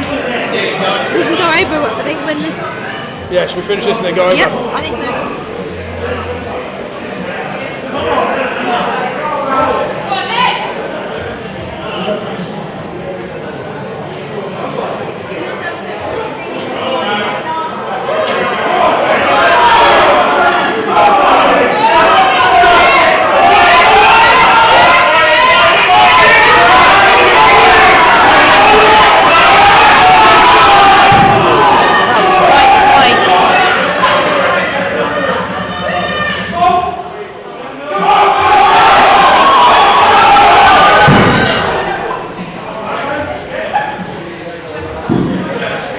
Head into the middle if you'd like. I think we've got one more lift over here. Yep.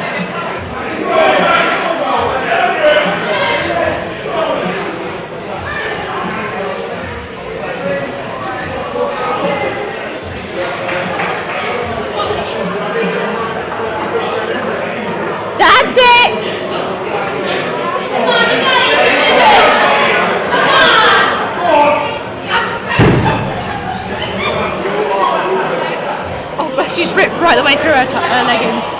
Right. We're gonna unplug a little bit. We're gonna hopefully keep you live. We're gonna move over to the heavy area What could go wrong? for the finale.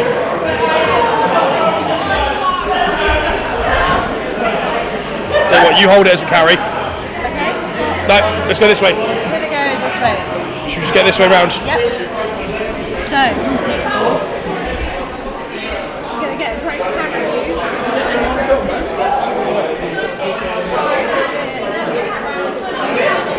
We're gonna try and go straight over. Yeah, go.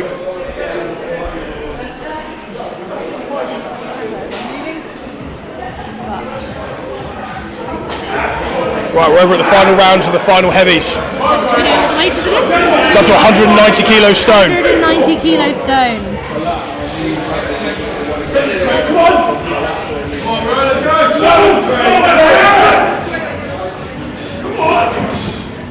These are going to be big points from everyone here. Anyone who gets these is going to be big points. We'll definitely be seeing PBs here for people.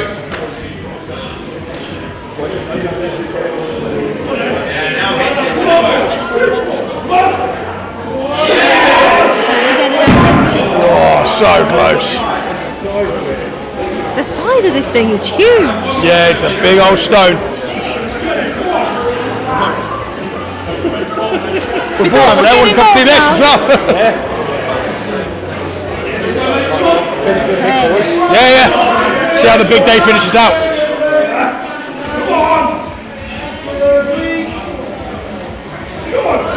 Okay, it's to the lap. Here we go. Look at everyone running around. This is awesome. Can you get it? Come on. Well, finish it. Come on, you got that! Come on! Bonnie says no. Just a bit too much for today, but I think there are more people going for it.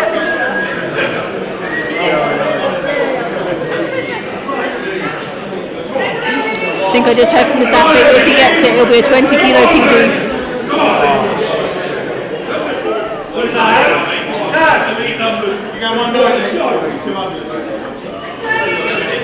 Very quick off the floor, but can you pull it round? Oh. It's actually a huge stone. I think the size of it is going to be... Yeah. Sometimes you can get the heavier stones smaller by using different cores, but this is quite a big stone.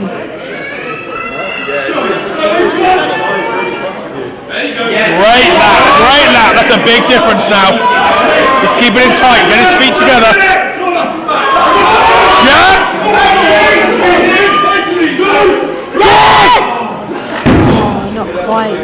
But we see the people at their absolute limit at the end of the day. To get that to your knees twice is defeating Make itself. or break for a lot of these guys for the final points of the day. And also a lot of these guys got to remember, often it's not even about the competition, it's just about proving something to yourself. The lads here just want to put the final stone up. So that big John Bleach and Sam Grover. Now his 180 looks very good, I do believe. John's been looking good all day.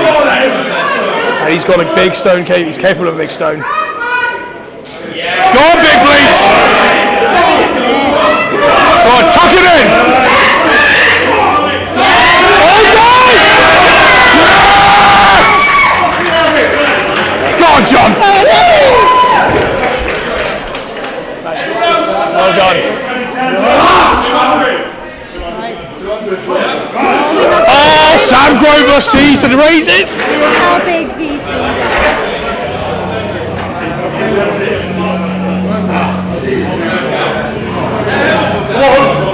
Sam Grover's going to make or break for the full heaviest stone possible, 200 kilos. Oh, they turn up the volume. I think this will be for a win of the Opens. Heaviest stone of the day. He's going for it. Come on, Sam! Squeeze it! Get it central, you've got that, it's moving! Yes! Take a sec, you got this! No compromise!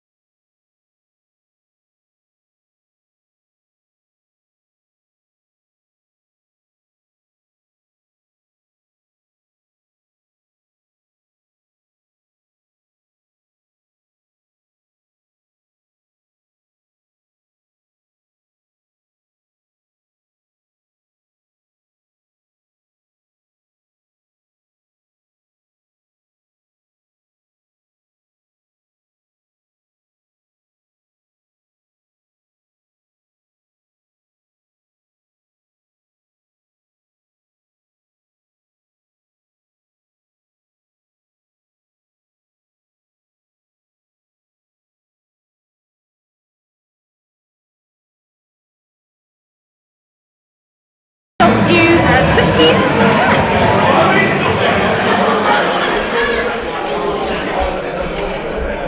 Guys, just make sure you're moving tacky outside, please. There is a tap by the cowshed, please use that. Why do you want to change that? Please leave the shed. Goodbye.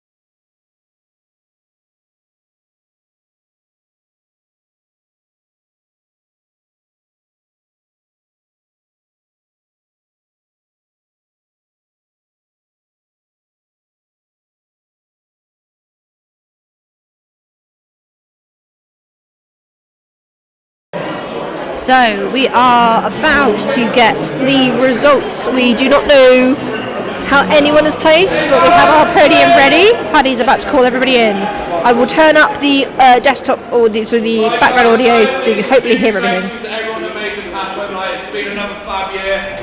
Everything's gone to plan. It's sunny. We're just so happy everything's gone well. So thanks to all the athletes, thanks to the staff, the live stream, the media team that we have now, which is mind blowing. Thank you to everyone. It's freaking awesome.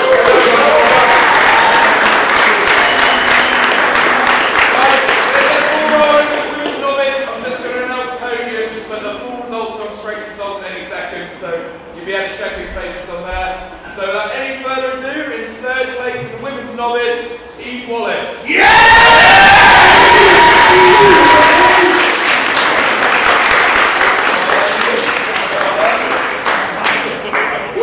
That's 37.5 points. And Katie Packer in second place, 41.5.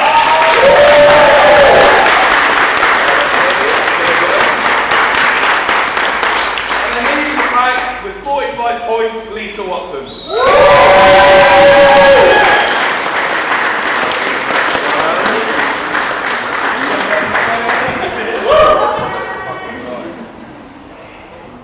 Come on, ladies.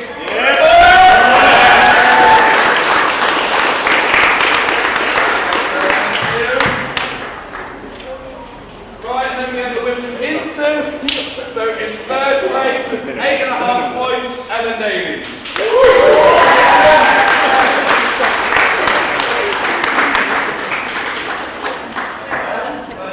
Oh, I should weigh all those flapjacks. Is that the bribe you took?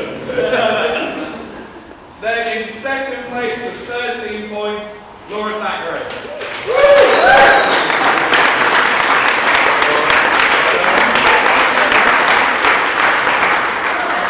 Then in first place with 20 points, H-Strength's own Lucy Hardwick.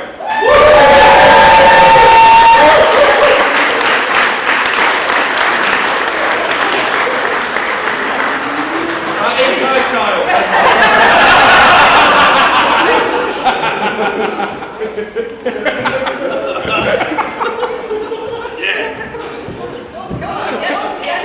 I need to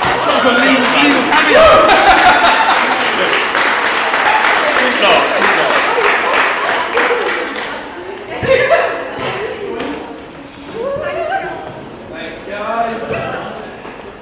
Right, moving on to the men. So in the novice category, really tight at the top. The third place with 45.5 points, Tom Murphy.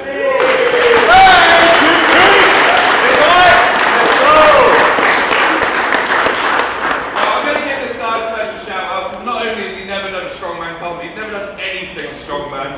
He's a rugby player, high grade, whatever you want to call it. Jumped in last minute, so 56 points, Jack Anderson. Well done.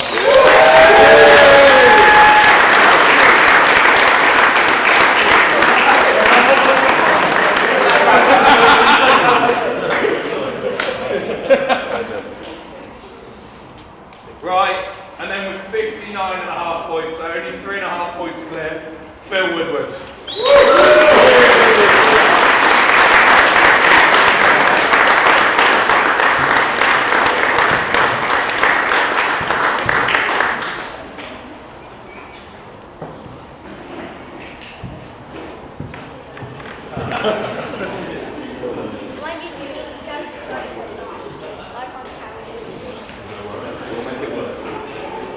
Right, moving on to the men's inters, another great showing, guys. Nice full category, this was great.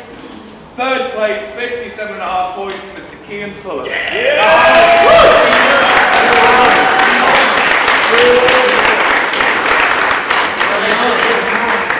2 points Eddie Kean, another Haynes strength guy, so I'm happy. Lee Brown.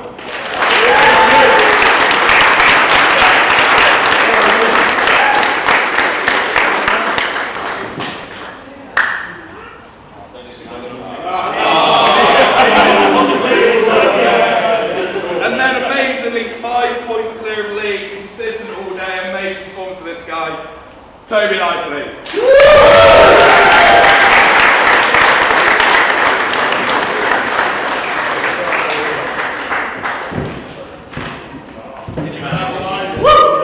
Yes, I am.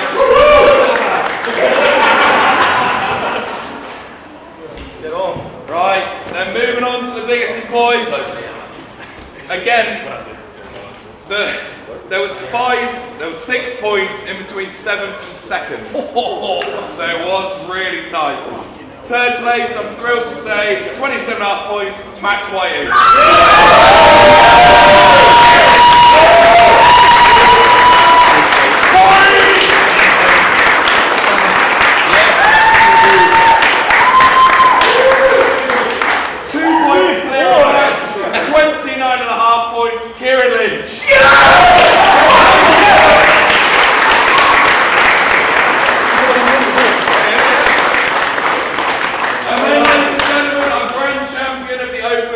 Again, 6 points clear, so a bit of an onslaught there. John Bleach.